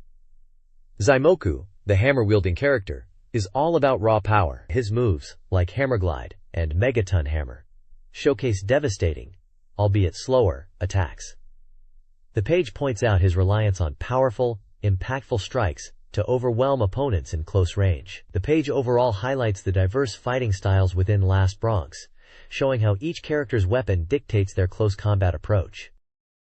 This text introduces the fighting styles of Yoko, Lisa, and Kurosawa from Last Bronx. Yoko, a G-Troops member, uses Tonfa, focusing on speed and precision, with moves like Vertical Wonder. Lisa, from Orkiz, employs double sticks and aerial combos, emphasizing acrobatic attacks, such as Rising Toe. Kurosawa, representing the Rokumoto All-Stars, wields a wooden sword, favoring powerful direct strikes like the Burning Combo. The text highlights the importance of launching opponents for air combos, particularly useful for Yoko and Lisa. It also notes Kurosawa's strong attacks. The character descriptions aim to guide players on each fighter's strengths and optimal combat strategies.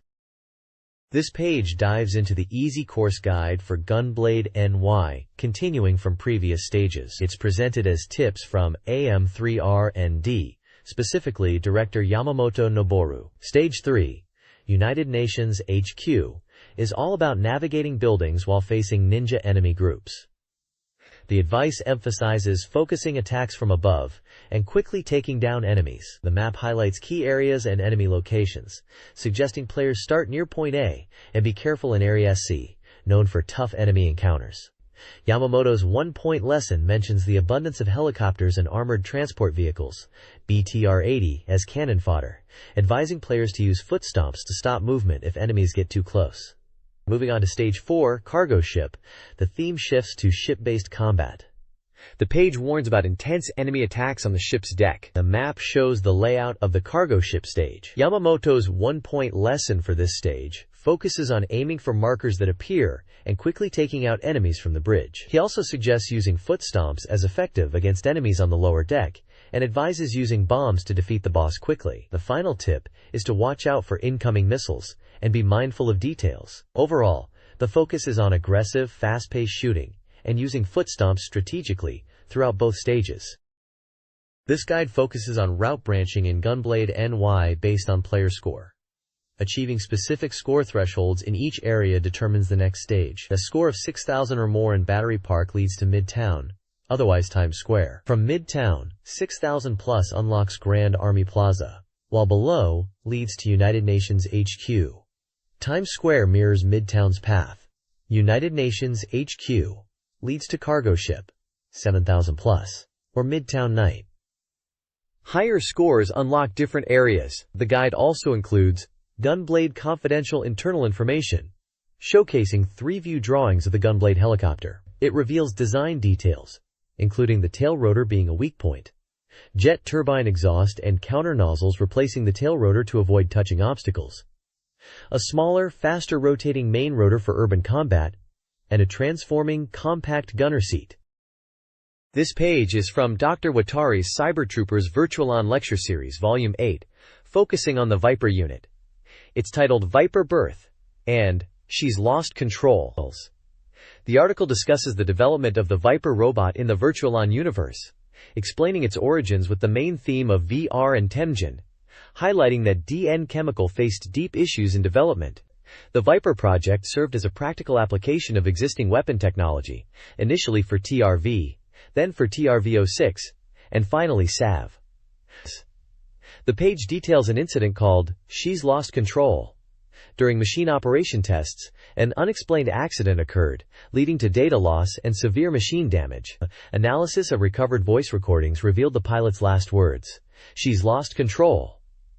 The investigation pointed to structural issues with the machine's control system. The Viper's high output generator and amplifier caused excessive load, resulting in control system runaway and self-destructive phenomena during pilot operation. The article mentions that this incident revealed the Viper's vulnerability, where exceeding performance limits can lead to a loss of control and self-destruction. This page continues the discussion about the Viper robot from Virtual-On, now focusing on its evolution into the Viper 2. It explains that while the original Viper had fatal flaws leading to scrapped prototypes, it underwent significant improvements to become the Viper 2. The new version features a fundamentally revised airframe structure, with enhanced rear defense and heat dissipation. Repeated improvements and reinforcements increased weight, but addressed vulnerabilities revealed by the previous incident, resulting in a significant transformation in appearance and performance. This led to the official designation change to Viper 2. The page also introduces SLC Dive, which stands for SLC Dive. It elaborates that with the increased weight of Viper 2, its maneuverability became slightly less agile than the original Viper. However, stability was improved to maintain balance.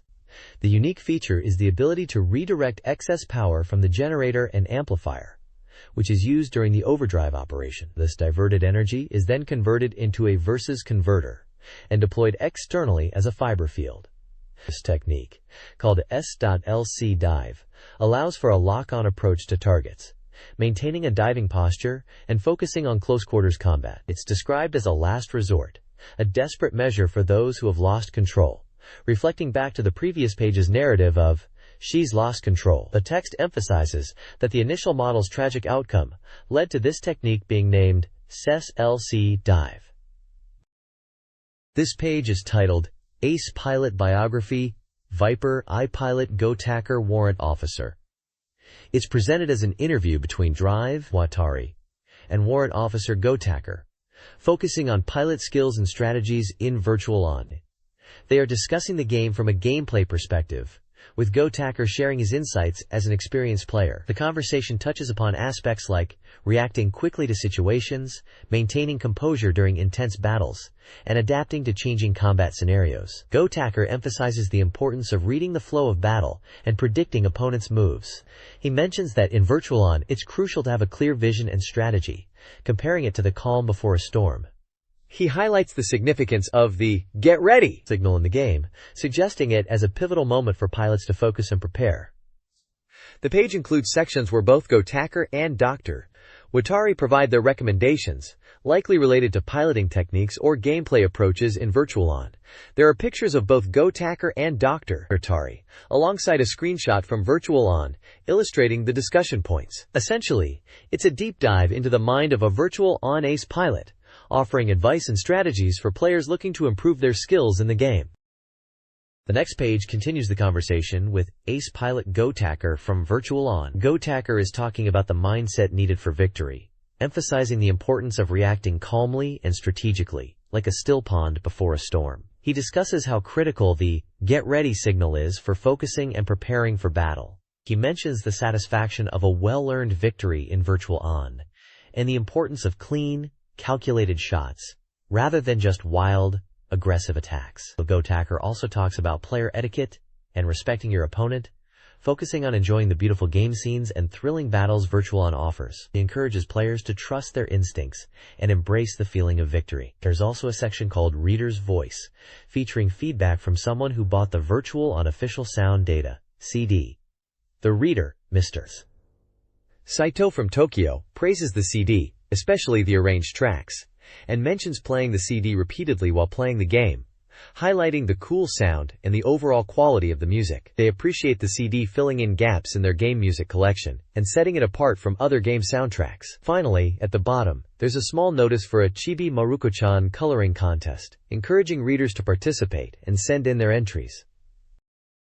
This excerpt from SEGA AM2's Express Neo Volume 24 discusses Virtua Fighter 3 and its development. Yu Suzuki, head of AM2, reflects on the interplay of toys and games, referencing titles like Nights into Dreams and the SEGA Saturn. The focus then shifts to Virtua Fighter 3, emphasizing the importance of character modeling and animation. Suzuki ponders how the game will create unique character types, distinct from existing fighting game archetypes. A dedicated section introduces Mekoji Sakura, a new high school girl character. Building on the popularity of the female character from Virtua Fighter 1, the design team, led by Tsukamoto Gaku, aimed for a cool and beautiful high school girl. Initially conceived as a more mature character, Sakura evolved to represent a 17 to 18-year-old, with design details such as sailor uniforms and specific traits to emphasize her youth and appeal.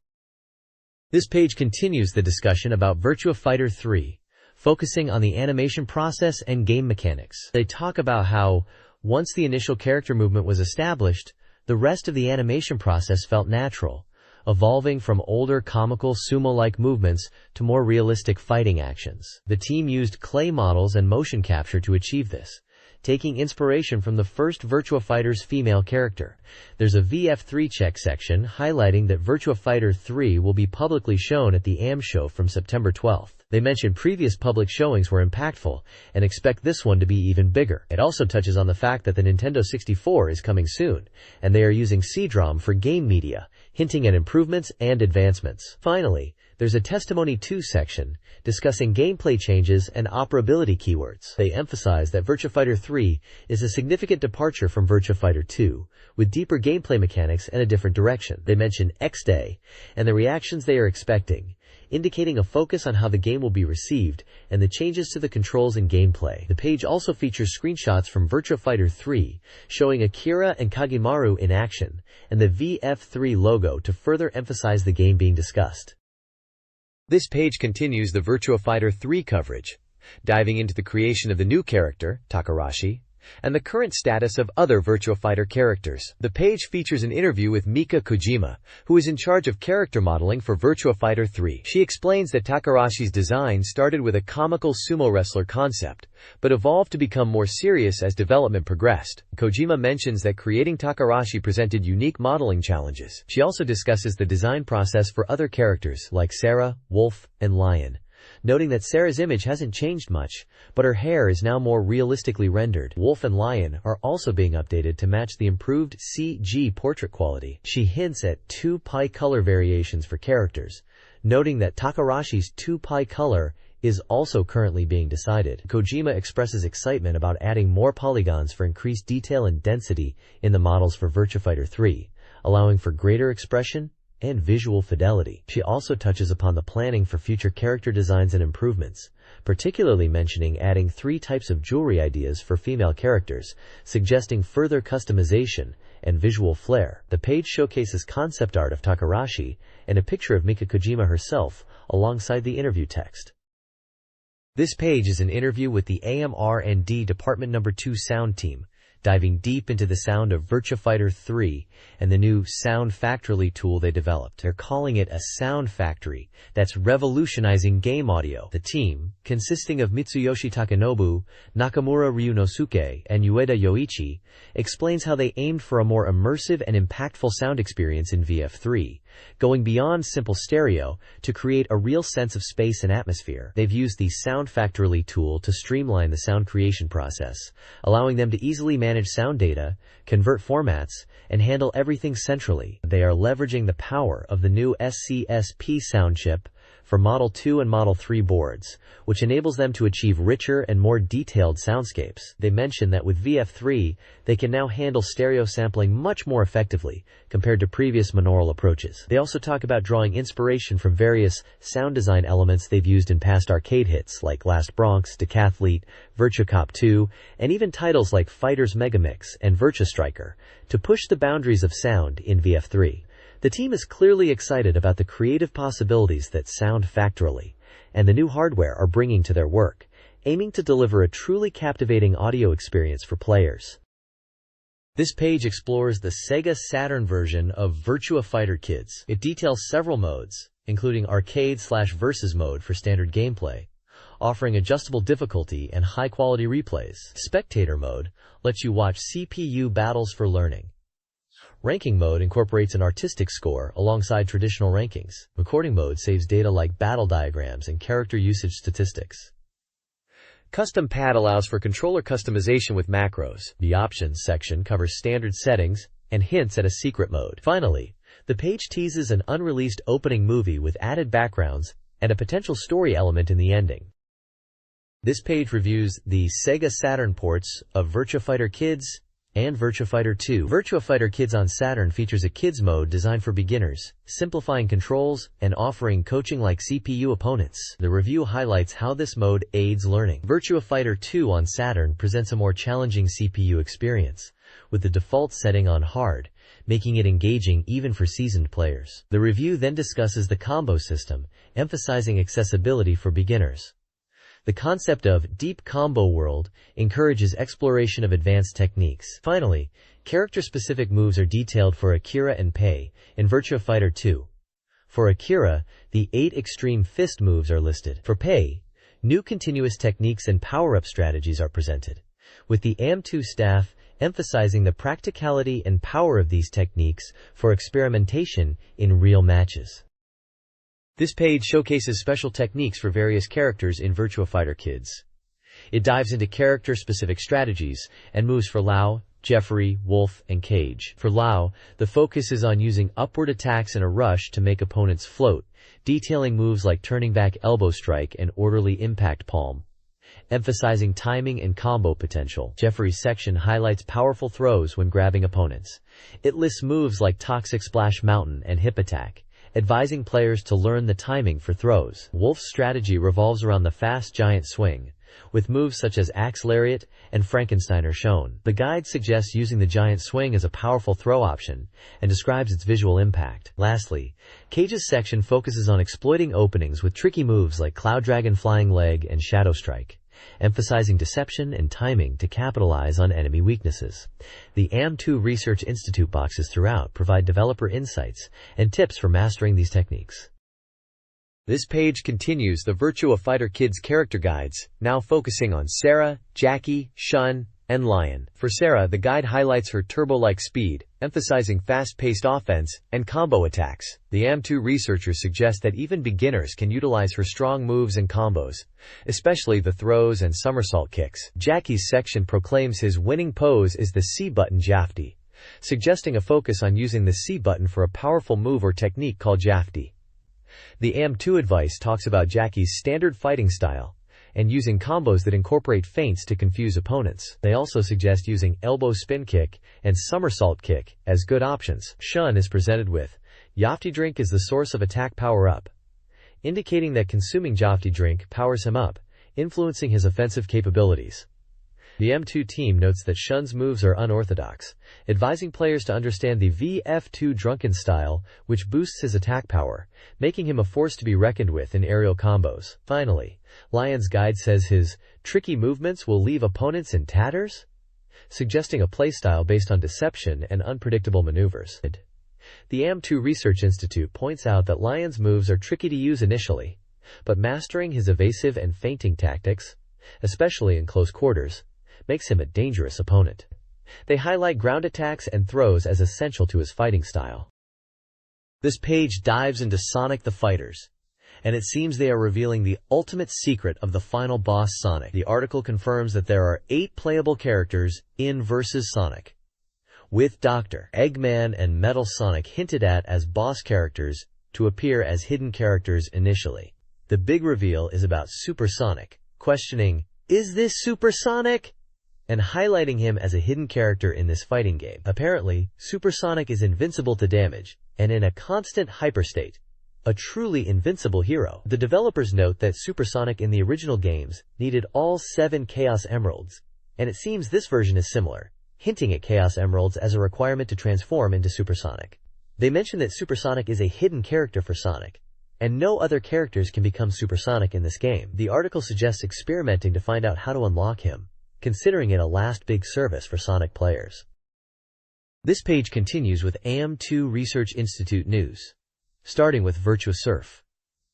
It seems there was a big reaction to a Virtua Surf eShow live event with Mitsukoshi-kun. A reader is asking about the Virtua Surf demo shown at the AOU show, questioning if it will be released on Sega Saturn or Dreamcast, and mentioning the impressive character models and stage designs.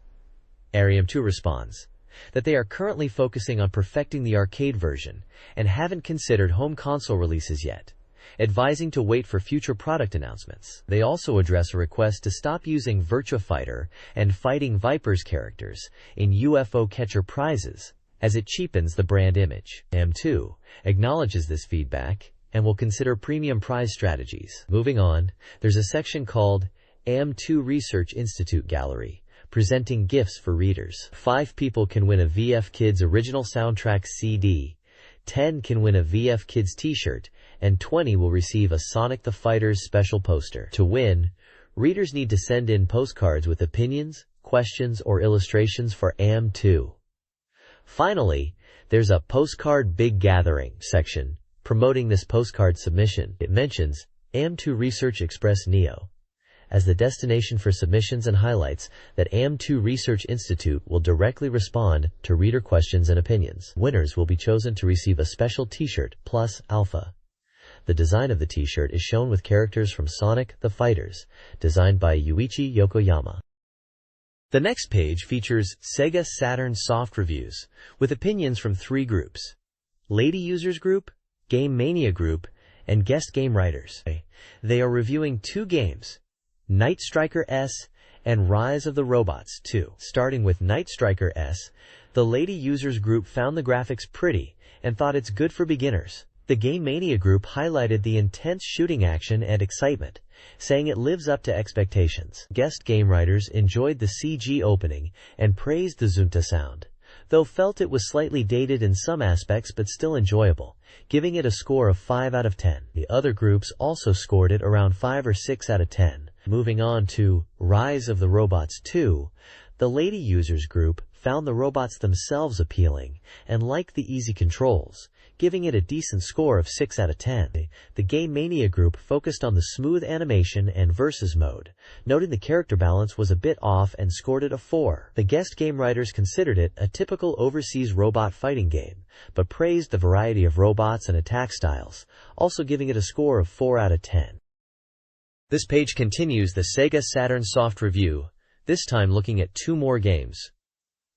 First up is a mahjong game, titled Tukon Kyudai Geki Jodai Wonkan Mahjong Hen. The female user group thought it was good for beginners to learn mahjong, highlighting the combo moves and depth, giving it a score of 7. They wished for more appealing characters. The High Rollers group questioned the developer's approach, finding it didn't feel like their usual work, scoring it a low 3, though they did concede the mahjong gameplay itself was enjoyable. The guest writers described it as humorous 4-player mahjong, better than other gag-focused mahjong games, and liked the visuals and atmosphere, but only gave it a score of 4, wishing for more user-friendliness. Moving on to Nights into Dreams.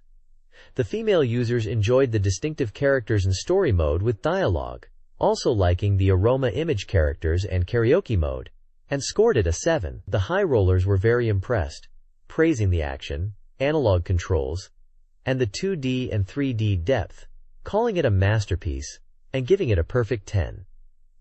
Finally, the guest writers mentioned the impact of Sonic on the Mega Drive, and saw Nights as an evolution, appreciating its dreamlike and surreal quality, scoring it a 9, and calling it a summer night's dream. This review covers 3 SEGA Saturn games. Virtua Chinese Chess received mixed reviews. The female user group found it complex and challenging for beginners. Score 6. The high rollers criticized the lack of tutorials. Score 5. While the guest writers found it tedious. Score 5. Decathlete was well received. A female user group enjoyed its simplicity and arcade feel. Score 8. The high rollers praised its competitive nature and quick loading times. Score 8. The guest writers lauded it as a solid arcade port with improved graphics. Aqua World garnered varied opinions. The female user group enjoyed its relaxing visuals, but found the controls lacking. Score 7.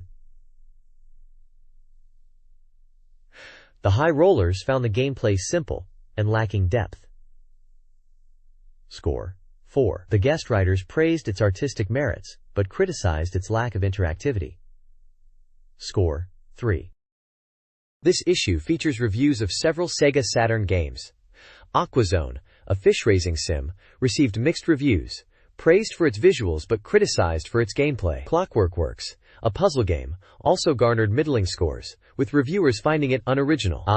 Pajama-chan, a puzzle game evoking classic computer games, was found engaging but graphically simple, while a game from the Games of a Bygone Era section suffered from clunky controls and execution, despite some interesting ideas. The reviews continue a focus on niche titles, as indicated by the editor's desk summary, which also teases upcoming summer releases. Additionally, the issue reviews the SEGA multi-controller, the Saturn Multitap, calling it a must-have for multiplayer and awarding it a perfect score. A compilation disc called GameWare Volume 2 also receives a perfect score.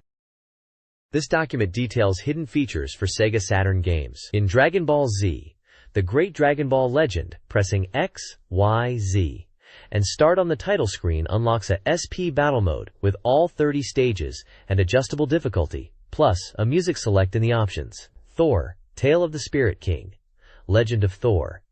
Thor, a successor of the Light, features a 2-player simultaneous mode.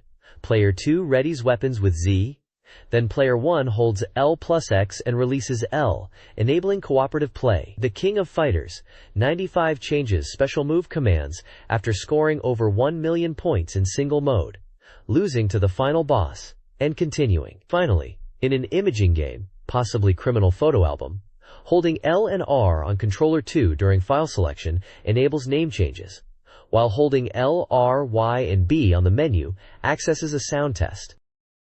This page continues the hidden techniques section. First up, for Johnny Bazooka, there's a password take that you can enter to start with 24 lives and skip the first stage. Next, for Mitsukuni Hideaki Ayutan, there's a trick to get more starting money.